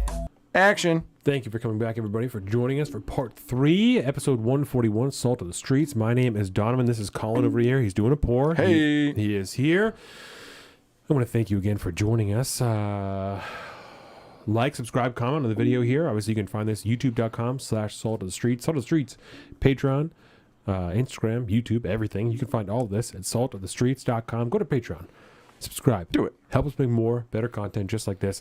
On our website, you can find everything, including our own personal social media. I am at Salt of the Street on Twitter and at alpaca_Donovan on Instagram. Colin is at Big Bird Offie on both of those things. Part 3 of our show is brought to us by Leggings and Aprons. She's getting ready to get legitimized. She's getting our kitchen cleaned up at our old house so that she can get that certified before the commercial kitchen is completed. And the whole cycle of business will be done. We can sell this house and get a new one and be happy, and I can build a range, and it will be great. We are going to watch a video of the precursor to the T-1000. If you don't know what I'm referring to, that is Terminator. Go back to the beginning and watch this video together. What do you think you're doing? Well, I'm trying to make sure this is a legit video. I didn't realize, because it's from the Independent, it might have some, might not be the best version of it. You know what I mean? If you're seeing this right now, it takes time. It's pretty choppy. Okay, so that seems to be legit. Yeah, okay. that's it. So we'll stick with that's that. That's it. Just wanted to make sure. T-1000, right, is a liquid robot from Terminator 2 that can just try to produce over here. Make sure we got good itself content. down and then turn back into whatever shapeshift and do all the things. So this is a liquid robot. It looks like a Lego man, and here we go. I don't want to watch this. I'm gonna have nightmares. Shapeshifting human robot turns into liquid to escape prison. You see it, right? Yeah, it kind of slumps over. Why would they go back? Yeah. Here we go. This is obviously time lapse. Yeah. It's taking time. It's melting. It's melting. Oh, Jesus. Oh, here we go. Jeez. Oh, it's moving through the bars now. Look at that. Whoa, I don't like the way it's pulsing. Yep, I it's don't moving. like the way it's pulsing. Left some of itself back in the cage. Ah, yeah, not That's everybody all right. can No, survive. watch. Just wait. Just wait. It's moving. Freeze. Oh, there's probably some kind of commentary Watch. on. Oh, look no, at that. no, no, no, no, no, no, no, gotta no, go back no, for no. my homies. Gotta go back to. Oh, and now I'm whole again. Fuck you. And now I'm whole again. Does Jordan have a website? That is a good question. I don't know. No comment. I don't know. I know that she has an Instagram, right? This says this page is not working, which makes me think that she bought the. She got the domain. Yes, but has not put a website up. Well, yet. because there was some issues with local authorities and stuff like that, so we kind of had to go underground for a minute. Yeah. But if you go to Instagram, right, and you go to leggings and aprons, look it up right now. Then that's where she has all of her stuff, and she does things on Facebook as well. That's how most of the ordering and whatnot is done. But I'm gonna pull it up. I'm gonna post the link in the chat, everybody. There you go. Boom. There's your Instagram. So and that's the link. Is button. And this is leggings the and page. aprons. Yeah. These fucking things, man. Yep. So Look these at are some that. of the cakes. The that she's meltiness, done. dude. It's just it's called a drip edge. The drip edge. Yeah. I mean, the Sonic cake at Buddy's birthday the other day was legit. And the Sonic cake was Paw like Patrol! nothing compared to what she wanted it to be. Really? Yeah. This is a 90s cake that Look she at that. did. I love Another it. drip. 90s mix. Yeah. Oh, that is so legit. Yeah. So this Oh, is that's another. pretty. Yeah, this is Some like high class. like a boho cake that she did. I got like an Argyle sweater with that shit. Yeah, on you know, there. these That are is- all different styles. I don't know fucking anything about this. So these are some cupcakes that look she at did, that. and most of these have like multiple pictures with them too. So there's some cupcakes that she did. You're like, hit the other fucking button, asshole. Yeah. Show the other pictures. Those are cool, man. Yeah. I like that. It's kind of like a muted. Oh, there's These the are smash cakes. Cookie dough hearts, actually. Oh. So they have melted chocolate on the outside and then edible cookie dough on the inside. And she, 3 for $20, bro. These were a Valentine's thing that she did. She may or may not be doing this exact same thing with new flavors this year. TikTok people, Valentine's Day is right around the corner. Get your orders in. It's happening. This is a cake that was like an Alice in Wonderland cake that she did. That's so legit. Mad Hatter themed. Yeah, that's a space one that she Supernova. did. That one was dope. That is dope. So these are cookies that she made. Yeah, look these at are that. sugar cookies, right, for like a bachelor party. Bachelorette, hopefully. Bachelor or bachelorette, I don't remember. It was a double. It was a double. Yeah. So their boobs, their butts. TNA, bro. you know. Everybody's Yeah. down for it. These are other Cupcakes. cupcakes. Yeah. She does all kinds of stuff. So and the English muffs, bro. They're not highlighted, English muffins, but they are yeah, fire. Yeah, homemade English muffins. That Bro, the petals. Yep. The petals. And it's all buttercream. So yeah, that was that's not all bullshit fondant. Yeah, it was all hand done with buttercream. She does do fondant work, but not predominantly. Like it's mostly characters and stuff. Like that letter is fondant, but all the decorations are buttercream. All the black stuff is buttercream. Yeah, see, like the same thing. The crown and the number are fondant, but everything else is buttercream. Hey, that's the boy. That's the boy eating a donut bigger than his head. That's our son. I love it. Dude, yeah. I love the succulent. Right, Those are yeah, dope. some succulent cupcakes. Yeah, so all that is buttercream. There's like some pearls on there, some like, pearl candies, but... And the little, like, the candy rocks and shit, that's dope. Right, but... Yep, so that same thing. Dinosaur, Spider-Man. Spider-Man. That was for Dax's birthday, actually. Last year. Yep. Yeah. Look at that. There you Just go. so much, man. All kinds so of much. stuff. That's Simple, legit. extravagant, anything you want. We don't do that enough when we shout out leggings and aprons. You're right. Should probably do that at Carolina's Twitch page, too. Just do a little quick run through real quick. But yeah, the English muffins, I actually ate the last one today for breakfast because she does do homemade English muffins, and they ship really well. They ship Yeah, they really, do. really well. She sends them to Florida, all over the place. Yep. So that is the Florida. thing. That is the thing that can be done. Yay. Get on it. Hashtag not an ad, I think, is what we're supposed to say for YouTube. Well, they're not sponsoring us, so. Oh, yeah. I mean, yeah, fuck you, YouTube. Yeah, she makes... There you go. Carolina, happy to see you. Yeah, the English muffins are... They're Fire. dumb fire. They are dumb fire. You'll never buy a store-bought one again. Yeah, they're pretty incredible. So we saw the T1000, and that's terrifying. T1000 so is good. fucked up, right? That's good. Setting the tone of this part as like generally terrifying, I think is a good way to go. Yeah, I think I just saw that yesterday. Yeah, great. That's fantastic. Yeah. I don't like, because, I mean, we're talking nanobots at that point. Yes. Right? That's what those are, is like fucking nanobots. The tiniest. And I don't even know, how do you make a robot that small? How do you even make a robot that small? With other robots. Or computers and shit. That's terrifying. That is terrifying. That is terrifying. We're just printing liquid robots right now. That's fucked up. I don't like that at all. This Amber is great. Is it? Yeah. Good. Cheers, buddy. Goddamn, I love doing this show with you. Amen. It's always a fucking blast. Okay. Let's talk about how the government wants World War III. Yeah. Oh, wait, no, we're not there yet. Usually one of our big taglines is, every major institution hates you and wants you to die. Today, we're talking specifically about the Canadians. Your government hates you and wants you to die. So this is a newish program that's called Medical Assistance in Dying in Canada. And it's received a new change that's going to be taking part in March of this year, right? Medical Assistance in Dying prior to 2023 in March has applied specifically to people who have medical conditions that cannot be cured and they cannot be saved from. Some kind of terminal illness. Yeah, some type of terminal illness generally that they would rather take their own life as opposed to continue with this or wait for a natural death. Right? We have a similar thing to this in some states in America that is Oregon, called physician-assisted suicide. I think it's just a couple of them. It's not like a prolific thing, but where same deal. If you have terminal cancer, you're definitely going to die. Something like that. You can work with a doctor and get a series of drugs administered in which you just kind of peacefully go as opposed to dying of cancer. Right? We're not going to talk about the ethics of that. I don't know, man. It's neither here nor there. I don't think that there is an issue with a person choosing to deal with that. That's a very large question. I haven't even thought about that. Yeah, so we're not getting into the morality of that. We're today. talking specifically about Canada in this particular program, right? Because the new changes to this program that are going to be implemented in March is that it's being expanded to people who have mental illness. To include depression as a mental illness. Precisely. Depression, anxiety, bipolar, right? So rapid onset gender dysphoria. Isn't that interesting?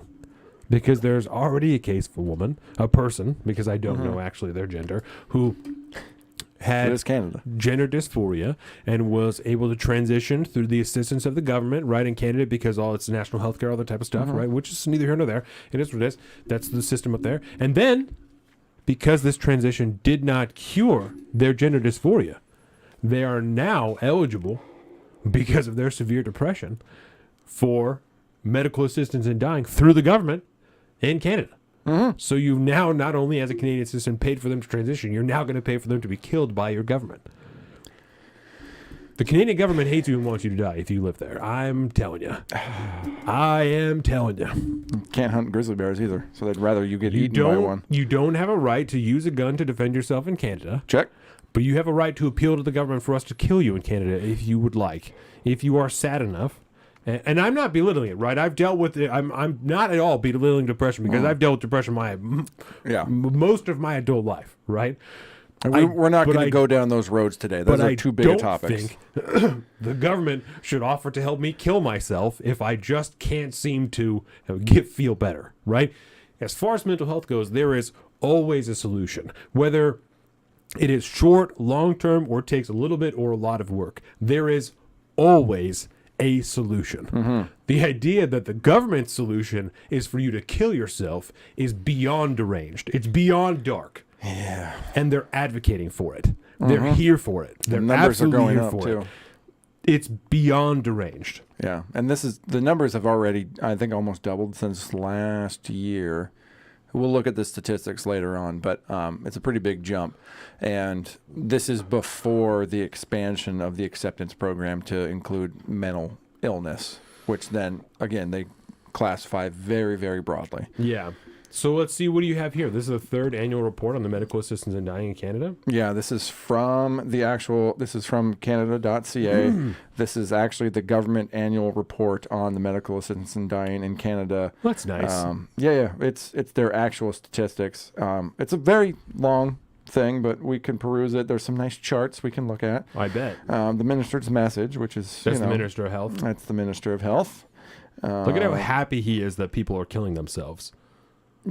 He's helping people with the assistance of the government. Yeah, they're helping people. He's pleased. It's it's a strange situation up there. Where's my chart at? I just had it, and for some reason I wanted to show the cover title page of this thing. It was Here pretty. we go. That's the jump? This is the jump. Christ. Since the inception of the MAYT program, which is the Medical Assistance in Dying program. It's relatively new, right? It started in 2016. So, and Jesus the Christ, initial 7 numbers, the initial numbers, and obviously it's just 2023, so we don't have the 22 numbers. And it's going to go up. Well, if you follow trends 100%, and then considering all the excess bullshit that everybody's gone through in the latter half of 22, it's going to be a thing. What I mean by saying that is that because it's new, it's going to go up. We don't know yet where that plateau will be, if there will be one. But because it's still moving too fast, it won't. Because it's only quote unquote 7 years. Yeah. It's going to go up to a certain point. Yes. And it's important to note again too, the numbers we're looking at today up to 2021 only include people with terminal illness, supposedly, right? And we don't know how accurate the reporting statistics of these are, and so on and so forth. I would imagine because all healthcare in Canada is state-run that they're relatively accurate. But we'll watch from 2016, from 1,000 people, the next year 2,800, the next year 4,400, 5,600, 7,600, and then in 2021 with over 10,000 people. Including non-RFND, which I'm not totally sure what that was again, but either way, it's a lot of fucking people. The government helped kill 10,000 people? Yeah, in 2021. And for a fact it's going to be higher in 2022, and then all of a sudden so there cannot be a plateau except for perhaps a 2-year plateau between 21 and 22. Right. There might be, not according to trends, but there might be some kind of... Maybe. There might be some kind of plateau. You can't exclude it. Obviously, you can't foresee into the future. But then in 2023, when they open that up to mental illness, it's definitely going to jump up. So, Deborah says, real truth, my oldest son has bipolar, and I cannot imagine a government would assist him in taking his life based on a temporary admission. 1,000%. Yep. People can have, weeks and months long episodes of mania and depression. Oh, yeah. Know? So, there's literally nothing to say that you're in a dip of that in this time, and before you're able psychologically, biologically to swing out of it, the government has assisted you in killing yourself. Yeah. Because you're bipolar. Yeah. And again, there's a liberty argument to be made, but I don't think we want to go there because we want to highlight the fact that this government program exists to help kill people.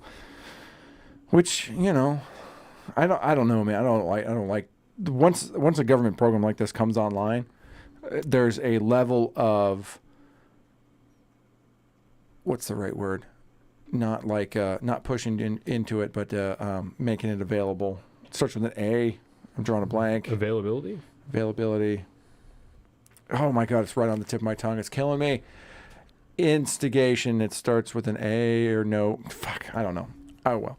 Either way, the fact that it is a government program that the public should be aware of, obviously applies some kind of it's almost like propagandistic. You have to kind of tell people that it's available, whereas if they didn't know it was available, they wouldn't seek it, right? So how many of those people would not go down that road if they did not know that this program existed? Right. It's really bothering me. It's right on the tip of my tongue. I'm so sorry. It's like somebody that pushes people into something, right? What is that? It's like enabling. Oh, all right. That's what I'm talking about. All right. God, there it is. There Fuck, okay. that was hard gotcha. fought. So the government is enabling these people that might be thinking this, right? They may not be pushing them to it, but just by the fact that you have this program that does exist, you are enabling a certain percentage of people to go through with that situation that may not have pursued that if they didn't have that choice made available to them. Deborah, to answer your question, it is an option presented to you by your doctor. They tell you that it's something you can consider, and it's a choice then based on you on if that's something that you want to push. There are some people who have said that they feel as though they're being pushed into medical assistance in dying. People who have like long-term care needs, who instead have been told by numerous doctors, well, you could also just consider medical assistance in dying. You know, if you don't want to deal with this, you could just have us kill you instead. People who haven't asked for that, they have not asked for another option. They've never expressed a want to potentially end their life. There we go. Open, please. Open, please. This is a story about a disabled Canadian veteran who was trying to get a chairlift installed at their house, and they were offered by MAYT. They were essentially offered, well, instead of that, that, you could do you can have medical assisted death, That's right? awesome. Here we go. So, disabled Canadian veteran. This story blew up a while back when it came out, but was offered suicide in lieu of chairlift.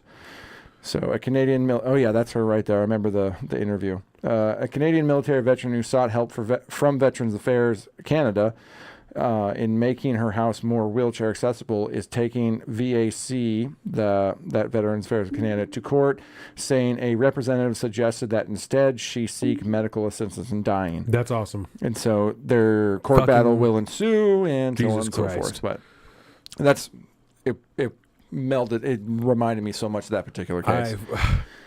And so whether or not that is true or not. It's not an isolated incident. It's not. It is true because this happened in more than one instance. Yes. That people have been told, or you could kill yourself, right? Yeah. If this is a program that is to be available, it is not something that should be suggested by fucking doctors that you kill yourself, right? I don't know if they take the Hippocratic Oath in Canada. Do no harm? I don't know. Yeah, but the very first thing is first do no harm. If you're going to kill somebody, you're definitely doing them harm, right? The ultimate. I mean, what are we talking about here? I mean, what are we talking about here? Talking about people killing themselves, or being killed by someone else of the government. Yeah, because you're all government work in Canada. All government every workers. Doctor's a government worker. Amen. Every single one of them. I don't care. A private hospital. I don't care. I do not care. You are all government workers. Period. You are suggesting that people take their own lives or allow the government to take their life because it's easier than doing and installing a fucking chairlift in their house. Or letting them die on their own because they have a terminal illness. It's problematic. And we're going to open it up to a wider swath of people. Who are mentally ill, by definition. Yeah. Maybe you can't consent. Yep. That would, that's also a mature minors. Terms, right? There's been discussion about expanding it to mature minors, right? People who are under 18 are just fucking real mature, Yeah, and I think if I remember correctly, I don't have the receipts to back it up, but the way I recall this conversation going is essentially this is it's not just we're going to open up to mental illness. This is like an altering of the rules of how this program runs. Yes. So there may be more to it than just that. Right now, that's the big through headline, but ultimately, whenever that does come through, we'll know the full-on ins and outs and the details of it, because there has been conversation about opening it up to, quote, mature minors. Don't ask me what that means, especially because it's Canada, and who knows? Seems like a real United Statesy country up there, but it's not. It's not. They're very, very, very different on so many levels. So, Canada. How dare you? Yeah. Thank you. Fuck you. It's wild. It is indeed wild. And sad, dude. Like, I don't look forward to seeing these numbers. I don't like it when people do this stuff. I've dealt with that multiple times in my life. People I knew every single year in high school, somebody I knew fucking off themselves. And it didn't stop from that. And then you hear about veterans doing it all the time. And it's a bad situation, man. It's a bad situation. I do not think the government should enable people to go down that road. Well, and Canada just loves it. Yeah. And at the end of the day, when when you look at the black and white, when you look at the bottom line, there is money to be saved by people not being a burden on the healthcare system when it's state-run like that. There's no way around that. That's a fucking fact, period. Where's the Canadian Parliament building? Do you know? I believe Ontario, perhaps. I can Google it. No, we did this once, didn't we? Canadian capital? Yeah. We did this once. Did we? Yeah, I believe. No, it's Ottawa. Let's find out. Yeah, the capital of Canada is Ottawa. So that's where the capital is. Okay. Yeah, so, I learned that from a John Candy movie. Where is Ottawa? In Ottawa. what province? I believe Alberta. Ontario. Okay, so now it's let's right there see. by the old Montreal, north. It's north of New York. All right, now let me see that chart again that you just had. The chart. Yeah. The chart. Where's the chart? That There's one. the chart. Because by the province. No, yeah, that's what that was, right? Ontario. ON. Hey, look at that. It's the highest one. Isn't that weird? Close next to and Quebec? OC. OC. I think it's and QC. Oh, That's QC, yeah. Yeah. It's got to be Quebec, yeah. Yeah. Good fishing in Quebec. Isn't that interesting? The closer you are to the capital, Good the fishing in more you Quebec. fucking get killed by the government. Yes, anecdotally, yes, but I'm sure it has to do with like city size and population density. But oh Jesus, Let's not look into it too much. Okay? Give me this win. let's just leave it at that. Well, I mean, we could turn on the old city map there. I mean, when you look at it's a big old cities, like it's not that giant though. I mean, those are blocks you could see there. Compared to like Montreal, there's not that. That many... looks like a denser city to me, right? Yeah, there's not that many people in Canada. Oh, but Ottawa and Montreal are in the same province. That's probably the deal, right? Let's click on Montreal. Nope, Montreal's in Quebec. So no wonder Quebec City is the next leading. They're just that close, though. Let's see how big Ontario is. Old Ontario there. I'm sorry for you Canadians that may or may not be listening, or you Canadian fangirls. Well, that's a big good fucking fishing in province. Florida. Fuck Quebec. Actually, Joseph, that was a line from one of my favorite shows called Letterkenny. Good fishing in Quebec. That's before this. That's when they go up to Quebec City and do all that shit there, and they get in the tussle with the boys up there. All right. The boys in blues try to go get Anik back for what's his face, Daryl. Yep.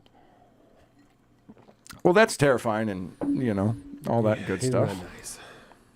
The government hates you and wants you to die, literally, because it's better for their bottom line. Isn't that nice? Thanks, Canada. Yeah. Anything else you want to add to that? No.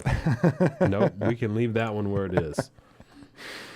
Oh, God. And here's an aspect real quick, just to close it off. At the end of the day, too, they're going to be doctors that do these procedures. Yep. And nurses. Yep. They be killing people up there. Yep. That's got to be problematic on your psyche, does it not? It's just another factor. I don't know if someone is dealing with mental illness that's diagnosed. I don't know how you could feel comfortable asserting that they are making this decision with like full mental awareness. You know what I'm saying? If you have cancer, right? I can see a world in which you're like, listen, I know what's good. Like, I don't want to do that. I'm riddled with it, and I would rather just be done with the jam, right? You can make a coherent decision, but like I said, if you're fucking ravaged with mental illness, I just don't see how. Well, that happens all the time. Feel confident about that. Yeah, you know? And there's a lot. It happens all the time in America with people with like really severe diseases, where when they're somewhat coherent before they start to go downhill, they sign over a series of like powers of attorney to other people to make decisions for them because they cannot consent to things when they are not in their full mind. I mean, that's or sign like non-resuscitation things. Yes. Like, DNRs. Yeah. Which. Have you heard the statistic on like DNRs and shit? No. Like most of the time when you have DNRs, medical professionals in hospitals do not have that information. There's a massive percentage of those people that get resuscitated and have active DNRs. My grandma has one on her fridge. I remember on her. Yeah. Wow. Yeah. She used to be a nurse, so she's so fucking cold with it, that she doesn't care.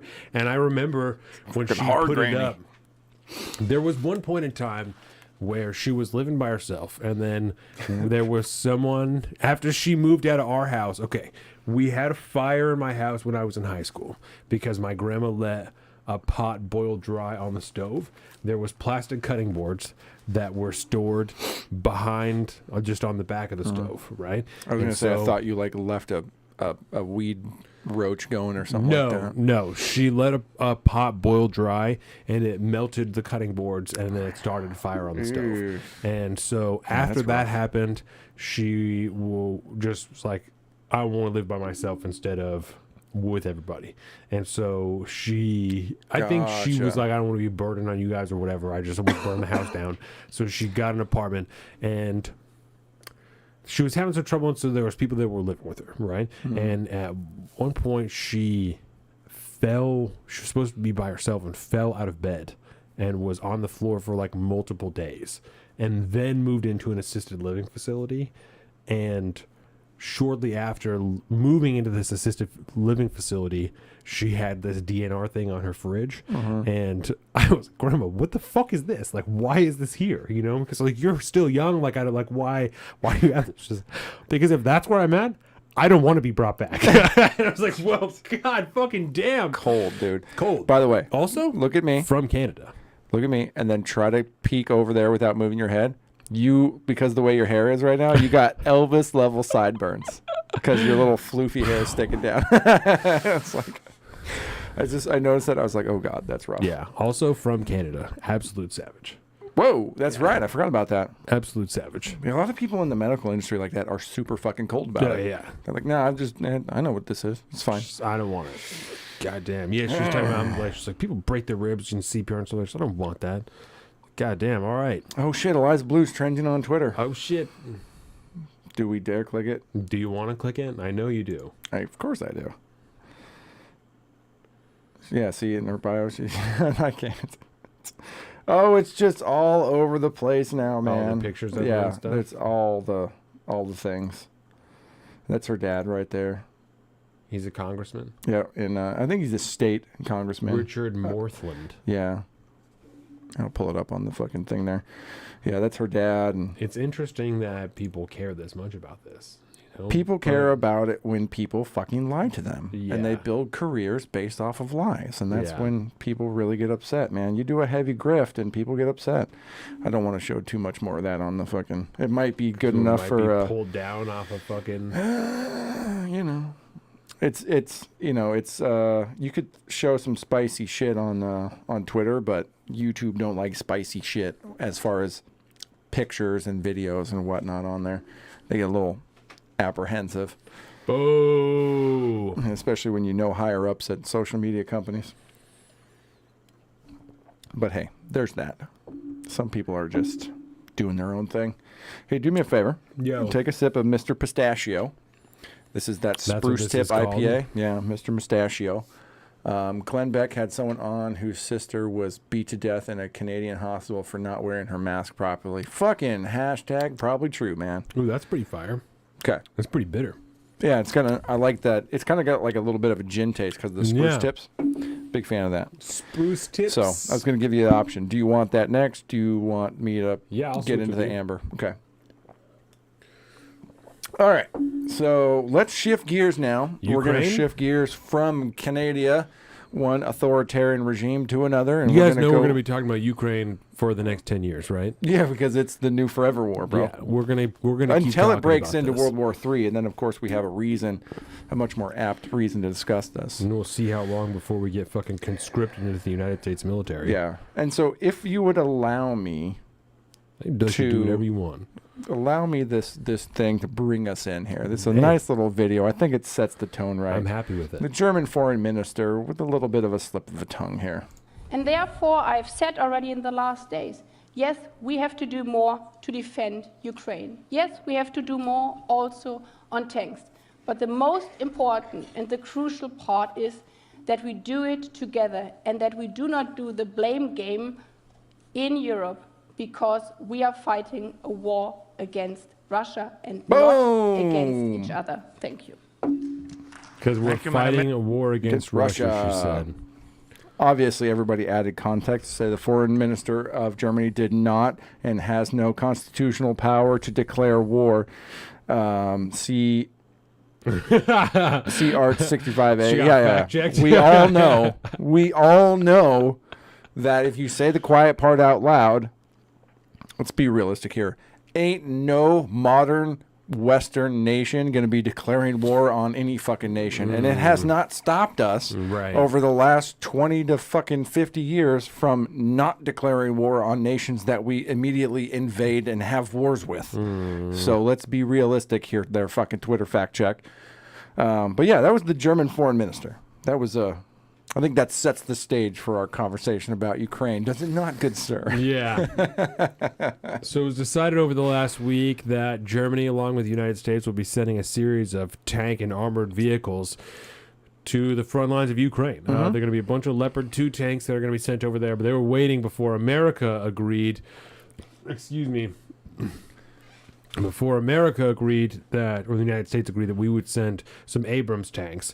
So they're waiting for us. And my understanding is the Abrams tanks are not going to be sent from our stock, but off the line. So we're going to build new Abrams tanks to be sent over there. Leopard 2s are going to be sent over there pretty immediately, from what I understand, though. Yeah, from Germany, Spain. Anybody that has German Leopard 2 tanks is willing to contribute. Garrett said this is definitely not a forever war unless you mean humanity will forever be at war with each other. No.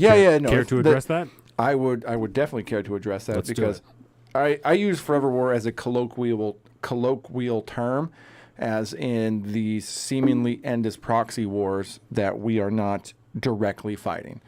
God help us if we ever get into the 1984 style, we actually send troops into these meat grinder forever type proxy wars. But no, what I mean is this is a conflict that could go on for years, if not decades at this point, and all we're going to do is continue to hemorrhage money, weapons, supplies, material, and hopefully never personnel to this conflict overseas that we don't have any necessarily immediate gain to be had from, other than some kind of geopolitical strategy type of situation. Yeah. You know, we haven't been attacked by Russia like we were by the Japanese. You know, we're not fighting Hitler directly like we were in World War II. We're not fighting communism even. Right. You know, this is protecting the sovereignty of a foreign nation, which is, a thing. And so that's why I put it that way. Simply a colloquial use. A noble cause gone completely undiscussed at home with any type of honesty or legitimacy on a major platform. What do you mean? Stand with Ukraine. Yeah, precisely. That's what we did. Yeah. We stand by democracy. So to preface what you just talked about with the mention of bringing in the tanks. Yep. Here's a clip of Zelensky from a while back where he asks for the tanks. Immediately after getting the tanks, they're like, also, if we could get, what did they ask for after that? Jets? If we could get some jets. F-16s and F-15s. Yeah, that would be lit. Some jets which would we be cool. fucking talked about this before. Yeah. We talked about how you can't necessarily do that realistically. But then again, Russia is not going to be fighting a forever war. So who is our forever adversary in Ukraine? I would challenge Russia to not having a long, protracted conflict where they just throw human beings at a human grinder and see how that's worked out for them in the past. What you're hoping we never do is something they have continually historical precedent of doing many times before. I will say that you will be correct, and there's a trepidatious feeling I get, because this is not World War II technology. This is not World War I technology. This is not the technology during the Napoleonic Wars. Things are different. The Russian populace is different. It's not the Soviet Union. So there's obviously that different aspect. I don't know if you can get the modern day Russian populace to commit that kind of hundreds of million casualty rate like they had during World War II and World War I. I don't know if you could get them to commit to that like they have done in the past. Only time will tell, and we just have history to judge whether or not that's going to happen. I get the sense Russia will steal people in the night if that's what they have to do.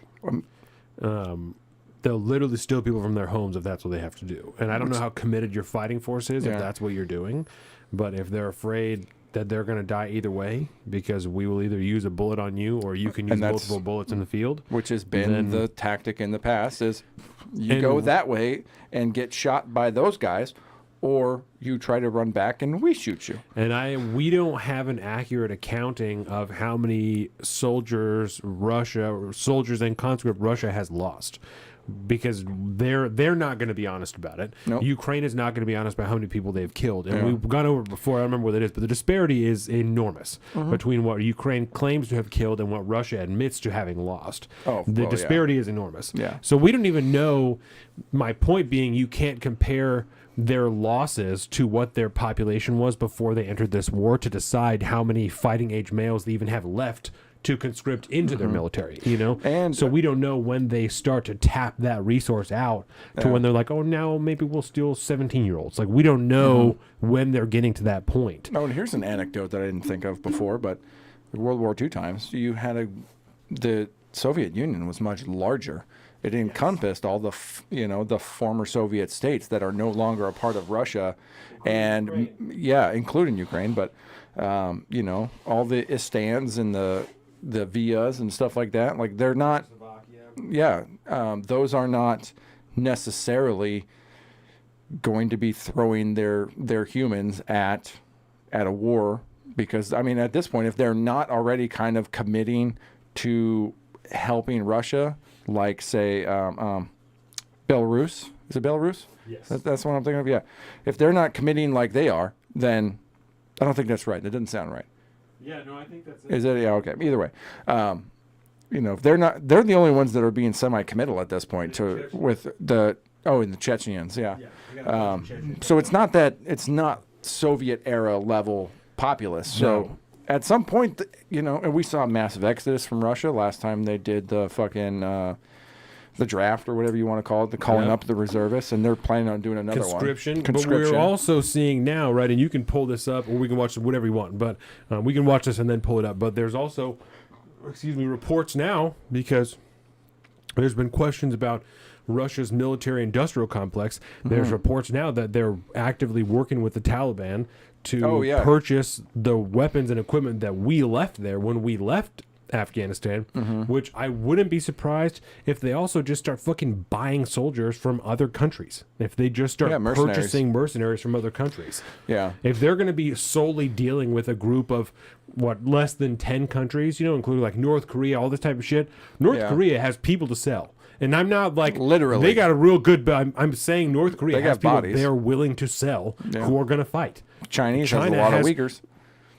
There's a lot of people to be bought around the globe to fight in Russia's war. Oh my God! Can you imagine? And human war trafficking.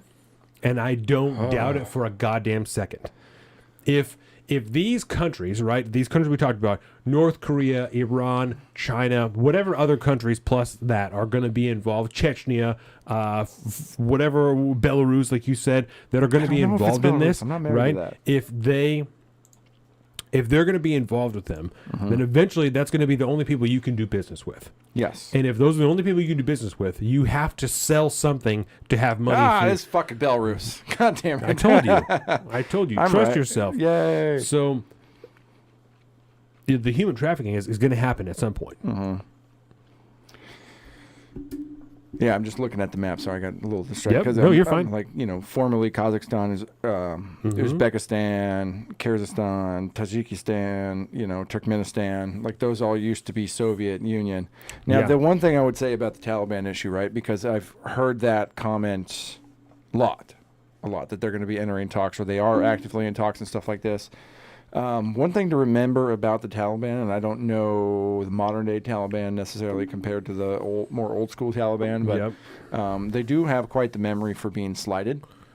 And if we all remember, towards the end of the Soviet era, who was fighting the Taliban before we started fighting the Taliban? It was the Russians. I don't know how much genetic memories can be carried over. Technically, at the time, it was it was the Mujahideen which turned into the Taliban. But my only point in saying that is that you're talking about like different lineages, and so it depends on the families that are involved. Like this, that's going to change a lot of the politics about it. In an honor culture, if your grandfather fought against the Russians, why would you do?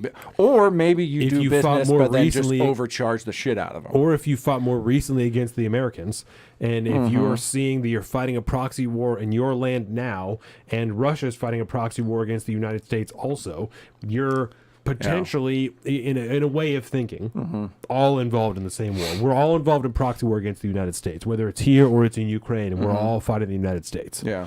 So I can see potential in that. Yeah. And I want to give Joseph a chance to answer real quick. I want to ask him a question here. So let's say, Russia's not going to be fighting a forever war. So who are forever adversary in Ukraine?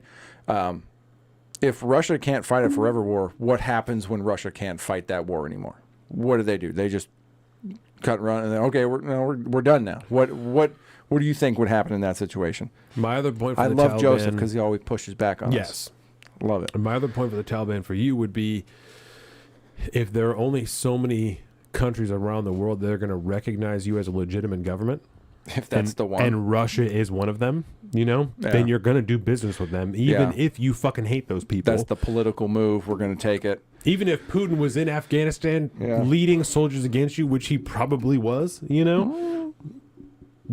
have no idea. Putin out there with no idea. Fucking bear shirt, no shirt, riding a bear, going. I know that he was in the KGB and shit, and I'm sure that they just had dudes in the background that were like, yeah, do this, you know. So, have you heard that Joe Rogan? Or no? Excuse me. Lex Friedman did a interview with a former KGB guy that defected and came over to America. This whole 9 yards. Fantastic interview, but he kind of. It's like, no, he was a little bitch. Really? He was like a bureaucratic KGB guy. He's like, he wasn't like not a savage. He wasn't like a 007 fucking type of dude. Not a savage. Not a ruthless murderer. Honestly, that's the only person I've ever heard that from, but honestly, he's the only former KGB agent that I've ever heard mention him. So something to be thought of at this point. But interesting. No, I am curious though, because I still don't see where this goes. Because I still don't see Putin's out. I don't see his back door anywhere for saving face, other than like letting him annex the areas he's already annexed, and just cutting and running and be like, all right, no, this is the fucking line. You guys are at where you're at, and then you guys will continue to fight each other in, terroristic efforts over the next fucking 40 years. But as far as nations are concerned, we're done. Yeah. Other than that, I don't know how you end that, because we can't read Putin's mind. We don't technically know what he's after. You could argue that he's after a land bridge to Crimea and the Black Sea down there, but he's already got that with Ukraine anyway. So what are we talking about? You know what I mean? So I don't know. Oh, kitty. Oh, kitty's awake and she's all active and being all lovey. Look at that. That's adorable. Don't let her convince you. She's a psychopath. No, she's she kept me awake all goddamn night last night. Ow, don't scratch me. Yeah, between her and the show dog Chloe right now, I probably got maybe 3 hours of sleep last night. Ooh. It was fantastic. I actually slept pretty good last night. Good. I'm glad you do. Cause I didn't go to bed till late, but I didn't wake up at all throughout the night, I don't think so. Oh, that's wow. Fucking good. Showstopper. Pretty good. That's right. I'm gonna wake up in the morning and be like, bro, I just slept for 10 hours nonstop, and I want to rub this in your fucking face. Yeah. What's up, Showcat? How are you? We got buttons you can't be jumping on right now, kitty cat. Okay, so talk to me about tanks. And we can play this video. I mean, it's basically just a video of Zelensky talking about how he needs tanks. And then here we are today, giving him tanks. And now we have essentially him asking for jets. So perhaps this is going to continue down the road, and eventually we'll give him jets. So I want to talk about this, because the Joseph stuff, that was really good. That was like really good. A lot of what we want to talk about. Yeah. But I also want to discuss what? Let's hear it. Let's just hear it. Yeah. The idea that we're going to send in offensive equipment and have planes and tanks and trains going in with American pilots and American crews, just understand, and don't kid yourself, no matter what you all say, that's called World War III. So minus the American crews and American pilots, we're still well on our way, according to Joe Biden. Yeah. So that was supposed to come after that Zelensky video, but that's fine. Well, that's all right.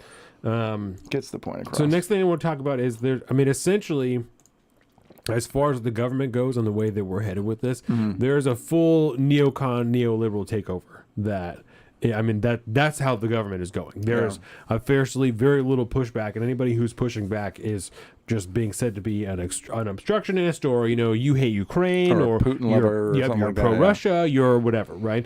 And I think the best example of that, and you pointed me to it, was the commentary podcast the other day. Oh, bud. I finished that on my way here. It is so rough.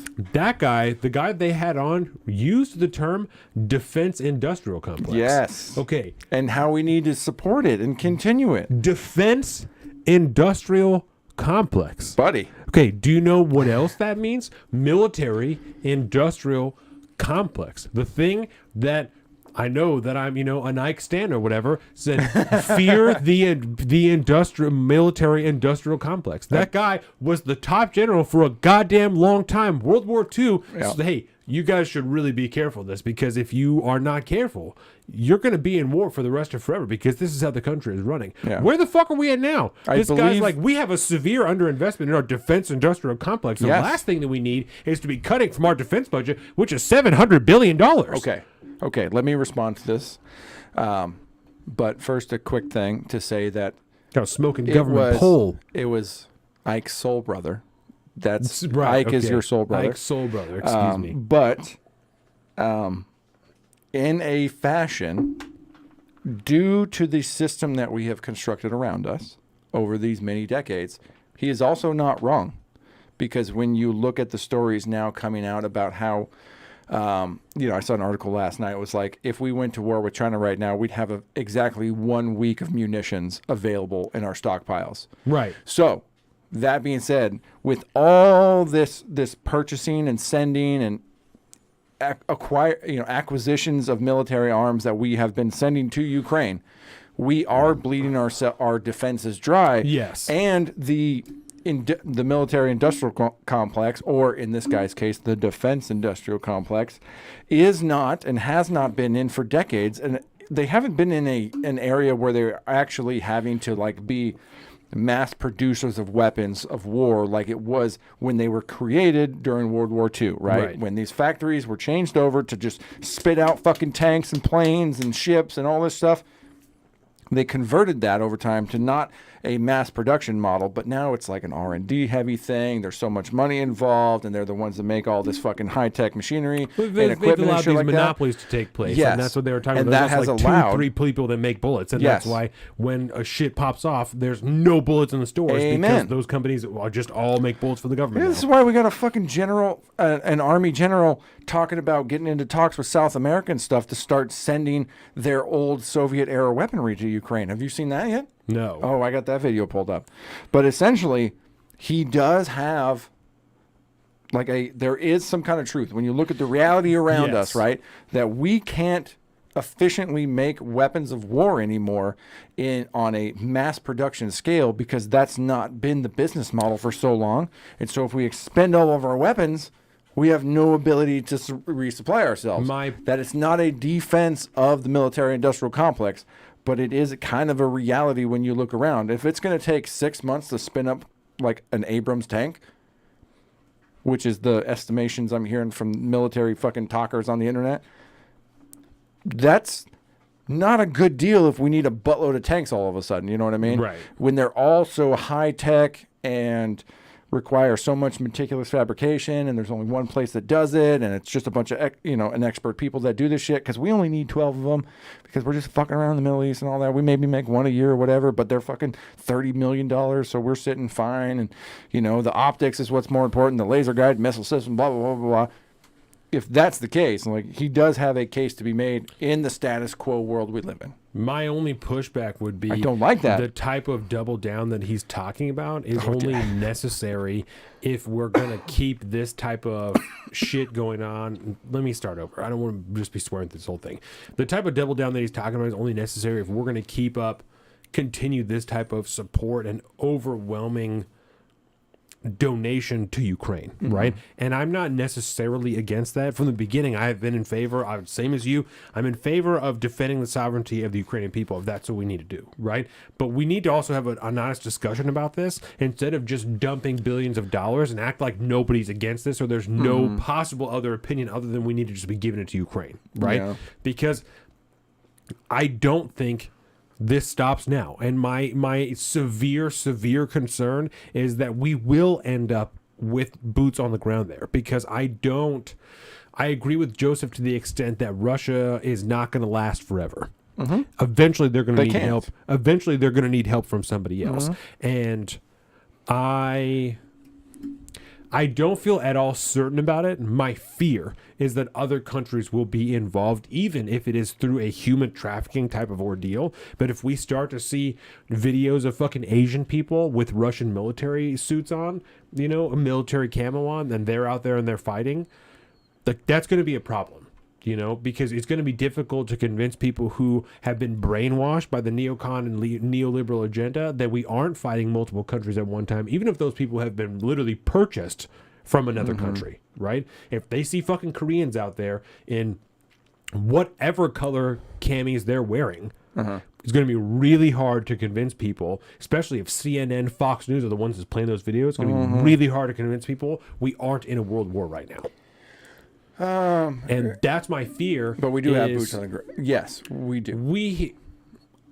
Certainly there are members of the United States military that would be available for deployment. I don't think that's a good idea, and the whole idea is not directly to go to war with Russia, but I don't think that's a good idea. And it's never good when America's in a position where they have to be on the continental landmass of Europe fighting a war. It's never a good situation. Immensely uncomfortable with the idea of entering some type of warfare like that with boots on the ground, because my thinking from the research that I have done over the more modern U.S. warfare indicates to me that would turn this into the forever war that we are claiming, that we are discussing with Joseph, couldn't happen and won't happen. Right, like a 10 to 20 year conflict. It will extend that. And from a selfish point, because I always try and be honest with you guys, from a selfish point of view, my deepest concern is that it extends to the point that my son is old enough to be in the military.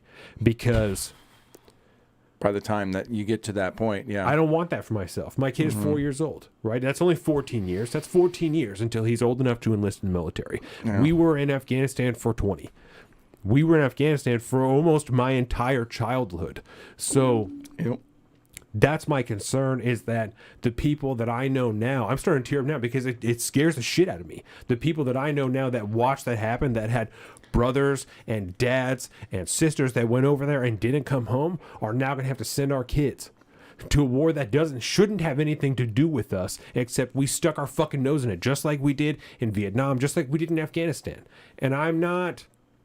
And it's markedly different than the Nazi invasion of Europe. My deepest point is that we need to have an honest fucking discussion about this and where it could end up. And no one in leadership and government is being honest about the possibility that our children now could end up over there if this continues the way that it's going. And that is a severe, actual, real possibility, because we've seen it play out like that in the past.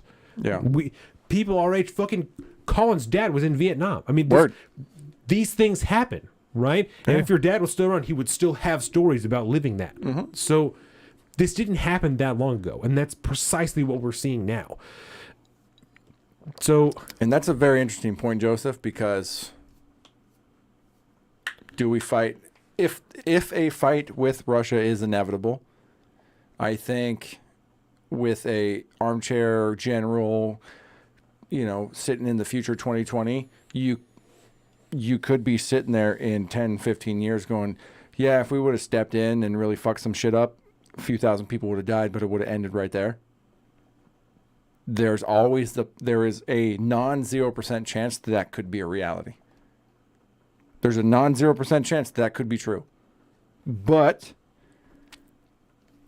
You know what I mean? Like, and I can't. I'm thinking about what you're saying. I can't tell you that you're wrong, right? I can't tell you that you're wrong. All I can do is tell you that what I'm basing my opinion off of is the research that I've done, that I've talked about here, right? And what I have seen and what I know about our military-industrial complex, about the way that our government functions, there isn't an incentive for us to go in and thunderstrike and be done quickly. There is no precedent for that, because the times we have done that have ended in wars that have extended over mass periods of time, over many, many years. Right? So I don't disagree with you, and I cannot tell you that you are wrong, that is a possibility, but the history that we have with foreign warfare, specifically and especially that begins in proxy war, isn't good. We end up there for a long time in those countries, and we end up doing a lot of shit that we're not proud of. We end up losing a lot of our own people to walk away with our tail between our legs. And I as a father, as an American, don't want to do that more than one time in my lifetime.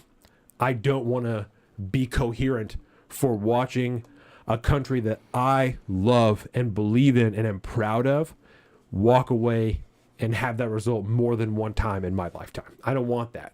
And I am not saying that we would lose a war in Europe and in this conflict if we were to throw ourselves into it, but we're not going to look the same when we're done. And I don't think we're going to be proud of what we did when we're over there, other than at least Ukraine is still its own country.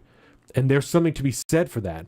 But that's where I come back to. We need to be able to have an open, honest discussion about this and what the real life implications are. And we're doing that here. I mean, as a country, right? We're doing it here right now. I mean, this conversation we're having here needs to be allowed to happen on a broader scale, as opposed to one of us being called a fucking Putin shill and one of us being called a patriot. And I'm not saying who it would be, because I don't know. But that's how this conversation would end if it happened on Fox News, on CNN. One of us is a Putin shill, one of us loves America. Yeah. And I don't think either of us hates America or fucking loves Putin.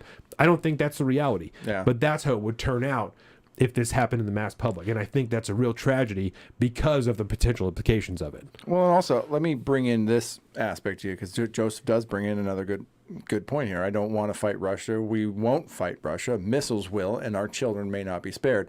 This is true. Missiles will indeed be used to fight the next war. So here's my nightmare scenario, kind of going down this point, right? I'm sorry. There will definitely be in some capacity, right? But it's... I mean, they're showing us that right now. We're giving Ukraine everything we got, and they still have dudes in trenches on the ground. Yeah, that we're dropping grenades into on fucking with drones and shit. That's still happening, because that's modern warfare. I don't like that at all, man. That's modern warfare. World War II was impersonal enough. It's not just missiles, not just computers. It is those things mixed with boots on the ground. When you did the fucking Jarhead review preview, and there's that scene in the book where them Iraqi dudes were sitting around a campfire at camp at night, and then they got a fucking hellfire up the ass, and the guys walking through going, these guys were just saying they thought they were safe and just doing their thing, and now they're fucking charcoal. Which, again, it's hard to really play this whole situation out.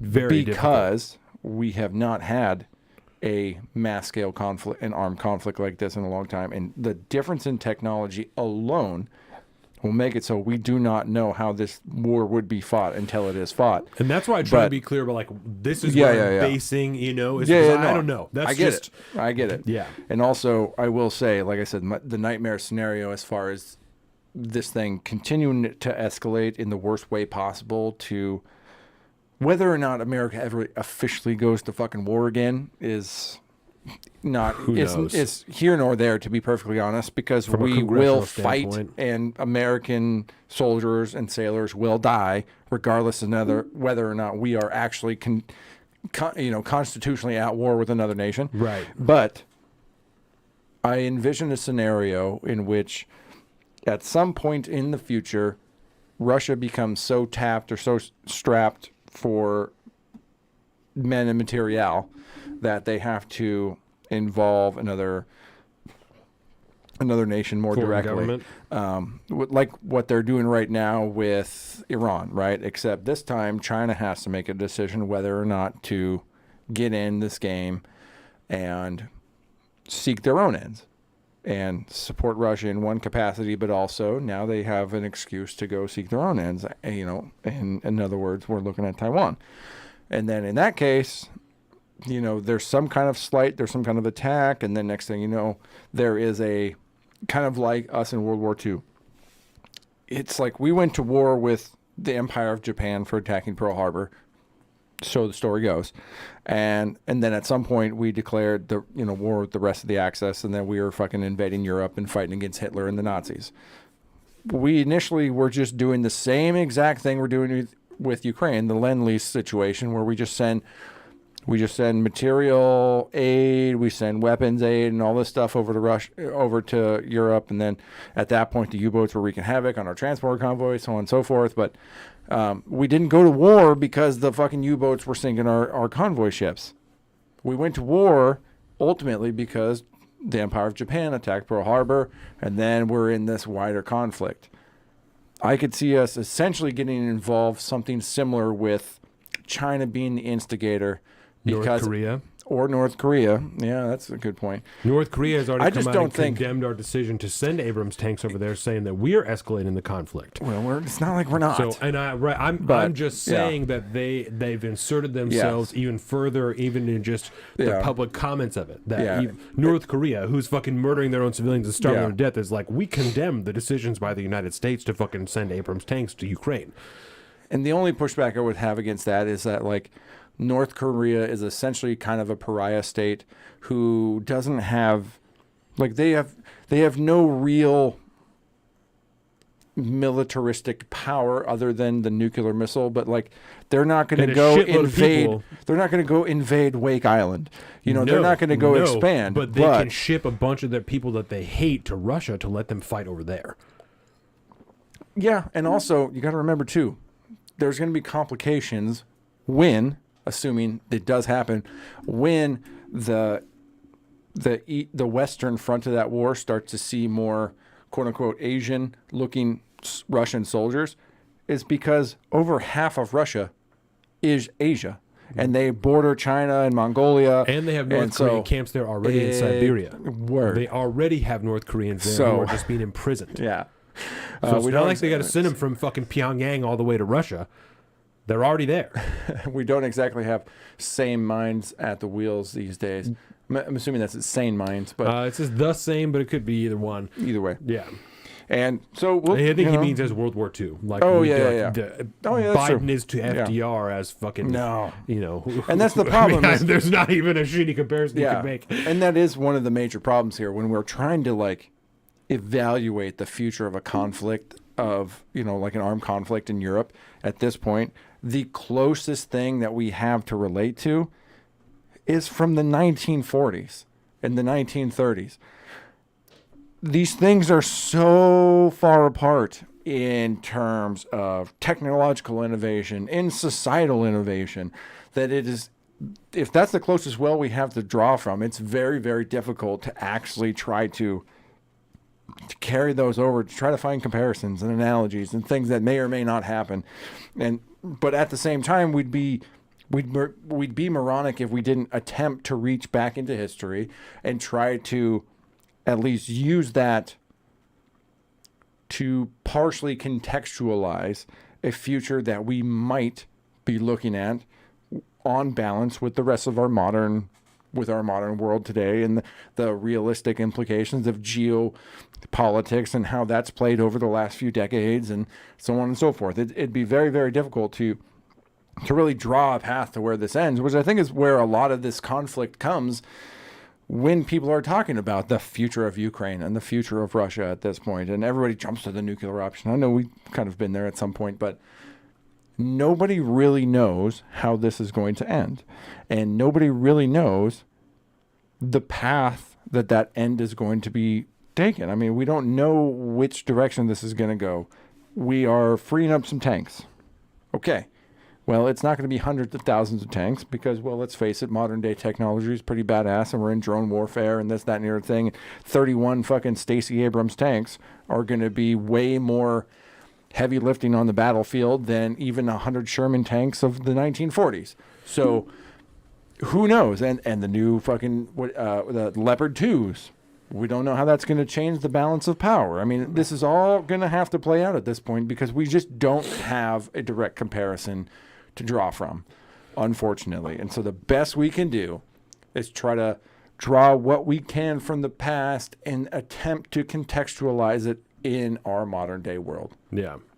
But the problem, again, the other problem with that is we haven't had a conflict like this since the 40s.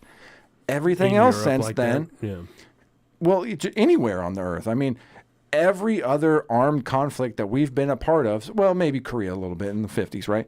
But every conflict since then has been some form of this weird proxy military action, the Vietnam War, the Middle East, the fucking South American shit, Central American shit going on. It's all very, very, very different. So it's hard to contextualize. It's hard to kind of see what's actually coming down the road. So, there we are. I have to pee, just like you did.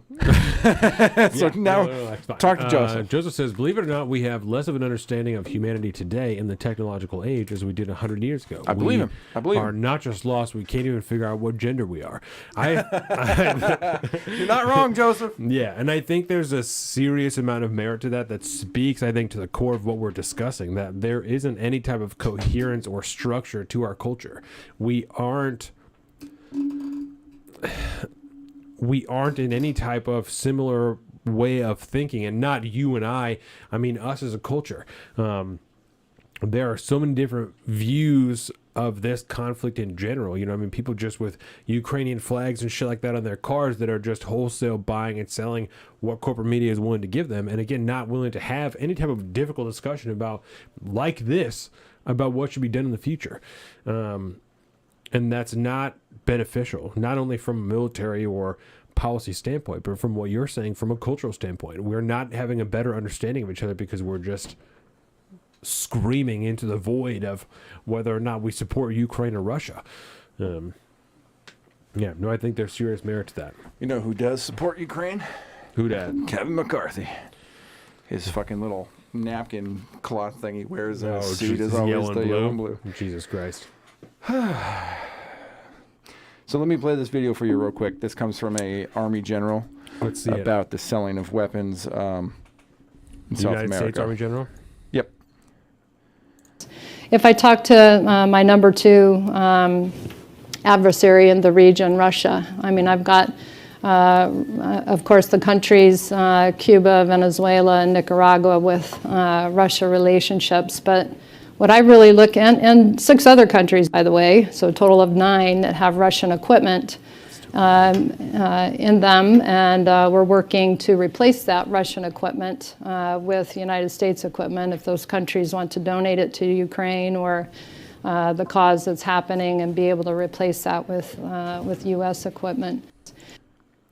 So give Ukraine the Soviet shit so it's easier because they already know how to use it. Yeah, as we replace the weapons with American-made equipment at that point. So that's something else that apparently is being entertained from And it's interesting because the thing you were talking about, the Zelensky video that you had before, is all about business, right? That's a big aspect of this. Is this all business opportunity? It'll be good and business. A lot of people who are trying to that's the lane they're taking on it. It's just, well, this is, even Mitch McConnell, we're not in this because we care about Ukraine. We're in this because there's good old American business interest that's involved in this right here, that we can make just a fuckload of money involved in what's going on. And that's a real goddamn dark way to be looking at this particular conflict when there are people dying every single day. Yep. And including civilians too. Yeah. I mean, the missiles that keep falling on fucking Ukraine apartment buildings. It's not something that's not happening. It's too many things going on when it comes to Ukraine to not be nuanced about it. You know what I mean? To not be able to have a nuanced opinion on it, to be forced to be one on fucking team A or team B. Are you team blue and yellow, or are you team red, white, and blue, as it turns out? Right. It's it's too nuanced to just pick a side and go. I mean, you can err on the side of Ukraine sovereignty and freedom, but again, that's difficult when it comes at the expense of others. You know, this is Big Brother in the schoolyard bully situation. You know, Big Brother's got to stand up for little brother because little brother can't stand up for himself. How? You fucking bitch? Yeah, that's the cat. Welcome to that. She just Fucking attacked your bit my ankle. toe. What a bitch. What a goddamn bitch. I just hope our Constitution survives, Joseph says. Well, you know, Joseph, I hate to tell you, but I don't think the Constitution's doing so well already. But Constitution's already been fucked. Yeah. Well, that is essentially what I had for Ukraine, I do believe. Trying to think any other broader thoughts or perspectives. I don't think I necessarily have. No, the Wagner Group. This is one last thing I want to talk about. Group. Yeah, the Wagner Group, whatever you want to call it, right? If you're in Russia, it's the Wagner Group, right? The Wagner Group.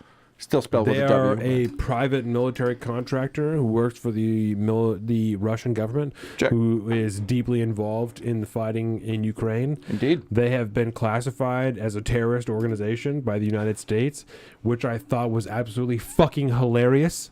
Because we have PMCs all over the goddamn world that are doing the same fucking bullshit that these people are doing in Ukraine. We're like, those people are terrorists. But they're the bad guys, Donovan. But Eric Prince is dope as fuck, right? We should have that guy at the goddamn White House.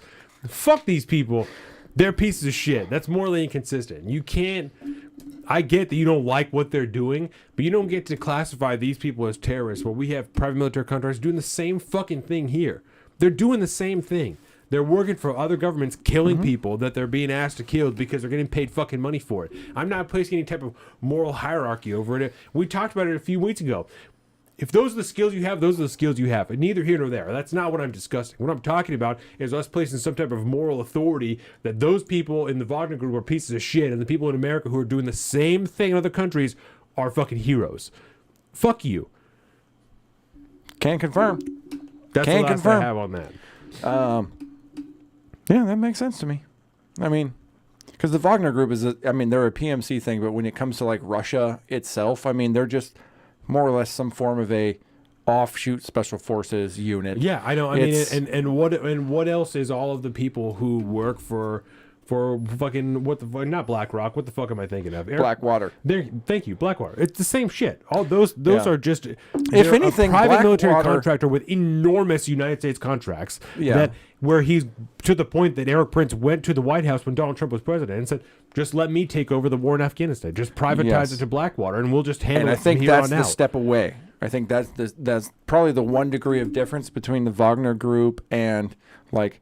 I don't think they're Blackwater anymore, but formerly Blackwater, that whole thing, is essentially the Wagner Group is more or less directly sponsored by the Russian government versus Blackwater is indirectly sponsored by the U.S. government. I'm not placing a moral question on either of them. Exactly. Like the skills you have, the skills you have. That's a whole separate conversation. I'm talking about Mike us Glover, as a country trying to. I don't think he works for Black. Maybe he did for. I think he was in some PMCs though. He was CIA. He was CIA. Yeah. He went from military to CIA. My point is, us as a country, that's inconsistent. That's fucking nonsense. That's nonsense. We're gonna fucking have people we're gonna get people who retire from the military so we can hire them as CIA contractors so we can send them into fucked up places that we couldn't send our own military. Nonsense. It's absolute nonsense. Sorry, Chad is talking to me about something very important. This motherfucker went duck hunting and did not tell me, and now I would not have gone because obviously we're right here. Right. But also he got like, hang on, how many birds did he get today? All the ducks. He got a total of 6 widgeons and 1 greenhead. Damn. So greenhead being a mallard drake. Yep. So what a little bitch. Yeah. But now he's offering. He said there's a soccer store out there. He's offering to pick me up some boots for indoor. So we might be doing that. He says, I'll see if I can get these retards to stop by real quick. When I went to Heidi's the other day, I parked next to a guy, had no shit. A teriyaki spot? Or a Chinese spot? Yeah, he had no shit 10 Canada Goose, what do they call them, like the fake ones? Decoys? Yeah, in the bed of his truck, and the Good big man. big old boat on the top of it. Good man. They Good were man. dry, so I think he probably was going, hunting. But Or just coming back from a really shitty trip. That's true. Yeah, Getting himself some ideas to console I didn't himself. look into the bed of his truck, so I didn't see if he had any goose in there. Some beastly carcasses. But he had a shitload of decoys in there. They were all stacked up. Man, huge decoys too. A goose is big as fuck. Yeah. They're, I think about the size of a large, like a GMO chicken. Okay. Like a large GMO chicken, a small, healthy, non-GMO turkey, maybe. Are the decoys a little bit bigger so they're like catch more attention to the birds? No. By the time you actually feather them, that's when they way shrink small. down. Oh, okay. All right. Because So they look pretty big, but they're not really. When I murked my goose a while back, that thing was fucking massive.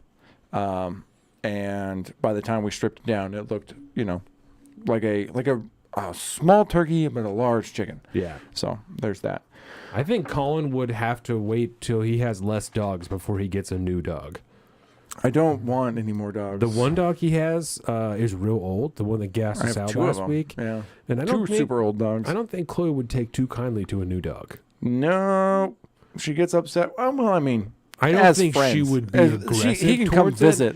Yeah, but I don't think she would be pleased in Yeah. general about a new dog. And I think he would have to wait to have less dogs to get more dogs. But I mean, if we're talking a duck dog, Garrett, and if you got yourself a duck dog, I might know some people that might want a nice duck dog. I love a good lab, dude. Well, because I've gone duck hunting one time with a well-trained duck dog. A legit and duck dog. Holy fuck, is it awesome. Retrieving and whatnot. You just sit there, smoke cigarettes, shoot birds out of the sky, and then collect the dog or collect the bird from the dog when he brings it to you. And so, oh boy. Give him a little treat or something. Give him a little what. And that was a piece of the duck or something. Yeah, the one time I did that, it was like, oh my god, this is the way it's supposed to be. But if you want a legit duck retrieving dog, put some work in, trained and all that, you either have to put the work in and know what the fuck you're doing, or you're spending thousands of dollars on a dog that is already trained and stuff and they like love that. it. But, yeah, working dog. they love it, man. Working They dog love it. loves to work. Yeah, in Show Dog's previous life, when she was young, she'd see water, would take off and just jump into it, fucking play around. I almost lost her once in Staten Island because we were down at the beach and we were playing fetch in the ocean and shit like that. And she'd run out and she'd grab it. One time, Daddy threw just a little, he don't know how strong he is. Yeah. He throws a little too far. And next thing you know, she's going out with the current. Oh, no. And so I throw my fucking phone on the beach and I fucking run in and I got to go swim out and fucking rescue her and bring her back because she is just I'm going to get that fucking gas stick. herself out. Yeah. Yeah. That was, they love to work, man. They love it. They love it. The same deal. Penny she will die to get that stick out of the water. And I am just terrified she will gas herself out. Because they will. Yeah. They will fucking die. And I'm always pretty, ginger with how far I toss it into water like that. Just God damn it. If she fucking goes out there too far and cramps up or something, or just runs out of energy. Oh, man. Bilbo says I used to work with Brittany Breeder and help train them for fun competitions. That's dope. Yeah. Brittany's are cool, man. They're really cool dogs. You know what a Brittany is? No. Oh, we'll Google it real quick as we're closing up the fucking section here. Gun competition. That is even cool. Oh, for gun competition. Oh, that's dope. Brittany dog. Yeah. Oh, okay. They're Yeah. super pretty. I knew a guy once. I served with a guy once who had a Brittany. Fucking awesome dogs. They're gorgeous, man. I have always profile. My pictures of profile Britain. pic- That's really funny. Oh, it is. Now I can finally. Okay, yeah, Tell because what type of dog it is. It's such a tiny little picture on our Right. end, right? And now that you say that, I was like, oh yeah, that's a Brittany face. Got For it. years, I have wanted a German short-haired pointer. Oh Yeah. yeah. But no, my dog status at this point is, my dogs are going to age, and unfortunately, they're going to pass away, and I am not going to replace them. Because two of the old dogs are about the same age, and they're up there and they all have their issues. We got the hobgoblin and we got the football tumor girl. So that's a thing. GSP dogs are so amazing and fun to train. The short-haired pointers. Oh yeah. But good ass dogs. But yeah, at that point, we'll be left with little neurotic boy over there because I think he's only like 8 maybe, so he's got a while to hang around. But yeah, I'm just simplification at this point. I want them simple. It's much easier to be like, hey Ma, can you watch the little guy for a weekend while I go gallivant around wherever the fuck I'm gonna go gallivant? Hey, check this puppy. Yeah. And I got a cat, so like, well, do you have food for a few days? Cool, fuck off, bye. Yeah. She won't give a fuck. But yeah, no, I'm cats are nice and downsizing simple, the people don't understand, like it's not like a baby, right? As far as, but it's still an anchor of some kind. You got these living, breathing animals that you love, and they love you unconditionally, and all that stuff. And you can't just leave them alone. I like having one dog because she's easy to take places. It's it's not 3 dogs. It's one dog. She takes like one seat in the car. Yep. It's not like a huge deal. She just, if we go camping, she has one small, plastic tote. That's all her stuff. Like it's not. And with one dog, you don't feel bad for taking the one dog with you, which is not difficult to do. Right. But if you have multiple dogs, it becomes exponentially more difficult to bring multiple dogs with you. She goes on all the camping trips, most of the family vacations. We set up another one for Leavenworth for May. Nice. And it's a super small house, so I think someone's going to watch. Is that for the boys' trip? Yeah. Yeah. Yeah. We found one this house is in Leavenworth. It is in downtown Leavenworth. Oh, fuck, no way. Yeah. Yeah. There's no driving, just walking. Yep. That's legit. Yeah. That's the legit. vast majority just all walking. So that's awesome. It's 10 minutes from our favorite restaurant in Leavenworth and like walking. Wait, 10 minutes what's walking. What are we talking about here? What's Our your favorite one restaurant? was a place called Yodelin Broth Company. Yeah. I had this bowl of fucking chicken soup that was so amazing and incredible. It just had it's like a soup restaurant. Yeah, and Jordan had a huge fish sandwich that was just like a fat piece of halibut, with like a big old piece of Tillamook cheddar on it and some.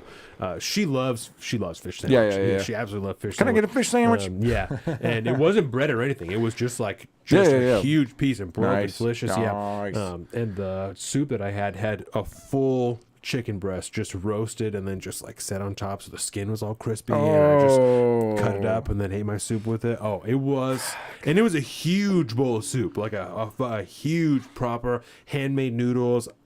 It was fire. It was dumb fire. Yodelin Soup or Broth Company, Yep. right? I was gonna get wings and they were out of wings and I was like, damn it. All right, let me get the soup then. What's up with this soup? Whoa. Pause fucking button. All right. I don't understand how you go from, I really, really want some wings. Oh, you don't have wings? I'll get soup. Because I knew it was a hearty soup. And that was like the only kind of wings that they had. And so I was like, well, I really want these delicious wings. So I we just don't don't them. understand. I don't know. That's just how it worked out. I mean, at a soup restaurant, I guess it would become more evident. Like, well, maybe I should do that. And that's like their thing. And also, fuck you for trying to order wings at the soup restaurant. So they were apparently you were bad to begin with. Apparently, they're so good that I can't fucking buy them midday on a Saturday. So they're very good. Or they just specialize in soup and don't really carry wings very much. They do specialize in soup because it's called Yodelin Broth Company. Like it is a soup place, and they have bone broth, chicken, like all the kinds of Yeah, and you can buy just a cardboard thing of broth and like take it home. And I went to when I was done eating my soup, I was like, yeah, no, I'm done. And they were like, well, do you want a container like for the broth? And I was like, oh, please. I mean, I guess, yeah, that's fine. I will drink this they in the morning. Brought me a container just for that. Yeah, so gave some to the dog. Yeah, exactly. I had to use it for other shit. Like, yeah, no, it was delicious. That's legit. And then we went to another place that was called like go to the brat place. No, we didn't go to the brat place. Ooh, we went to brats and beers, bro. several different bakeries to get delicious. Yeah, you went to Icicle Brewing Company, right? No, because we had Dax with us, and it's just a brewery. So oh yeah, but I honestly don't remember. They don't because they don't have like food. Right. So we didn't go there. He's not entertained for long periods of time sitting down. Yeah, not yet. He's got a couple years before that kicks on. Yeah. So, because he'll do it if he like watches TV, but I don't want him sitting there and watch TV for 3 hours just because I want to hang out at a brewery. Fucking good dad moment. What's up? So it's just not good for him. No, it's not good for him. Shout out to you. Like, fuck you, kids. Stay in front of this TV for 3 hours while we go have a good time. Yeah, if he Fucking shout out. enjoyed football or something, then I would have no problem taking him to a bar, to a restaurant to watch football with me. But and, that's like an hanging activity, out. though. Right. That's very different than just sit in front of the TV while we go have fun. And this he is like an doesn't wanna do activity that. with people and all that. Yeah. Yeah. And I don't He's still wanna young just- for that. Right. And I don't want to just sit him on the phone, so that we can. Boo. Yeah, No. I don't want to do that. Don't be that guy. So proud of you for not being that guy. yeah, we let him watch shit on the phone when the food gets there. That's always been Yeah. the rule. When Let the me food- eat at least. When the food, Yes. precisely. I want to eat. Yes. Precisely. I need 15 minutes to eat this, and Yes. then I'm back to you, When bud. the food gets here, you can watch something on the phone, and then when we're done eating, we're going to put it away. Word. That's how it's always been since he's been coherent and Yeah. like that type of shit. So you can watch something on the phone for 20 minutes while we're eating, Yeah. and then we're done. There you go. So, and that's because I want to eat. So Yeah, exactly. it's a It's just selfish like endeavor. that. Yeah.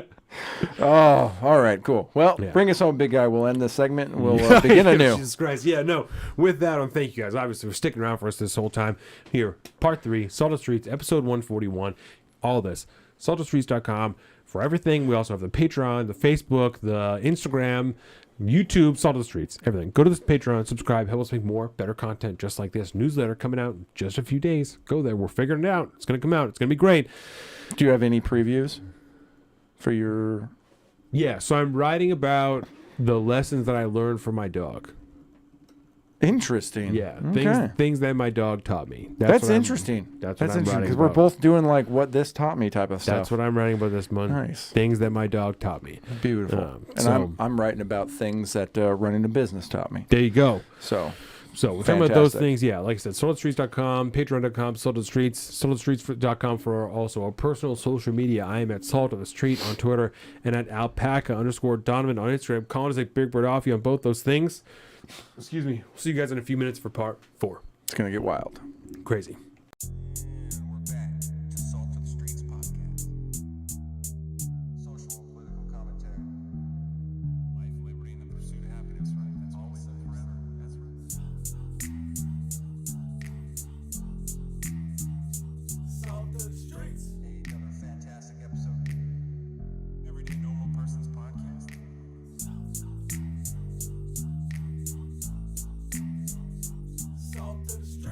Upper left or the upper left?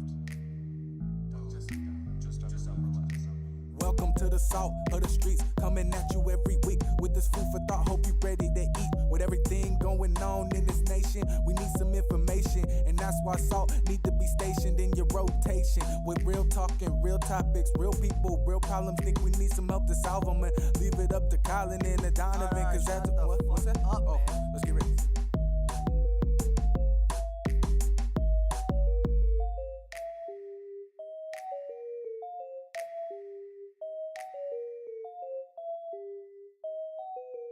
And we're back to Salt of the Streets podcast.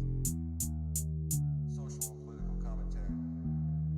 Life, liberty, and the pursuit of happiness, right? That's always and forever. That's right.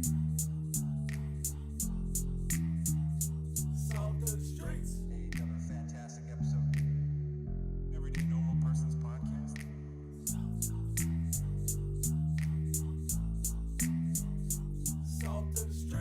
Upper left or the upper left? Just upper left. Welcome to the salt of the streets, coming at you every week with this food for thought. Hope you ready to eat. With everything going on in this nation, we need some information, and that's why salt need to be stationed in your rotation. With real talking, real topics, real people, real problems. Think we need some help to solve them, and leave it up to Colin and the Donovan, cause that's what's that? Oh, let's get ready.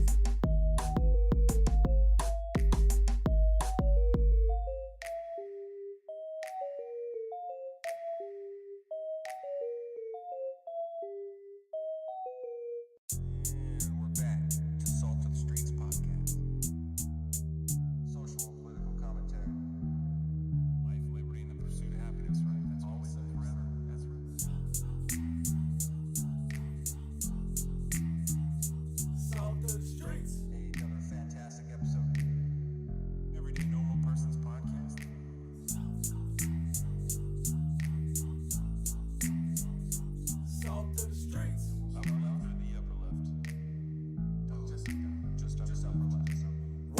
the salt of the streets, coming at you every week with this food for thought. Hope you ready to eat. With everything going on in this nation, we need some information, and that's why salt need to be stationed in your rotation. With real talking, real topics, real people, real problems. Think we need some help to solve them, and leave it up to Colin and the Donovan, cause that's what's that? Oh, let's get ready.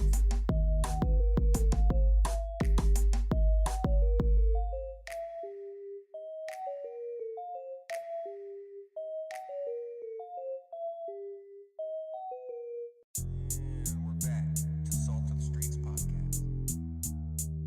Social and political commentary. Life, liberty, and the pursuit of happiness, right? That's always and forever. That's right. Salt of the streets. Another fantastic episode. Everyday Normal Person's podcast.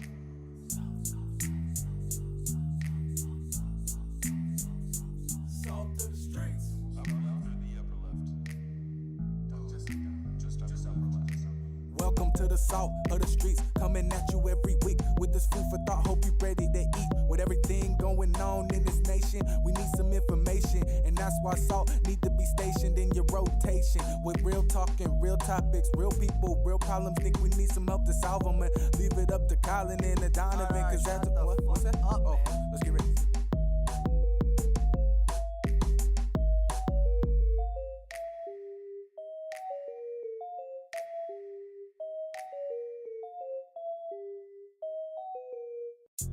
And we're back to Salt of the Streets podcast. Social and political commentary. Life, liberty, and the pursuit of happiness, right? That's always and forever. That's right. Salt of the streets. Another fantastic episode. Everyday Normal Person's podcast.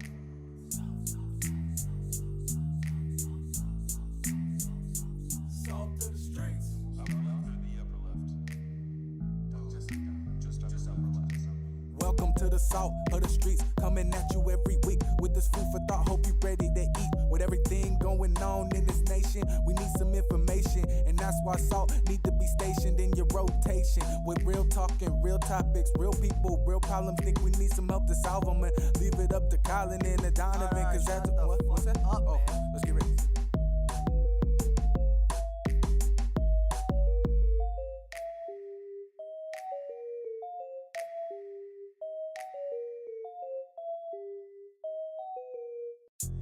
And we're back to Salt of the Streets podcast.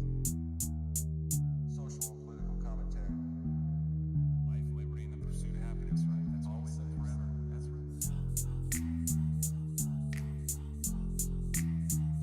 Salt of the streets. Another fantastic episode. Everyday Normal Person's podcast.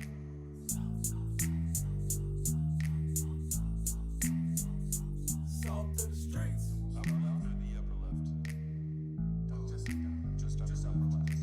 Welcome to the salt of the streets, coming at you every week with this food for thought. Hope you ready to eat. With everything going on in this nation, we need some information, and that's why salt need to be stationed in your rotation. With real talking, real topics, real people, real problems. Think we need some help to solve them, and leave it up to Colin and the Donovan, cause that's what's that? Oh, let's get ready.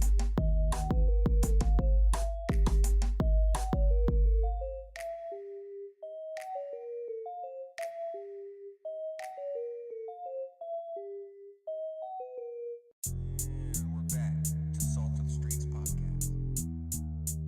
Social and political commentary. Life, liberty, and the pursuit of happiness, right? That's always and forever. That's right. Salt of the streets. Another fantastic episode. Everyday Normal Person's podcast.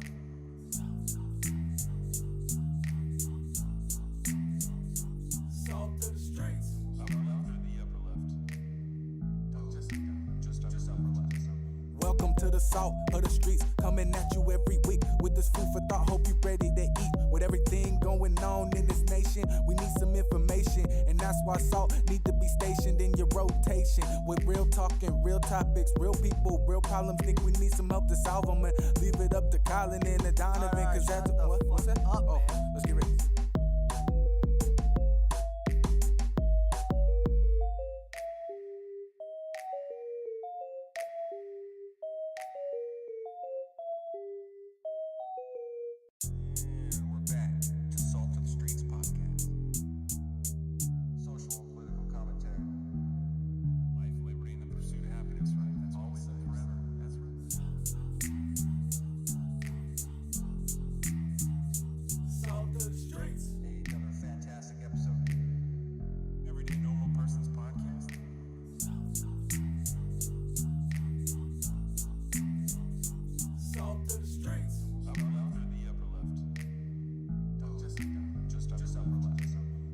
to the salt of the streets, coming at you every week with this food for thought. Hope you ready to eat.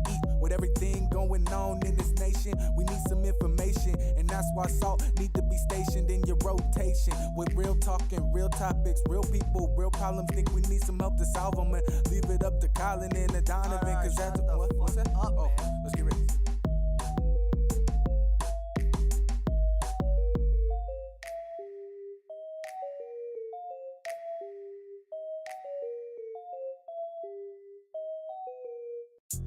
And we're back to Salt of the Streets podcast. Social and political commentary. Life, liberty, and the pursuit of happiness, right? That's always and forever. That's right. Salt of the streets. Another fantastic episode. Everyday Normal Person's podcast.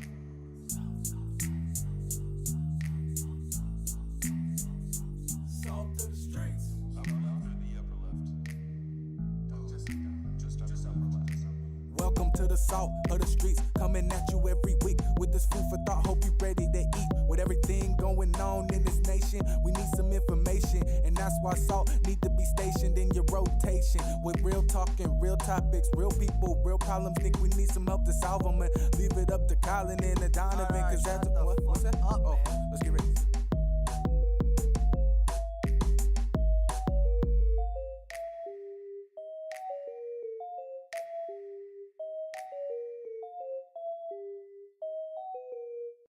And we're back to Salt of the Streets podcast.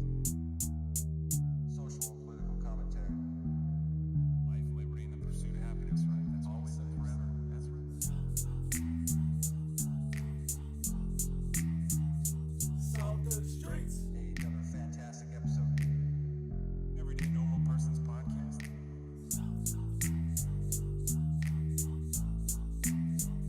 Salt of the streets. Upper left or the upper left? Just upper left. Welcome to the salt of the streets, coming at you every week with this food for thought. Hope you ready to eat. With everything going on in this nation, we need some information, and that's why salt need to be stationed in your rotation. With real talking, real topics, real people, real problems. Think we need some help to solve them, and leave it up to Colin and the Donovan, cause that's what's that? Oh, let's get ready.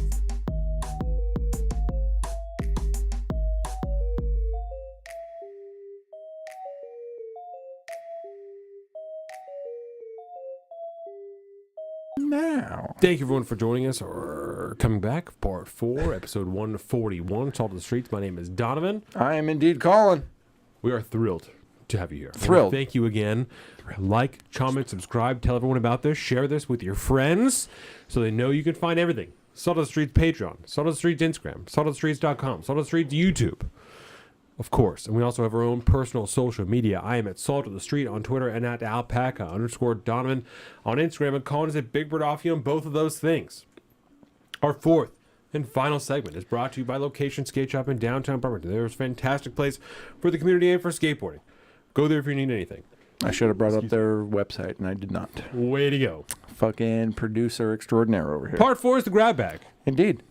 Colin is going to surprise me. We have some of the things that we are going to talk about. Daily Wire, Alec Baldwin, stuff like that. But also we run through the Twitter, and Colin really just tries to scare the shit out of me, I think. So, especially the one with the whale today. Yeah, okay. Buddy. I don't know what he's talking about. Exactly. So let's go ahead and start here. You want to start with Crowder? Yeah, we're going to start with Crowder. And this right here, Joseph, that's what he was talking about. That's what I think he was talking about. He left a message there.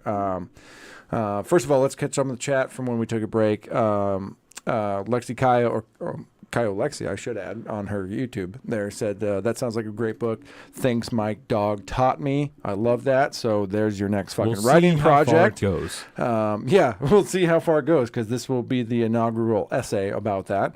And if you have more material, then hey, just remember, your dog's got a lot of life left to live. That's so right. We'll see how that goes. Should be and then 7 this Joseph year. says, I know there are other metrics, but live views should be harder to manipulate, you would think. With Crowder, live views were over 165K on Tim Pool, who has 20K to 55 or 50K daily.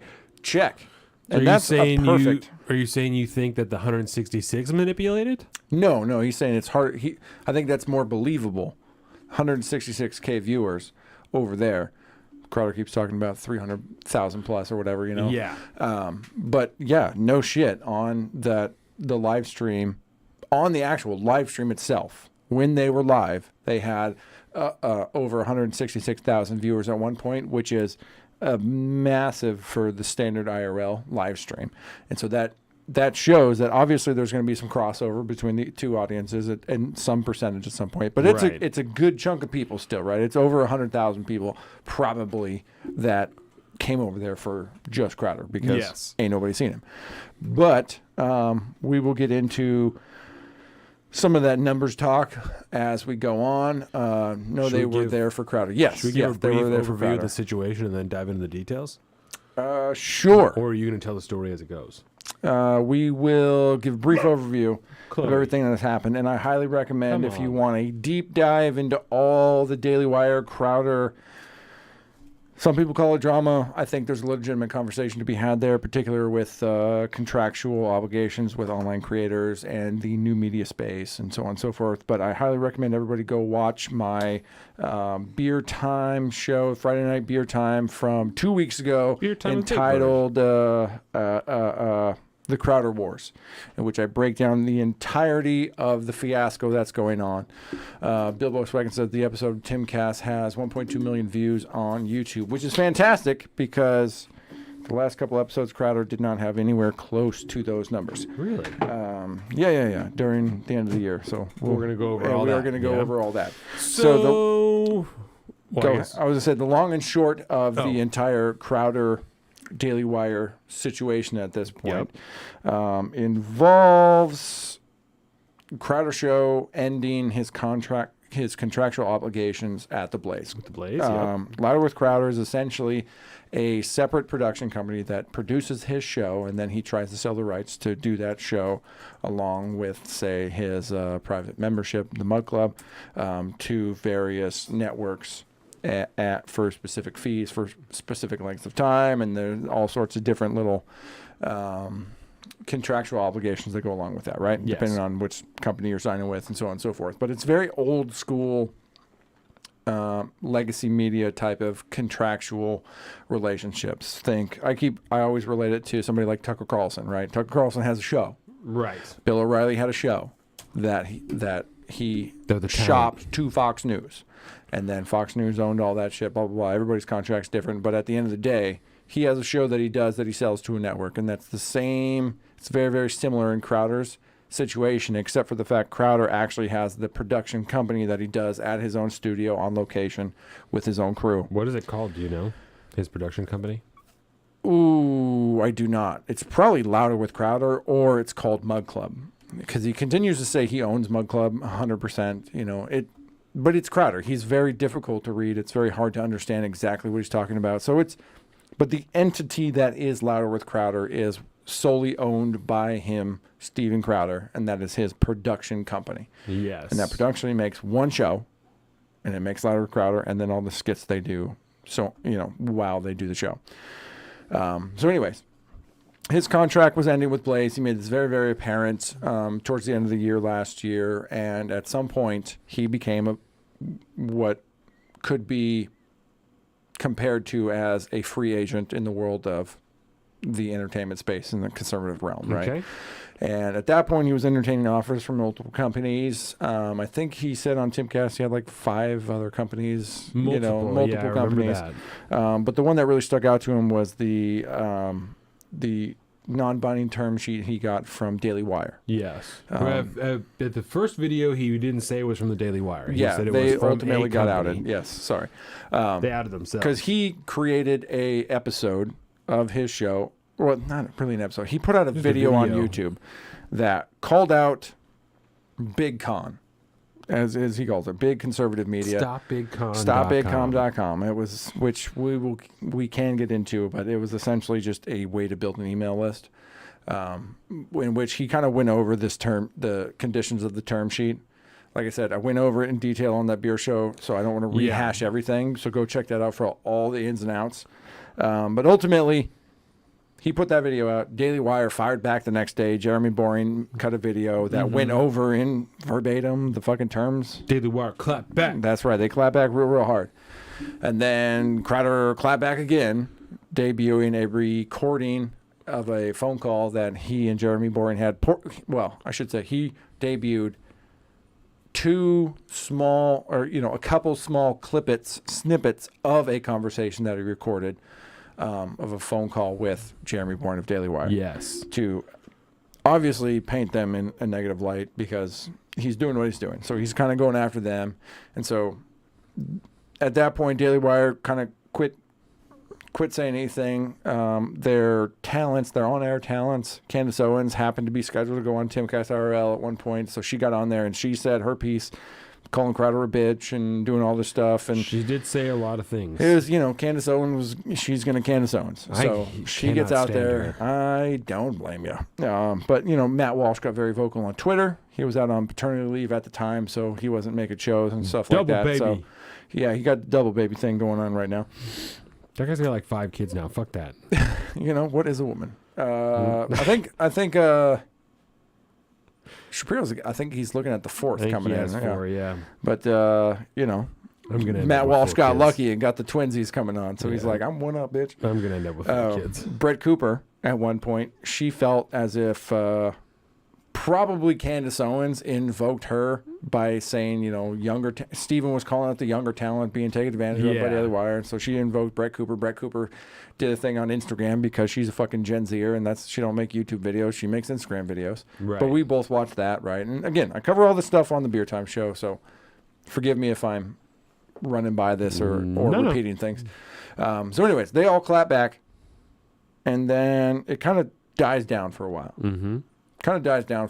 And Tim Pool makes it very known during the Candace Owens show that Crowder would be coming on the following week, and then he can speak for himself. So this past Monday, what was that? The 23rd?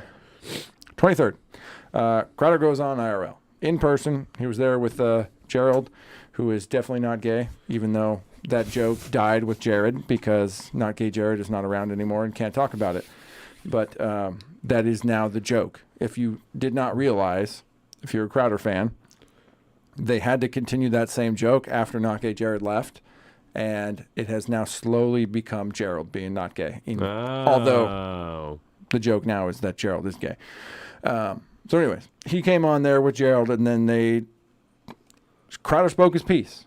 And so we're going to talk now about some of the piece that Crowder spoke, which leads us to our entry. He said a lot of things. We both watched it. I watched it 3 times, including once this morning. So there's that, which leads us to our gateway to this conversation about Steven Crowder and the Daily Wire. This is particularly about Steven Crowder, but we're going to enter through the gateway of... No, God! No, God, please, no! No! Boom. I love that. That's awesome. So this tweet comes courtesy of the great and powerful Jack Posobiec, who I think is a grifter in his own right, and respect to the grift. But he says here on this little clip, deception tells like crazy in this clip. Body language is off the charts.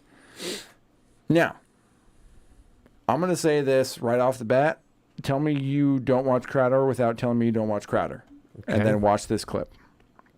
Before we get to like the finances, let's go to the top. Let me ask you this: if someone publicly was going, and by the way, I'm not going to be doing the personal stuff. I'm not going to be coming in here calling anybody a bitch, right? Sending out hatchet people. I understand why Candace was mad. Honestly, I understand why she was mad. I'd probably be mad too. So I don't think it gives you an excuse to go and talk the way like every girl does who gets their husband into a fight at a bar. But I understand why she was upset. If you had the ability, if someone's going out saying, "Hey, you're a difficult person who only cares about the money, and that you're a bitch," and you had the opportunity to clear your name because it was verifiably untrue, which now no one is arguing, would you do it? How else would people switch from it was about a $50 million salary to recording a phone call? Do we allow it when James O'Keefe does it? Is it only when corruption is on the side of the left? And here's the issue: I'll tell you who this hurts. The dishonesty. I'm not just saying Daily Wire. This is about the entire movement as a whole. There are a lot of practices that go on, and it hurts the sponsors, hurts the creators, hurts the viewers, hurts the investors. And by investors with us, it's entirely Mug Club. It's people who pay to subscribe. We don't make a dime off of YouTube. We haven't for many years. And it hurts if you believe what we say we believe, the movement in the country as a whole. So that right there, is fundamentally dis- And the gaslighting still keeps taking place. Candace Owens on this show said, hey, we all follow the same guidelines, right? We all follow. Crowder does too. That's verifiably false. Now, so you can publicly audit this. Yeah. We've had. Yeah, no. And then he talks about how many times he's been banned off or gotten struck from YouTube, got banned off YouTube for breaking YouTube policy. Yeah, but so obviously his show's going on here. So Jack Posovic's idea here is that you could tell from Crowder's body language that he's lying. Tell me you don't watch Crowder without telling me you don't watch Crowder. He is always very animated, and he does these weird twitchy movements, and he looks at the camera, and he does all this weird shit. That is a super bad take from somebody who has no idea what the fuck he's talking about. Right. That's how Crowder is, man. I watched the whole deal. Exactly. Yeah, and it all seemed very normal as far as Crowder goes. Yes. So that's how we're going to enter this super bad take on Twitter. Like, All right, Jack yeah, Posobiec, that's weird. not right. But also, he kind of lays out this whole situation at this point. His kind of take on this thing. It's not about the fucking money. It's about these other people and people being taken advantage of and so on and so forth. And he's going to have Hatchet Man coming after him and all that stuff, which I think is... It's kind of here nor there in the greater context of what it is that he's actually supposed to be talking about, but he kind of has to try to defend himself from Candace Owens. And you can generally understand that, I guess, for somebody that's involved in this type of situation. But I'm going to switch back here real quick while I adjust timestamp on this one. So now, part of Crowder's case when he was on top of there, because before we actually dive into all these things, you watched the entirety of that IRL, right? Yes. What's your generalized take of Crowder's his problem that he is trying to define in that episode? His side of the story, if you will, and then what's your take on the general issue as we've gone along here? So his take seems to be that he's standing up for the little guy, right? And based off of this non-binding term sheet that he received from the Daily Wire that he was displeased with.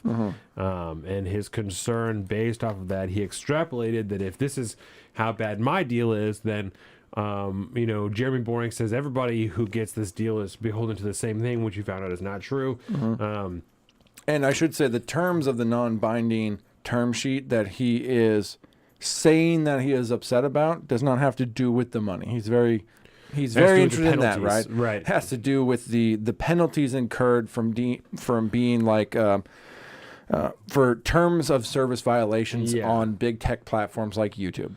Yeah, and so his concern is that if there are small creators that are presented with these same agreements, they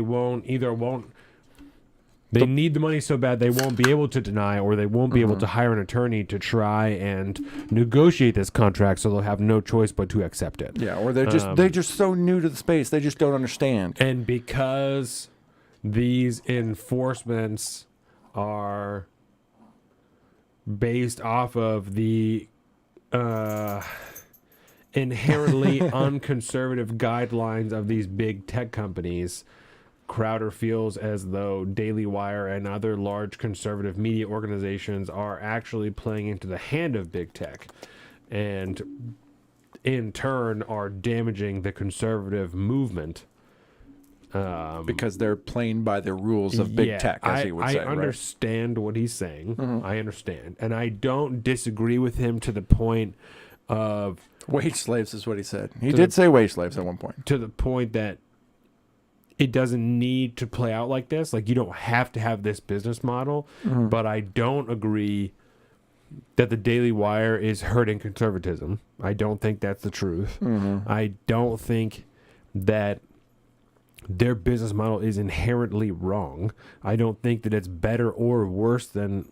I don't think that it's worse than Steven Crowder's. Okay. But I also... The one that he proposes, because right now he doesn't have a business model. Exactly. But I also don't think that that business model would lead the Daily Wire... Go zoom tight. ...to one day become a slave to big tech because they've based their business model off of that. I think that Jeremy Boring and Ben Shapiro have a good idea of what they were doing, Mhm. and they recognize at a certain point they're going to be so intrinsically involved with big tech that they'll have no choice but to resent them, or to separate themselves from them. Mm-hmm. Mm-hmm. I think that's good. Carolina says, "Bless you," by the way. Thank you very much. And Joseph, we're reading your chats here. I don't typically watch; I listen, but you get my drift. I can listen to what I want, but I work with my hands, brother. Amen. And we're gonna some of your earlier comments. We are gonna get to addressing as we go forward with this thing here.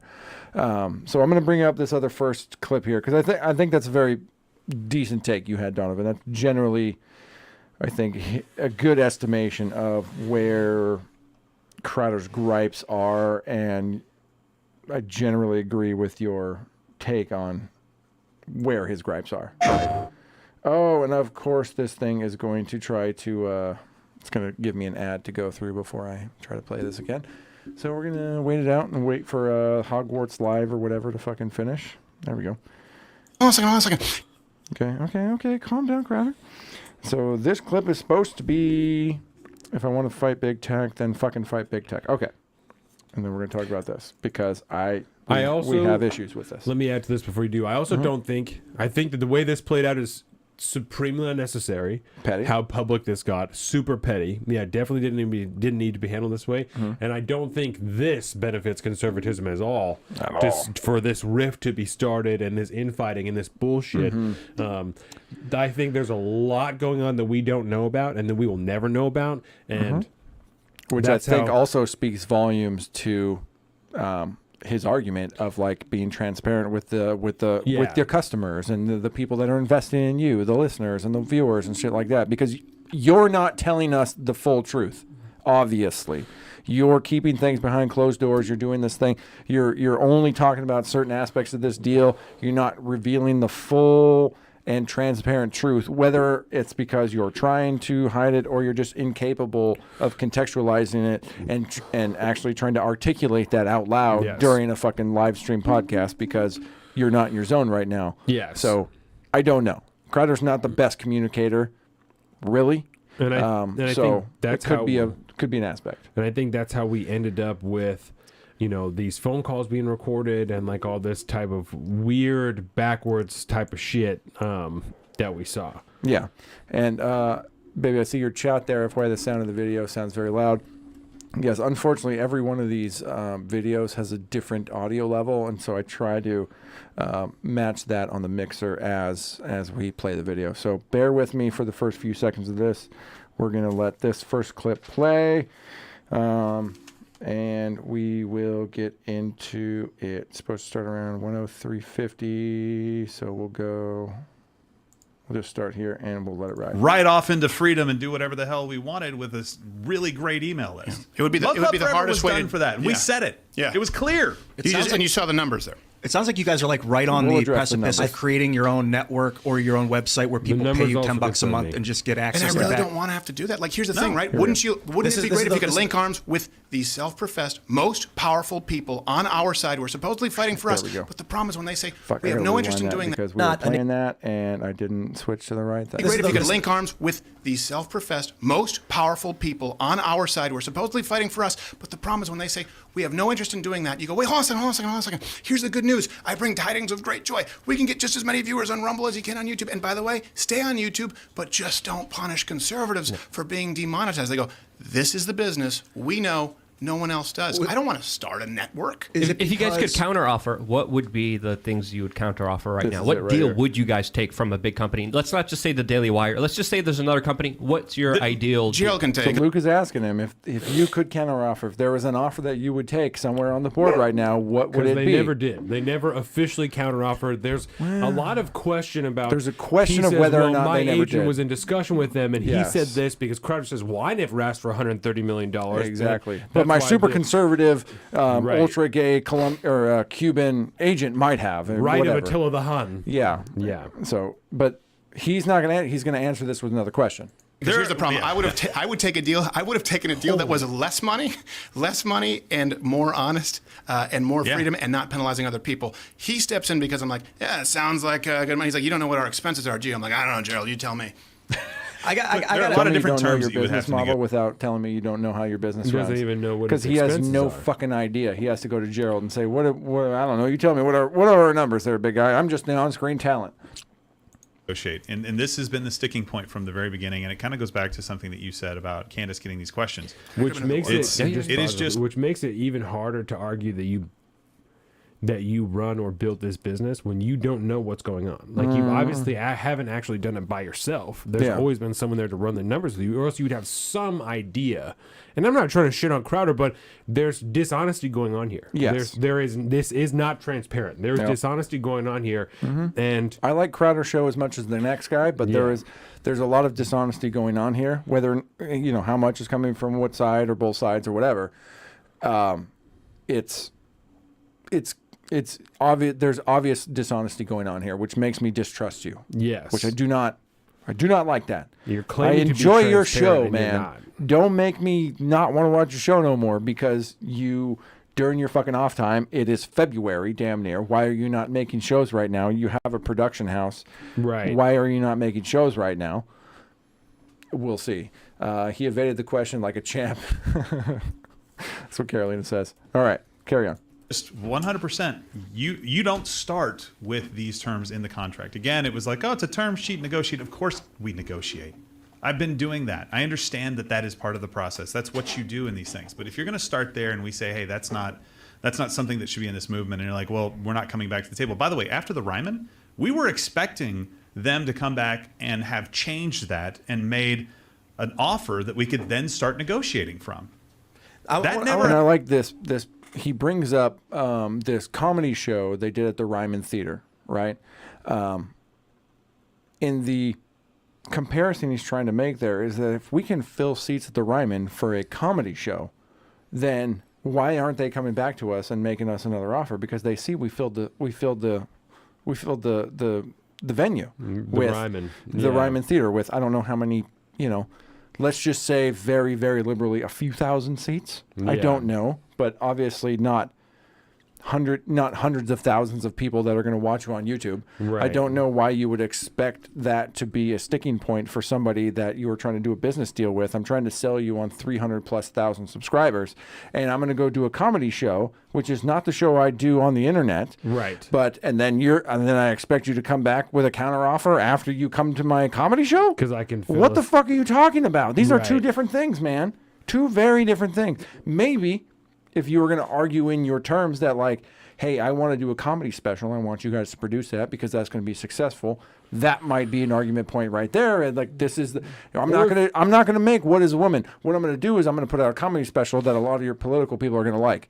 There's a selling point right there, but that's not what you're talking about. You're talking about trying to sell your entire show to another media corporation. That is not a venue to make that argument for. Or maybe if you filled an arena. Like if you filled an arena and you can show multiple thousands of people that are not only willing to show up but spend or tens of thousands of people. Right. Yeah. Because that's devotion right there. I mean, people are going to put up with that hassle I say an and that arena shit. because if you think like Madison Square Garden holds like 18,000 people, right? And I'm saying if he was able to fill a venue like that, even though it isn't a 300,000 that he's promising, those people are still paying $100+ a ticket, and so the dollar amount translates into something that you can negotiate with. But if you're talking about the Ryman Theater, which is like you said, probably just a few thousand seats, we can look it up. Quick. Yeah, let's look it up real quick. I'll sit down here. Not that it isn't. We're not filling theaters. We're not shitting on Crowder for that. But what it doesn't translate to, they're claiming 300,000 minimum subscribers is what they're bringing on day one to Daily Wire. They're saying 300,000 bare minimum, which seems like the Ryman 2,300 people. 2,300 people. So 24 if we're being liberal about it, right? That does not make the 300,000 that you're talking about. No. Right? It's an apples and orange comparison and he's at saying that point. Bare minimum 300K subscribers day one. And we will get into why that is a blatant lie as we go along. So we will carry on because he hasn't quite made the point I thought he was going to make yet. Oh, yeah, he's going to answer this question from Luke, which he's not actually going to answer. What happened? So this is the term sheet right here. I've got it. This is the whole thing. Is that the first one? I don't know. That one that was sent, I guess, October 5th. It says non-binding term sheet. Confidential. The first one. Exactly. He's very confused about that. So because you didn't negotiate But you have more than one term sheet. Well, No. I got to point out for you, Stephen. It says if any of the major platforms issue a strike, you would have the fee reduced. It gives examples of what the major platforms are. I'm assuming that's not limited to. In which case, it looks like they're basically saying what at their discretion they determine what a major platform is. Yes. This is the language of a man who has actually done business and understands what contracts actually Tim look Pool. like, and Yeah. you know, going back and forth, because they would own everything he created during that term. That would include his comedy. Their initial offer didn't mention it other than everything belongs to us. That was not my understanding of that take. Listening to the Jeremy Boring the episode. way that it was explained, it was things that they paid to for. produce, Yes. which would have been his show during that time, because they said the backlog would have gone back to him Yes. after the term was over, Mhm. and then any comedy specials that they paid to produce, because they were also Would talking be about theirs. up to $2.5 million a year Yes. for special productions, Mhm. which would have I assume would have been a comedy special. It would have been, yeah.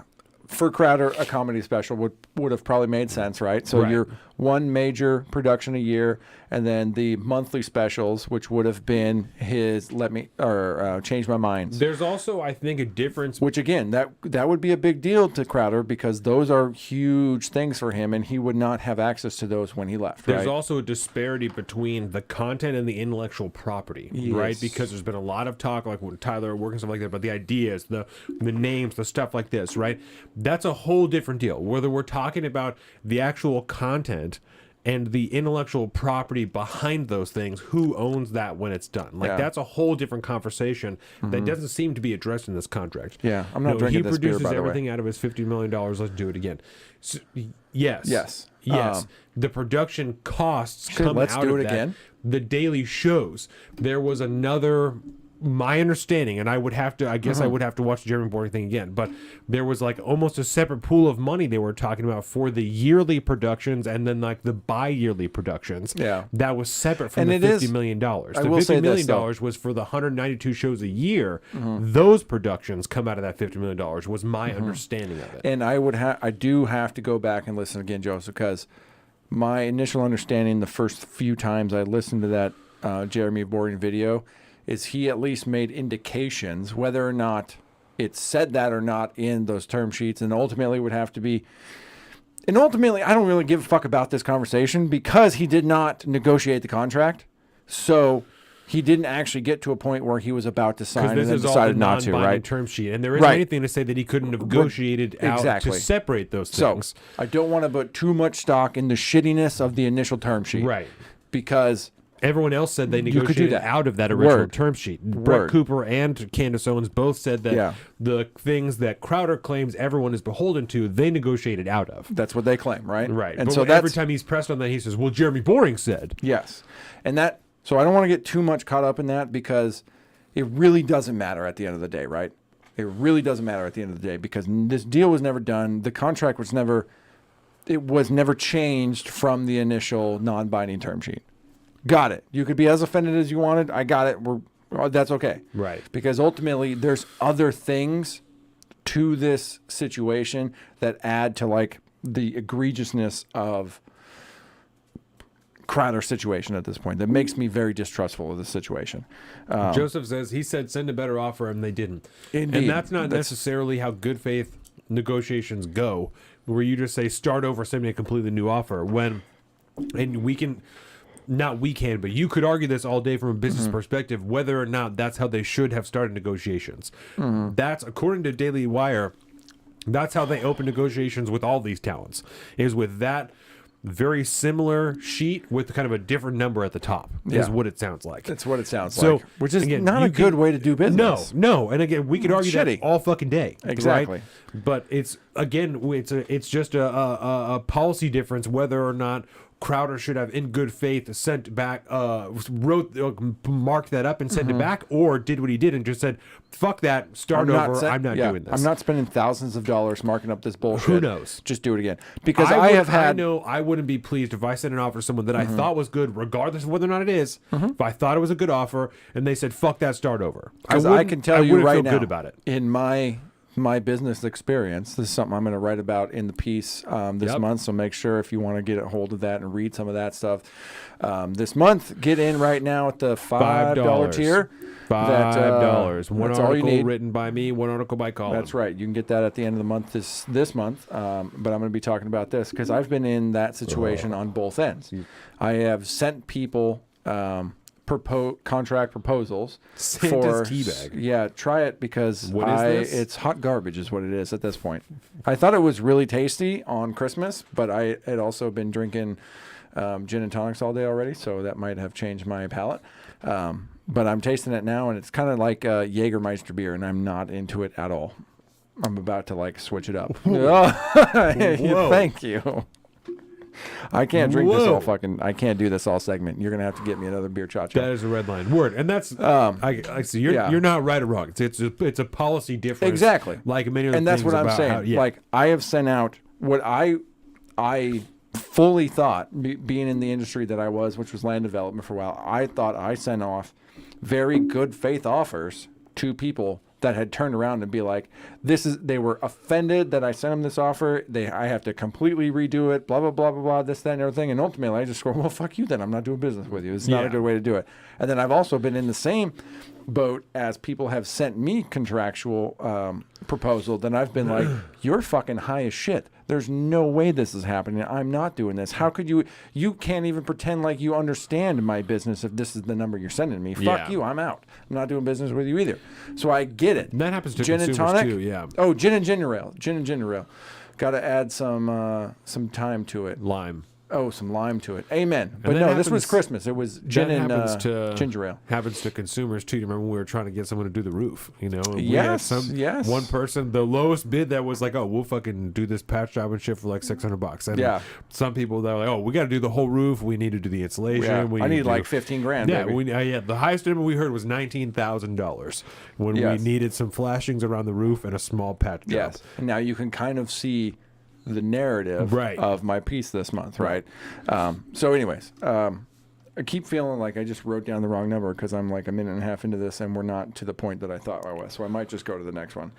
What is this point supposed to be? The point was supposed to be, if you are the Daily Wire and you claim to be fighting big tech, then fucking fight big tech. Do not include these terms in here where you're going to penalize me for being demonetized, for being struck on YouTube, for having big tech come against me, because we're all supposed to be fighting big tech. So if you're trying to fight big tech as you so claim, then put your money where your mouth is and fucking hire us. And I think that's what he's saying. Don't put these going. terms in here. Because at first he said to Ian, it shouldn't be up to us. Exactly. Like, it shouldn't be up to you. And then, so if Twitter gave you a suspension, they'd dock your fee by 25%, even though Twitter is not a major driver of platform or host. Right. But you know what the good news is?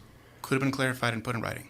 Never was. No. And by the way, I said that the first one because that didn't look like the Daily Wire one that you were holding. I was like, did you get an offer from somebody else? No. It's because I think we did reader view or some shit. By the way, do me a favor. I just need to understand this because one of the arguments that was put forth is, well, this is just a standard starting point for everybody. Okay. I don't play those games. I don't do that. Hold on. No, but it's not just a term sheet. It's not just a term sheet. Everybody else, their production comes out of you. You knew Steven well enough to know that he had his own production team, and therefore the costs would be borne by him, but everything else was just standard. And our apologies for leaving it in there, because that was one of the claims that was made. This is just the standard contract, negotiating start point of term sheet that we always give to everybody. Right. It's like, yeah, but you knew Steven well enough to know he did all of his production, but then you're saying the rest of that was just standard. It's a production company. It's a production house, right? It's everything. It's 25 employees. It's just disingenuous, guys. It's not real. Well, do they not know better, or is it dishonest? Let me ask you this. Do you really think, I will say this, the only thing I've said about Ben is Ben is brilliant. He's one of the smartest people I've ever known. Oh, he is. I don't care what he says, okay?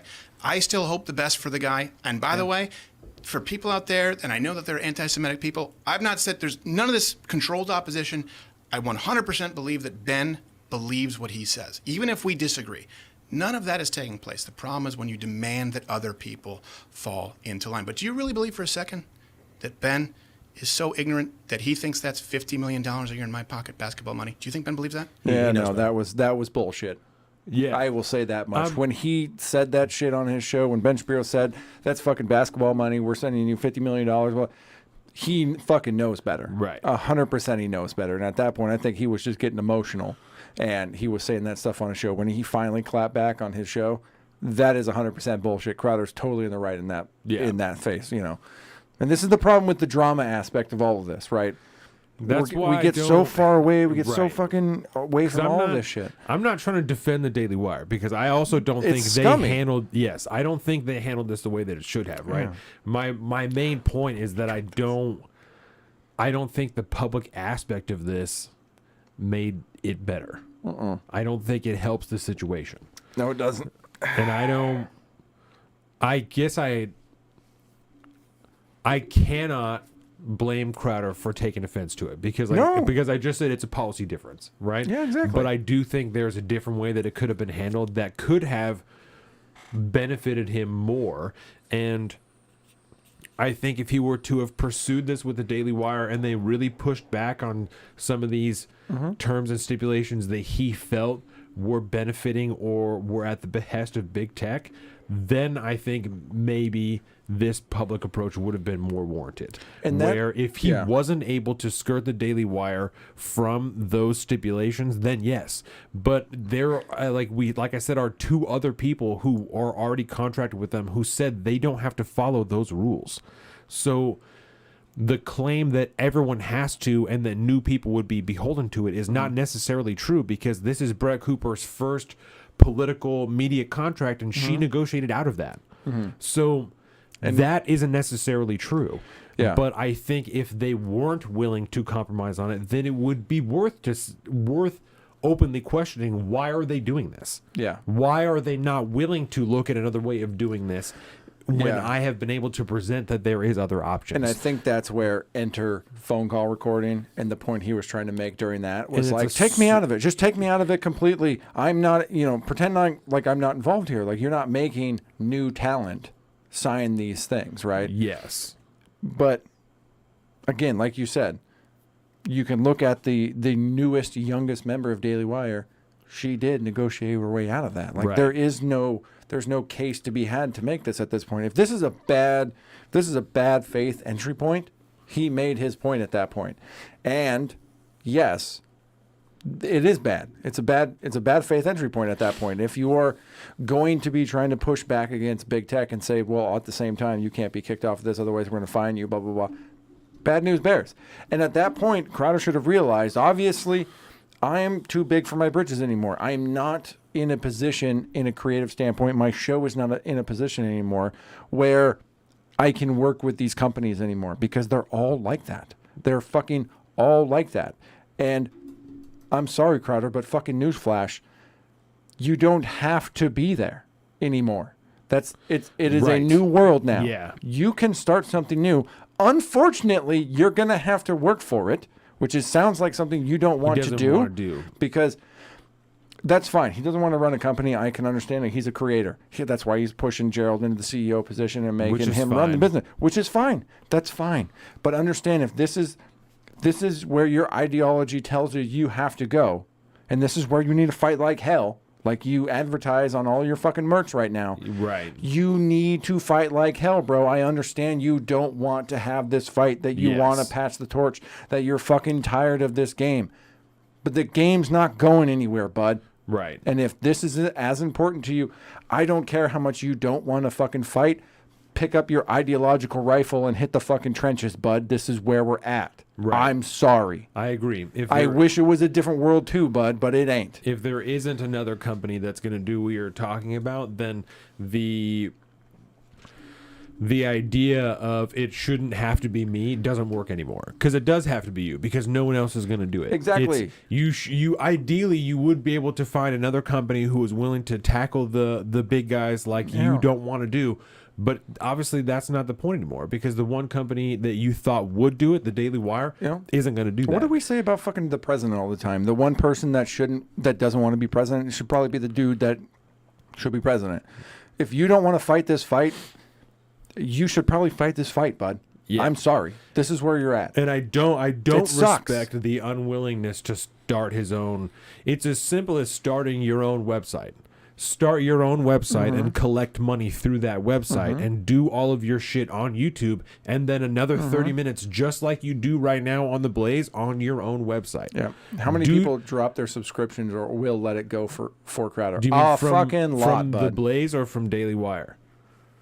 Oh, yeah. I would assume from The Blaze because he's talking about for Crowder. Because there were also people on the Timcast chat that were saying that they were going to leave Daily Wire because they had lost respect for them because of the way they handled this. So that's either way is an honest question. There's going to be crossover both ways at this point. People are going to leave. People are going to come. Yeah, it's going to be a thing. I think that's part of my trepidation on this. No, part of my perceived aggression towards Crowder's point of view is I don't respect the unwillingness to start his own deal. I really don't respect that. I really don't either. Look down on it because if his audience is as big as he claims it is, then he would have no problem collecting fucking millions and making his shit as great as it could be. Yep.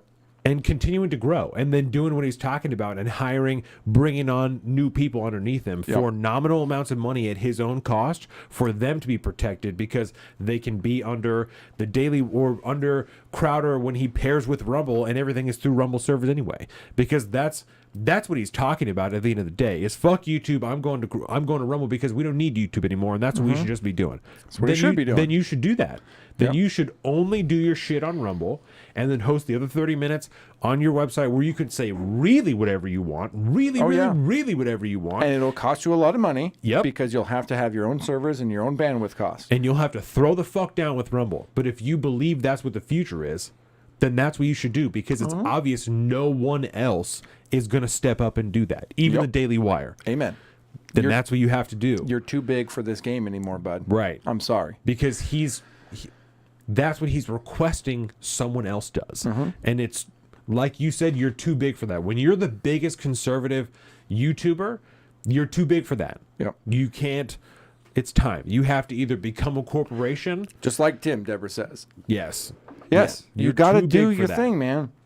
And Tim had it better off because he was able to grow into Just like Tim, Timcast, right? Rippaverse, right? He does the Rippaverse, exact bro. same thing. Just put out all of his own fucking comic books, his That own dude, content, his own everything. He is like through my his own favorite website. fucking Eric human. July, yes. He is so awesome. There's nothing stopping you from doing that. He does his shit on YouTube, and then if you want to watch it later, you pay him on his website. And his big thing is comic books, right? That's how he came up. He's a big comic book guy. He just Music? Had Yeah, he came from the music universe, right? So he was already tuned up to this kind of manipulative contract thing, but like it's a different world, but it's somewhat equivalent The same because of concept the applies. Yeah, because of the manipulative contracts, right? And Crowder is from show business, so he knows how to produce content. He has a production line. That's what he knows how to do. He makes good content. It's Help very people popular. make good content that gets views. He is conveniently pulling dollars from the overlap and taking them Daily with Wire him. has lost subs. I'm not surprised. I'm not at all surprised. No. And I'm I think not that's surprised. And overall, it's probably better for the movement in general if the conservative movement is what we're talking about here, which I don't necessarily agree with because I'm not on board with the overall conservative message, if you will. I'm much more on board with them than anybody else, other than our few fucking ANCAP people and libertarians. But we never make any money and we're never very popular, so we'll take that. You guys can help us. Amen. Go subscribe to the Patreon. Let's do it. Don't make Deborah stand alone. Give her a community to hang out with on Eventually, Patreon. we're going to buy something with that money. I don't know. It'll be. I'm sure all proceeds will go to the new studio. Something cool. She said. She's like, I want to be alone. Leave me alone. Okay, so we're gonna move on because we have one quick little point right here that I know pisses you off, and so we're gonna hit that real quick, and then we're gonna get into Mug Club Forever and the numbers and all that good stuff. Yes. So here we go with that. This is how you talk, and it's genuine. It's genuine. Here's the thing: keep doing it if that's what they want. I'm not going to. At a certain point, my tolerance will run out. So send 4, send 5. At a certain point, don't send anyone you expect back in one piece. But what will you make? Right? You talked at the beginning. Something you were saying something about right there. He was talking about like the hatchet men from Daily Wire are going to come after him after this episode, which was not true. And Let me play through this ad real quick. I just noticed it popped up. Doop-a-doop-a-doop-a-doop-a-doop. I hate mobile games forever because they're just fucking stealing money from people's pockets. Hard for everyone to just pay all across the board randomly to different people. Like if you want to support a creator, you're on one website, you're on another website. Yes, yeah. So how would you? It's a subscription fatigue, right? You have the same with like Netflix and Hulu. So can I answer your question with a question to Crash Test Dummies here? I just had to bring that up there. I started to feel like he's real narcissistic because I don't know. That's totally my perception.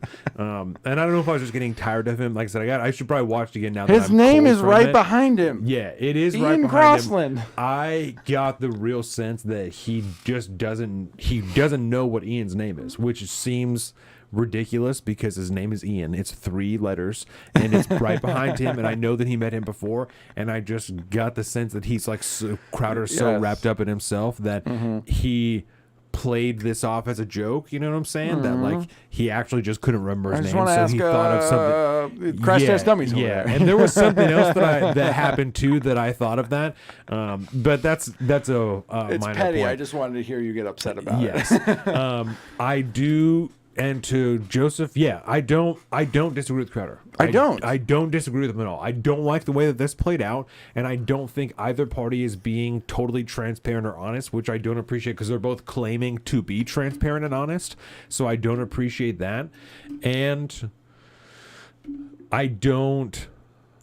I really, really have a disdain for the unwillingness to like nut the fuck up like he's requesting other people do. I think that's some real weak shit. That's probably my biggest problem with all this. Like, I don't disagree with him on any aspect of this contract bullshit. Like, I don't. Yeah. I don't like legacy media. No. Period. Full stop. And Daily Wire is legacy media at this point. It's the same business model. It's just a different output. And I don't disagree with it's a bad business. It's dirty business. I don't disagree with him on that. I 100% support him in calling it out.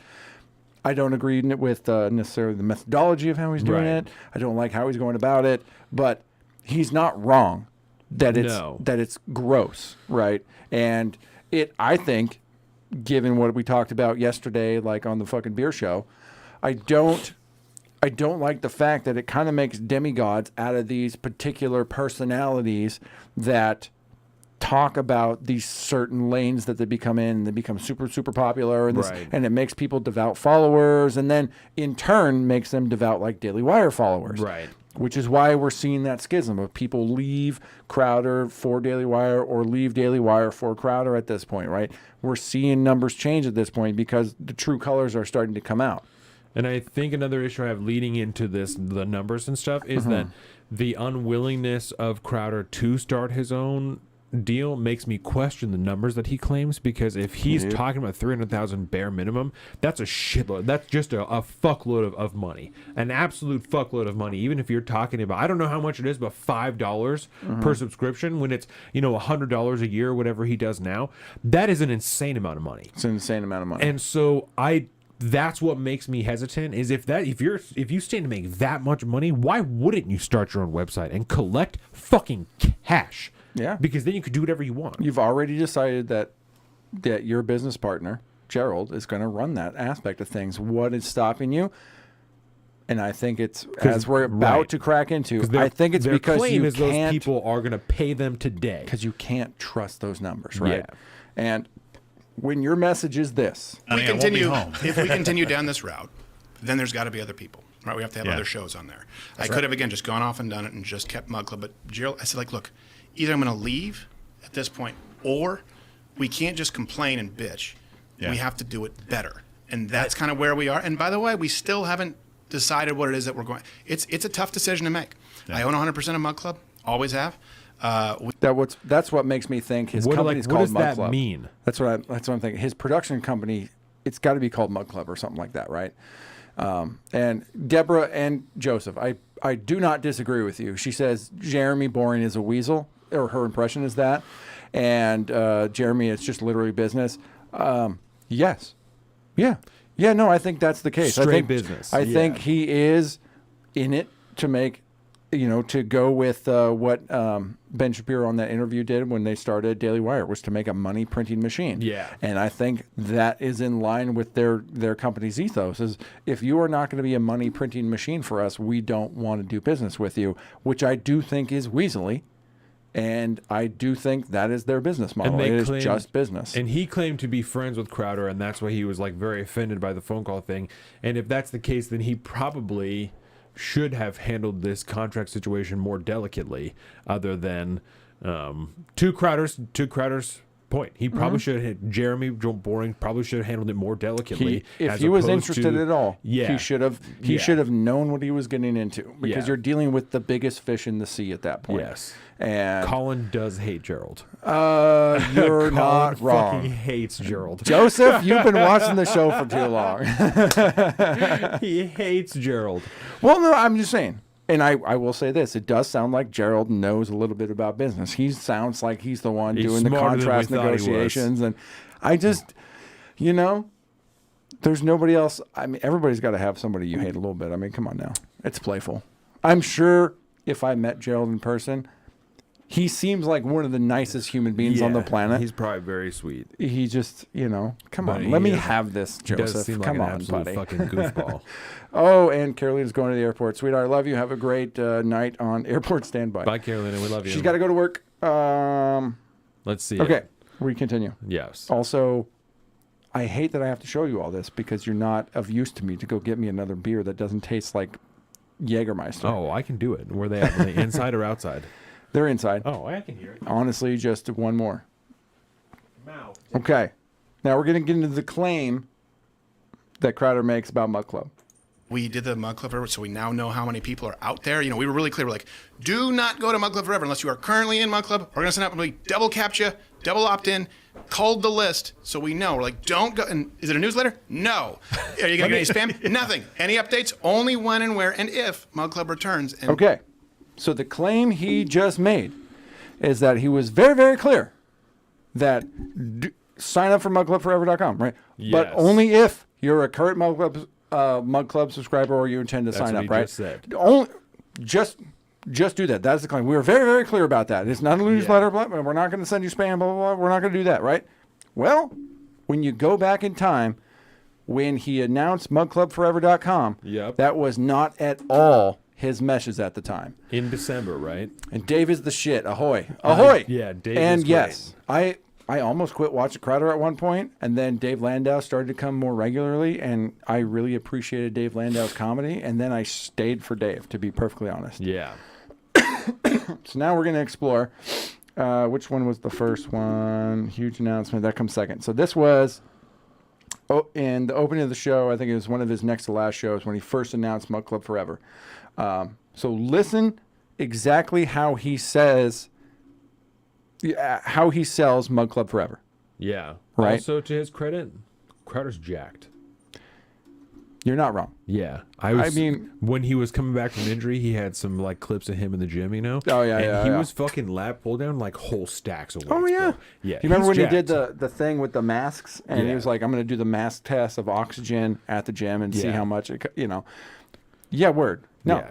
I got nothing bad to say about that. He was doing one-arm rows with like 95-pound dumbbells. Yeah, he's jacked. Ow, so. Your claw is caught in my jeans, bitch. That's a +5 for Crowder. He's jacked. Again, just much like Gerald, if I could sit down at a fucking bar over in where the fuck he's from, Michigan or he shoots guns or whatever. Like a pussy though.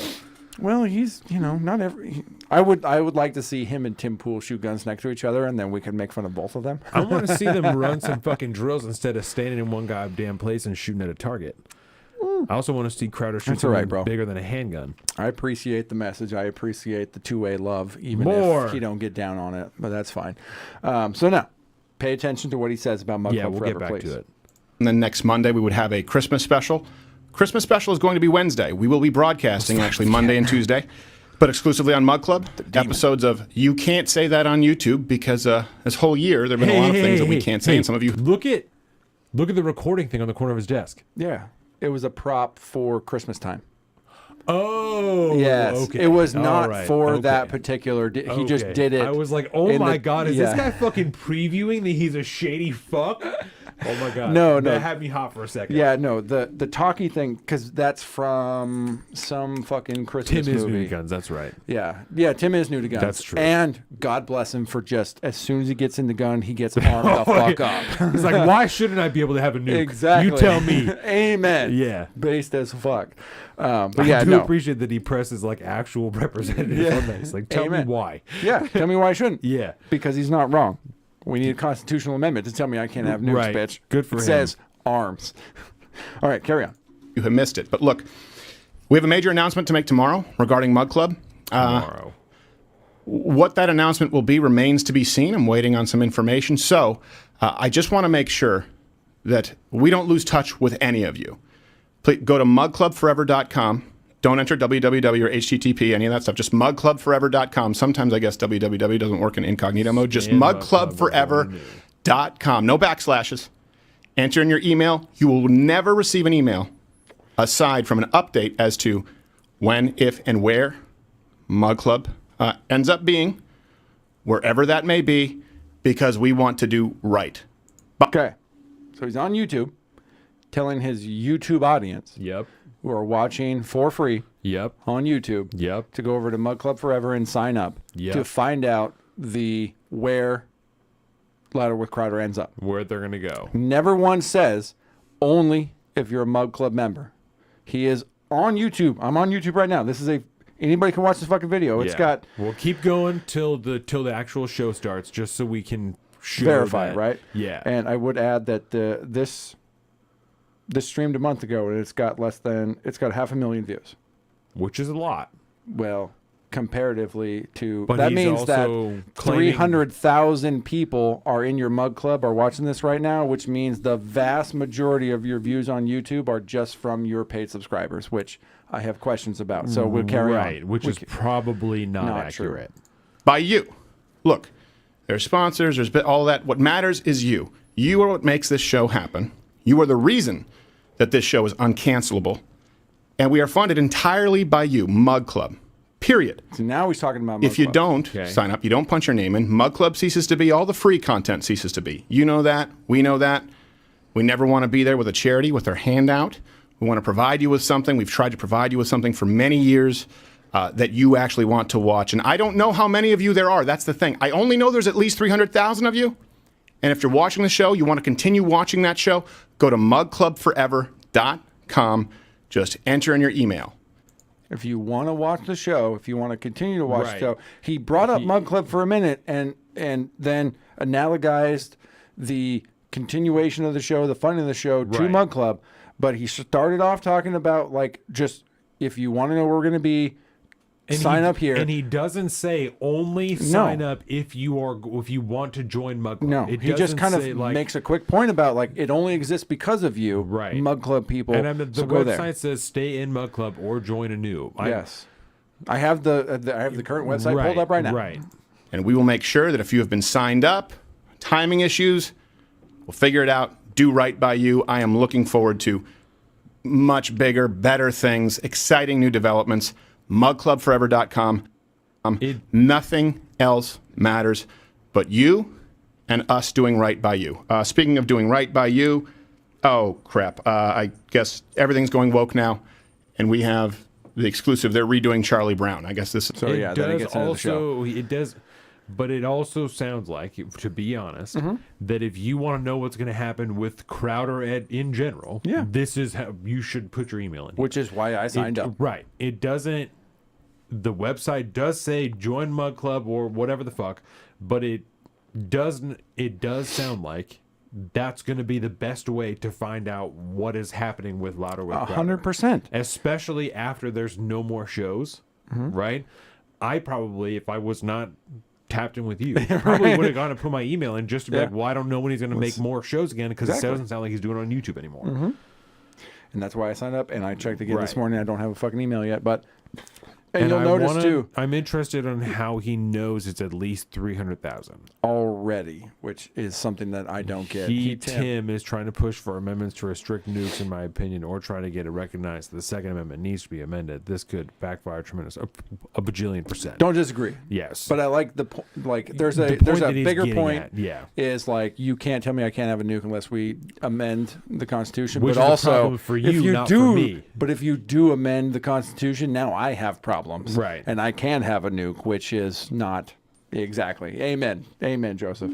So yeah, and I think his point with the nuke thing is that that's a problem for you, not for me. Because if I can get my hands on a nuke, you don't have any legal basis as to why I can't have it. Yes. And so we saw right here, right? This is what this is actually before. This is the original Mug Club, the sign up for mugclubforever.com. It's different from the current one because after this, they had a DDoS attack and they could not fix it. Oh, shit. And that's when Jeremy from the Quartering stepped in and created the actual new one, which has authentications and stuff like that. But that's so awesome. anyways, so that was the first one, right? And then after that, people what date was that? What date was that? That was December 14th, and then we get into December 15th. This is the following day, right? Okay. Forever.com. Enter in your email. You can bring that up on full screen, Toolman. Just so you, not that. Just one, so you know, this is a horrible start. Mugclubforever.com. Look, note the new website already because they got attacked after that. Yesterday and the day before, when we put this up, the servers crashed. We had DDoS attacks. I want to make sure that you know it now 100% works. If you signed up before you are hearing this right now, I ask that you sign up again. The email list may not actually work because of what happened with the servers. So some announcements that we have to make. People fucking hate him so much. Exactly, right? So let's just put this in context, right? You sign up on the original thing. I had to sign up twice. Right. Because essentially that old website, that old email list, that got nuked. Yeah. Gone. He had to start from zero again after that. Because it was a brand new thing. He had to get it set up, and then he had to have protections on the website, hence Jeremy from the Quartering's involvement. And so at that point, like, he is like, oh, fuck. Oh, fuck. I just lost all these people that said they were going to follow me, blah, blah, blah. My email list is gone now. Yeah. And now he's got a brand new email list, which apparently Jeremy from the Quartering said he's seen the numbers. They verify with what he's saying. Okay. And that's my cross-check on this, is Jeremy... That the email list verifies with the numbers that he's saying. Roughly the numbers. At least 300,000. Right. But that doesn't mean that all of the people on the email list are going to pay him whatever he's going to ask them to pay him. Yes. Because I probably won't. Right. To be clear, I do think that Crowder is going to make a fuckload of money. Hard yes. I think there's a shitload of people. With 6 million subs... or 5 million subs, you're going to make a shitload of money regardless. 100%. Even if it's only 5% of those people, that's still a shitload of money. It's still a shitload of money. So, yeah, at the current rates, you know, that is a shitload of cash. Uh-huh. But the actual numbers... It's more than what Daily Wire offer him. Yeah, but the actual numbers are important because that's what he's waving around, hanging at the end of his dick. Is this 300,000? That's your bargaining chip when you go into negotiations. Yes, that's the flag hanging off, waving around the end of your dick. That's your bargaining chip in negotiations. Yeah, we can call it a medal if you want. It's a chip. I, Mug Club, am leaving the Blaze. He says I Mug Club, so I'm thinking his production company's called Mug Club. Okay, it has to be at this point, right? Yeah. That's the way he's long been time saying coming, obviously. And I had been hoping that this would be, of course, a joint statement. I've lost sleep over this for months because I knew that I wouldn't be renewing. And, of course, the Blaze knew that I wouldn't be renewing. But I have no way of reaching you. I'm precluded from being able to reach you. And that's why if you go in and enter your email so we don't lose touch with you at mugclubforever.com, we can enter that in there, and every time I mention it, Toolman, just bring it up.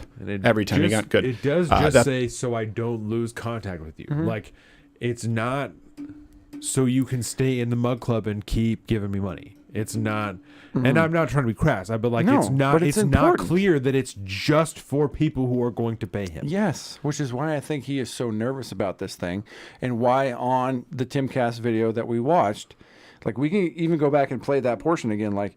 He says he has at least 300,000 Mug Club, bare minimum, Mug Club subscribers.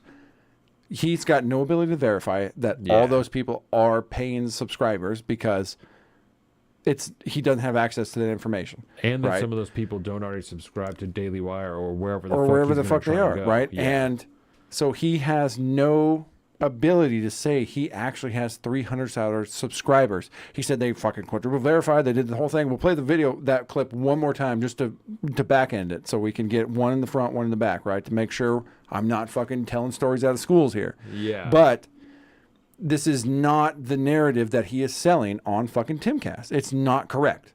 He's being disingenuous about that. And I think part of the trepidation about going independent and just saying, fuck it, we're doing this, he doesn't know.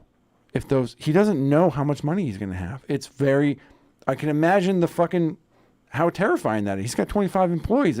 Well, he said he's expanding. He's got 30 employees or 35, whatever it is. He said he was expanding on Timcast. So let's just say bare minimum, he's got 25 employees. That is, I can tell you from running a business, that is a fuckload of mouths to feed. Yes. I don't care. I had a bunch of licensed professionals that made $100K a year and all this shit. So I have a general idea of what that means with 20 employees. But with your 25, with production people and interns that you pay and all this stuff, I can get a general idea what it costs to keep them around salary wise. I'm not telling stories out of school here at that point. I know what kind of money you may or may not be looking at paying payroll every fucking month. Well, and he's not wage slaving him if he took offense to what Jeremy Boring said. I guarantee you he's overpaying everybody that works for him. Yeah. But still, the amount of money that you're looking at paying those employees, he's probably paying them right now. Crowder seems like the guy. Right. He's not going to fire you while he's doing it. He's paying you. He's talking about hiring more people. He's definitely still paying them. His website's still putting out fucking articles and shit. Yeah, so he's definitely still paying He's still paying all of his employees, and he's not making any fucking money at all. They're probably making skits to play whenever he makes fucking shit again. I guarantee you. Just backlogging skits and shit. I guarantee you, right? Yeah. And that's, like I said, he seems like a good dude. Overall, but business-wise, all the videos that they made from the comedy tours that they've been doing, I'm sure he has those all recorded so he can sell that shit. Yeah, because I feel like I heard him say somewhere he's got a special in the works. He's played clips from those shows too, so he definitely has recorded. I would love to see a fucking Crowder special, bro. I'm very I'll pay interested. pay-per-view for that. I'm I'll pay very $9.99 for that. In a Crowder special. Yes. I want to see if he's actually funny or not. Because I've seen clips of him. Funny. He's not that funny in the clips, but we'll see. It's like when Dave Rubin does stand up. Yeah, it's pretty all right. It's okay. It's okay. We saw Dave Rubin. It's okay. Live. Yeah, it's all right. Okay. It's not great. I got a couple cheap laughs. It's fine. I saw Joe Rogan once. That was much better. That was much better. Yeah, because we saw Dave Rubin open up for JBP when he was in town. And that was, we laughed a little bit. It was fine. And then we saw Joe Rogan when he came to town. Right. Markedly different. Yeah. And even his opener, whoever the fuck that was, absolutely. Ian Edwards. Bro. Oh, I don't fucking remember. Bro. That Ian was Edwards so is long legit. Ago. I know. He was just on fucking Drink Bros a couple weeks ago, ago, so it was great. I like Ian Edwards a lot. So anyways, we got this. We can run this out if you want. Continue. So context and whatever, but yeah. That's why I got you. I'll be mentioning it ad nauseum here because it's the only way that I can get in touch with you. I don't know how many of you there. I only know that there are well over 300,000 of you who have paid to sign up and watch. That hundreds of thousands of you watch on Mug Club every day, in addition to the 2 million or so plays and downloads. Internet traffic, maybe traffic to his website. It's not individual hits on his not website. To his website. But if they access it through mugclub.com, right? You said that if goes you go to the Blaze, but that still would count even if his website mugclub.com redirects to theblaze.com, that's still going to be a hit on that IP address at mugclub.com. So if that's how people are accessing and they're logging in there, and then it reroutes to the Blaze, he's still going to be able to log that. And so if he can track the amount of individual IP addresses that are visiting that website on a daily basis on average, then that could be how he's getting that number. And if he probably doesn't know how to do that, but Jeremy from the Quartering probably does. Yes, he probably does. So, and if it sounds like because I'm going to tell you from it sounds like Crowder just kind of opened up the doors and was like, let's just figure out what the fuck is going on here to Jeremy from the Quartering, and they got all this shit figured out. Yeah, probably. So if I'm excited because case, apparently the two of them have been working on something, by the way. So if that's the case, that would make more sense as to how he would have some idea. A pretty good idea of how many people. And by the time he made this video already, he'd been working with Jeremy from the Quartering already multiple times. Because there are definitely going to be people that like use VPNs or whatever, and they go back to his site multiple times a day. So some of that is going to be adjusted, but there's got to be some. I wish I was techie enough to know. Right, but he said well over. So if you're talking about even 350, right, 350,000 people on average a day, you got to be over 350 if you're going to say well over. Right, then it's probably not 50,000 people that are double visiting with the VPN every day. Yeah. You know what I'm saying? Although anybody that's going to watch Crowder probably has a VPN on. Well, a good portion of his audience, I should say. I would say a good portion of his audience will. But even then, his show's only an hour and a half, and you're probably watching it all at one clip. Especially if you're watching it when he goes live, and if you're not, then you're saving it till later. You're watching it all in one clip. Yeah, I wouldn't imagine you don't have to go back to a show more than once. It's not long enough. No, it's not. So anyway, I think that's some good context, though, because we don't really know. We don't know how the fucking internet works. No, unfortunately, but I mean, there's probably ways to backdoor those numbers. And common sense, right, Joseph? That's right, Joseph. 25 employees plus production expenses. I need to 30 it plus. Needs to be he talked about hiring more people on Timcast. 30 plus, 6 new people. They're expanding. Yeah, and that's something, like I said, I will talk about in my piece at the end of the month over on Patreon.com. I want to see where it goes. I like watching a show. I do like watching the show, but I'm not willing to pay money for his show. Which, call me a shill. I call would me pay whatever, him a nominal, a small fee every month, but I don't want to. I don't like the yearly subscriptions. That's a personal thing. I don't like that. I don't like paying. I don't do the yearly. $100 at one time. I pay don't like more that. money to do month by month because I am fucking. What do you call that? I'm a cheap fucker. Well, it's just like the only person I've done yearly for at this point, call me a shill at this point, because I pay yearly for Daily Wire. Okay. And that's because Amazon for Prime you have to. That's a yearly. That's true. But I'm not watching PlayStation. I'm saying PlayStation Plus. That's a yearly thing. Like those things. Yes, that's true. I only pay yearly for the shit I have that to shit's pay coming yearly up. Shit, for. that's right. It sucks. I don't like it. I don't like it.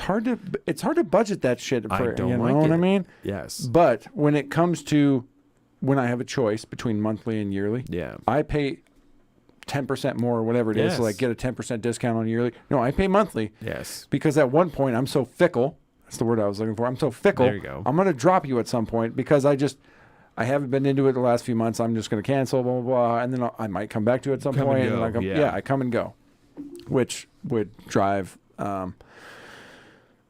breaking points people nuts. Okay. We continue? Sure. Individual screens for each individual show. I haven't talked about that in the past. That's not including clips. 2 million of your screens, your phones, your devices, every single show. And I only know there's over 300,000 of you out there. So please, here's what I ask you. As Mug Club finds a new home, don't lose touch with us. Sign up. Just enter in your email there at mugclubforever.com. I'm promising you, you will never receive an email from me, aside from if, when, and where Mug Club's new home is going to exist. Still ain't got that. With the exception that some of you may receive an immediate email just to confirm that you signed up so that it doesn't go to spam. And I ask that you check your spam because due to issues outside of my control, I do check my spam. It's going to take some time before I figure out exactly where Mug Club lands. So all I ask really right now is that if you want Mug Club to continue, enter in your email so we can make that happen. Here, kitty. I knew that my partnership, which for a long time was obviously very happy with, lots of great people there. My partnership with the Blaze would be ending for a long time. They know that, they've known that, and it's always weighed really heavy on my heart for the people who sign up and don't get your full year's worth of content. Yeah, we're done there because he goes off. So obviously, though, the point I was trying to make though is that he is not in these videos when he's getting people to sign up for mugclubforever.com, insisting that they have to be Mug Club subscribers. He's making weird innuendos to like, if you're Mug Club's person, you're going to sign up. But there's also people like me that are going to sign up and not be Mug Club subscribers. Yeah. And then he's using that number to insist that he is worth that much later on, that he's going to have this dollar value. He's going to have this get rid of the dollars at this point. He's going to have that power of followership behind him wherever he goes. But he doesn't really know that. Yeah. Or he might, by some unpublicly available knowledge, know that he has over at least 300,000. In which case, again, I just fall back on the thing like, well, sorry, bud, if you're going to be in this fight and you have to be independent because nobody else can afford you, then you got to do what you got to do, or you're going to bow out and be gone. Done. Yeah. Okay. So just get your shit together. Hire a bunch of people that you need to hire to run a fucking company for you and start a goddamn company. If you need more shows, hire more fucking shows. Guess what? The internet's a big place. Take a look. There's lots of creators out there that could use a fucking gig. I happen to know a couple of them that meet every 2 weeks, that could use a contract, and I'd be willing to sign for $50 million or less. Nothing to stop them from making more content. No. So that's my big sticky point about the entire IRL thing. It's his insistence on the numbers. And as far as publicly available knowledge in the videos that he has put out, he is misrepresenting his numbers right now, or he is not being transparent about how he knows what his numbers are. Yeah. And I think that's proofs in the pudding. Email list receipts, irrelevant, bitches. Joseph says, and I think, Amen. I think Proofs in the pudding. Yeah, that might be true. And again, look, less than 1 million views on YouTube. Less than 1 million views on YouTube. We got 656 views on that. We've got 507,000 videos on the first video we watched. You're going to tell me that over 2/3 of those views are from paying subscribers on Mud Club? Right. That seems like a stretch to me. But if the people on Mud Club are accessing through mudclub.com, there's no mudclub.com. You want me to go to mudclub.com? But at the time, this is mudclub.com. Oh wait, no. Time I'm saying when those came out. Yes. Then they might have been accessing the gateway Right. through the Then it Blaze. could They might be have some 800,000. They could have some ISP shit and whatever. And also, if this is indeed the case, Blaze is gonna have a seriously fucking hard year. Because when Crowder leaves, I don't know how you float that show. If he's bringing in, what was Mud Club? We'll just say $10 a month plus tax. It's $100 a year. $100 a year. So I know Like I have an $8 a aversion month. to doing It's fucking. like $8 a month. It's okay. So we'll say $8 a month times 12 months. Oh no, what are we talking about? What are we talking about? What are you trying to figure out? We're gonna see how much fucking money he's like bringing into the deal, right? We'll just do 100 times 300,000, which would be what, $30 million a year. Yeah. So easy. that's So he's bringing in $30 million a year to the Blaze. Bare minimum, he says. Bare minimum. Yeah. Now you're telling me that $30 million to the Blaze just being gone overnight, right, is not going to tank that company? It's definitely going to be a big hit. So I think a lot of the truth being in, the what do they call that? Truth's in the pudding, or the proof is in the pudding. The proof is in the pudding. I wish I was a foreigner so I can have some kind of excuse to my bullshit things. But you're from here. No, you're from here. So I guess we can also look at the Blaze in the future to see how it impacted them and glean a little bit off top. How much money they're not making anymore. Yeah. Because there'll be something about that, right? Yeah. Okay. You know what we're not going to do today, though? Because What? that was my point on Crowder, so we're done with Crowder. We can move on. Yeah. We'll finish out the fucking thing here. So we're not going to talk about Paul Pelosi, because that's going to be too much. It's going to be too much, huh? All right. It's just a lot. No, it's that's a fine. long That's time. fine. You got babies to go home to or whatever. You're the dad in this house, all right? Jesus Christ. Alec So, Baldwin. real quick. This guy. This fucking guy here. How's that second joint treating you there, big shooter? Good. All right. Alec Baldwin. What, you want me to fucking finish it all right now? No. No, you just seemed like I'm in a real comfy spot right now, I've man. also had like 4.5 beers. Well, get your shit together. Good Christ. Drink beer like twice a week. Not a 4 a day or like you, motherfucker. Jesus Christ. I just give you a shit, So let's talk about Alec Baldwin. Alec Baldwin coming up on manslaughter charges, yeah? Fucking good. Peace. This is like my free article for the year from New York Times. Yeah, you point a gun at somebody and you pull the trigger. You Go to should jail. Go to jail. If they die, yeah. Joe said, nope, it's a year subscription. They don't even know I'm gone yet. Yeah. That's to the Blaze. Yeah, that's true. At one point, they're just fucked. Yeah. They're probably freaking out too right now, going, how many fucking people are we going to lose? How many fucking people are we going to lose? Yes. All right, so Alec Baldwin, do you think he's going to go to jail? Coming up manslaughter charges. We've talked about the story multiple times. Do I think he's going to go to jail? Mm-hmm. I mean, most people go to jail for manslaughter, correct? Yes, Yeah. if they're found guilty. Mm-hmm.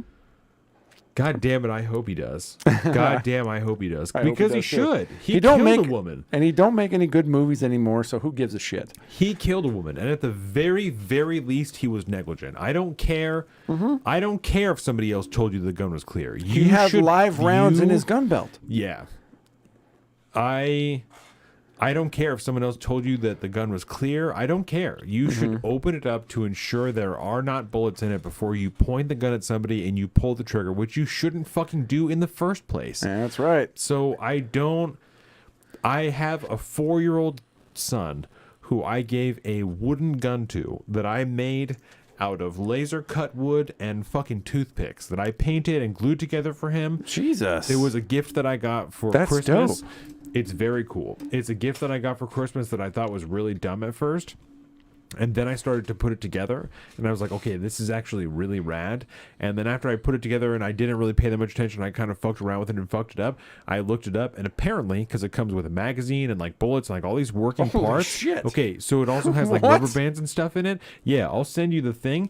That And we sounds can look at the legit. video because it also shoots. I want one. It shoots these wooden bullets out.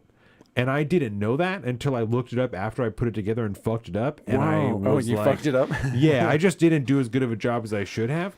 And I decided that I needed to buy another one to do a better job. Word. And so I gave this one to my son because it's, it's just a cool thing at this point. So. Oh, no. Okay. Go ahead. You keep looking that up. Yes. So Deborah says Glenn doesn't worry. And I'm fairly sure Glenn Beck does not own the Blaze anymore. I'm pretty sure he sold to CRTV. Let me look at that. The Blaze.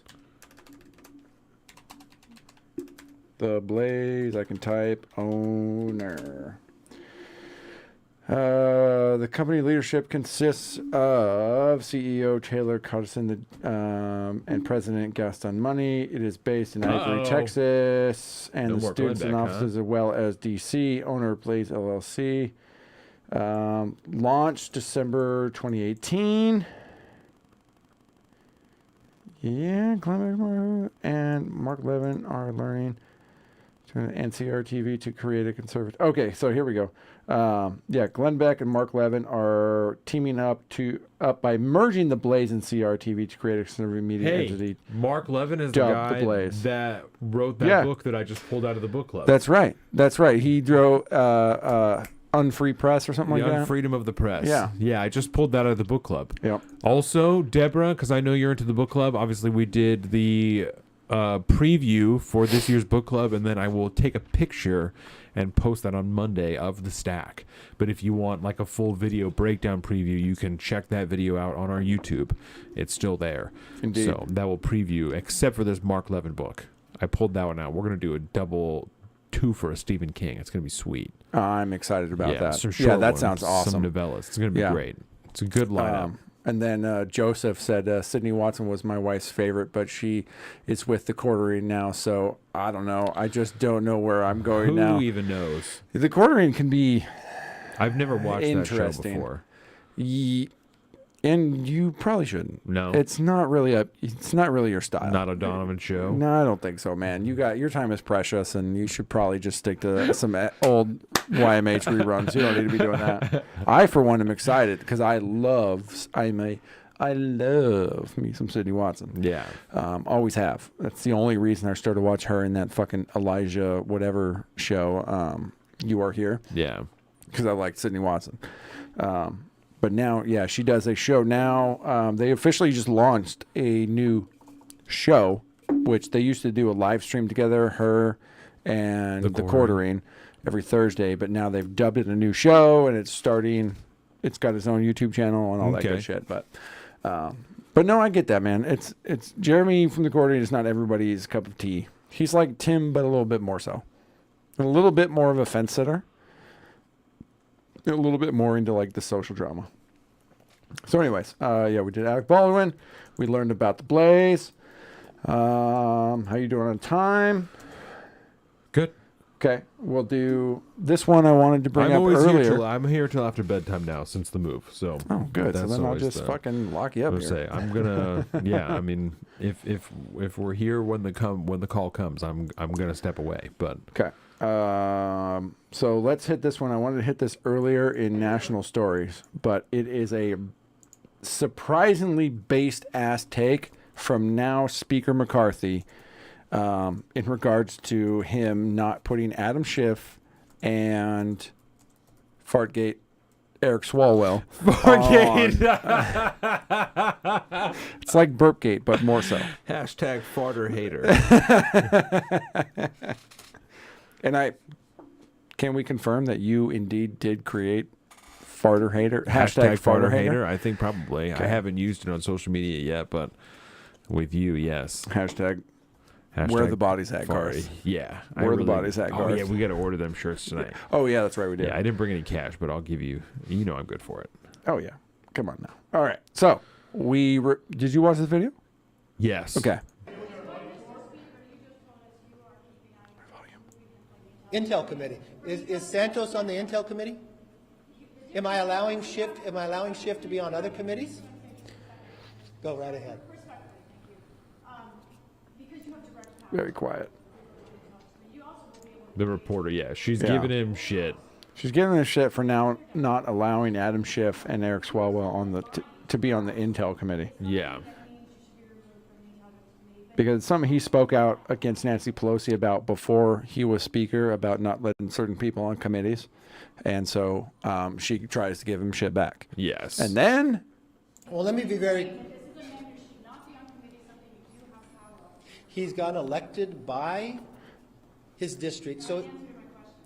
Quit interrupting the Speaker of the House, bitch. Jeremy needed Sydney. I like his content for the most part, but I thought he sounded like he was buffering all the time. It was him not talking all the time. This is true. He is kind of a man of the silence on the stream, but also some of that could be buffering because he lives out in bumfuck nowhere, Wisconsin.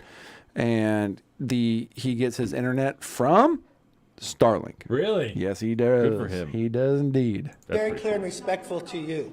You ask me a question. When I answer it, it's the answer to your question. Oh, yeah. You don't get to determine whether I answer your question or not. Okay? Who is this guy? In all respect. I like it. Thank you.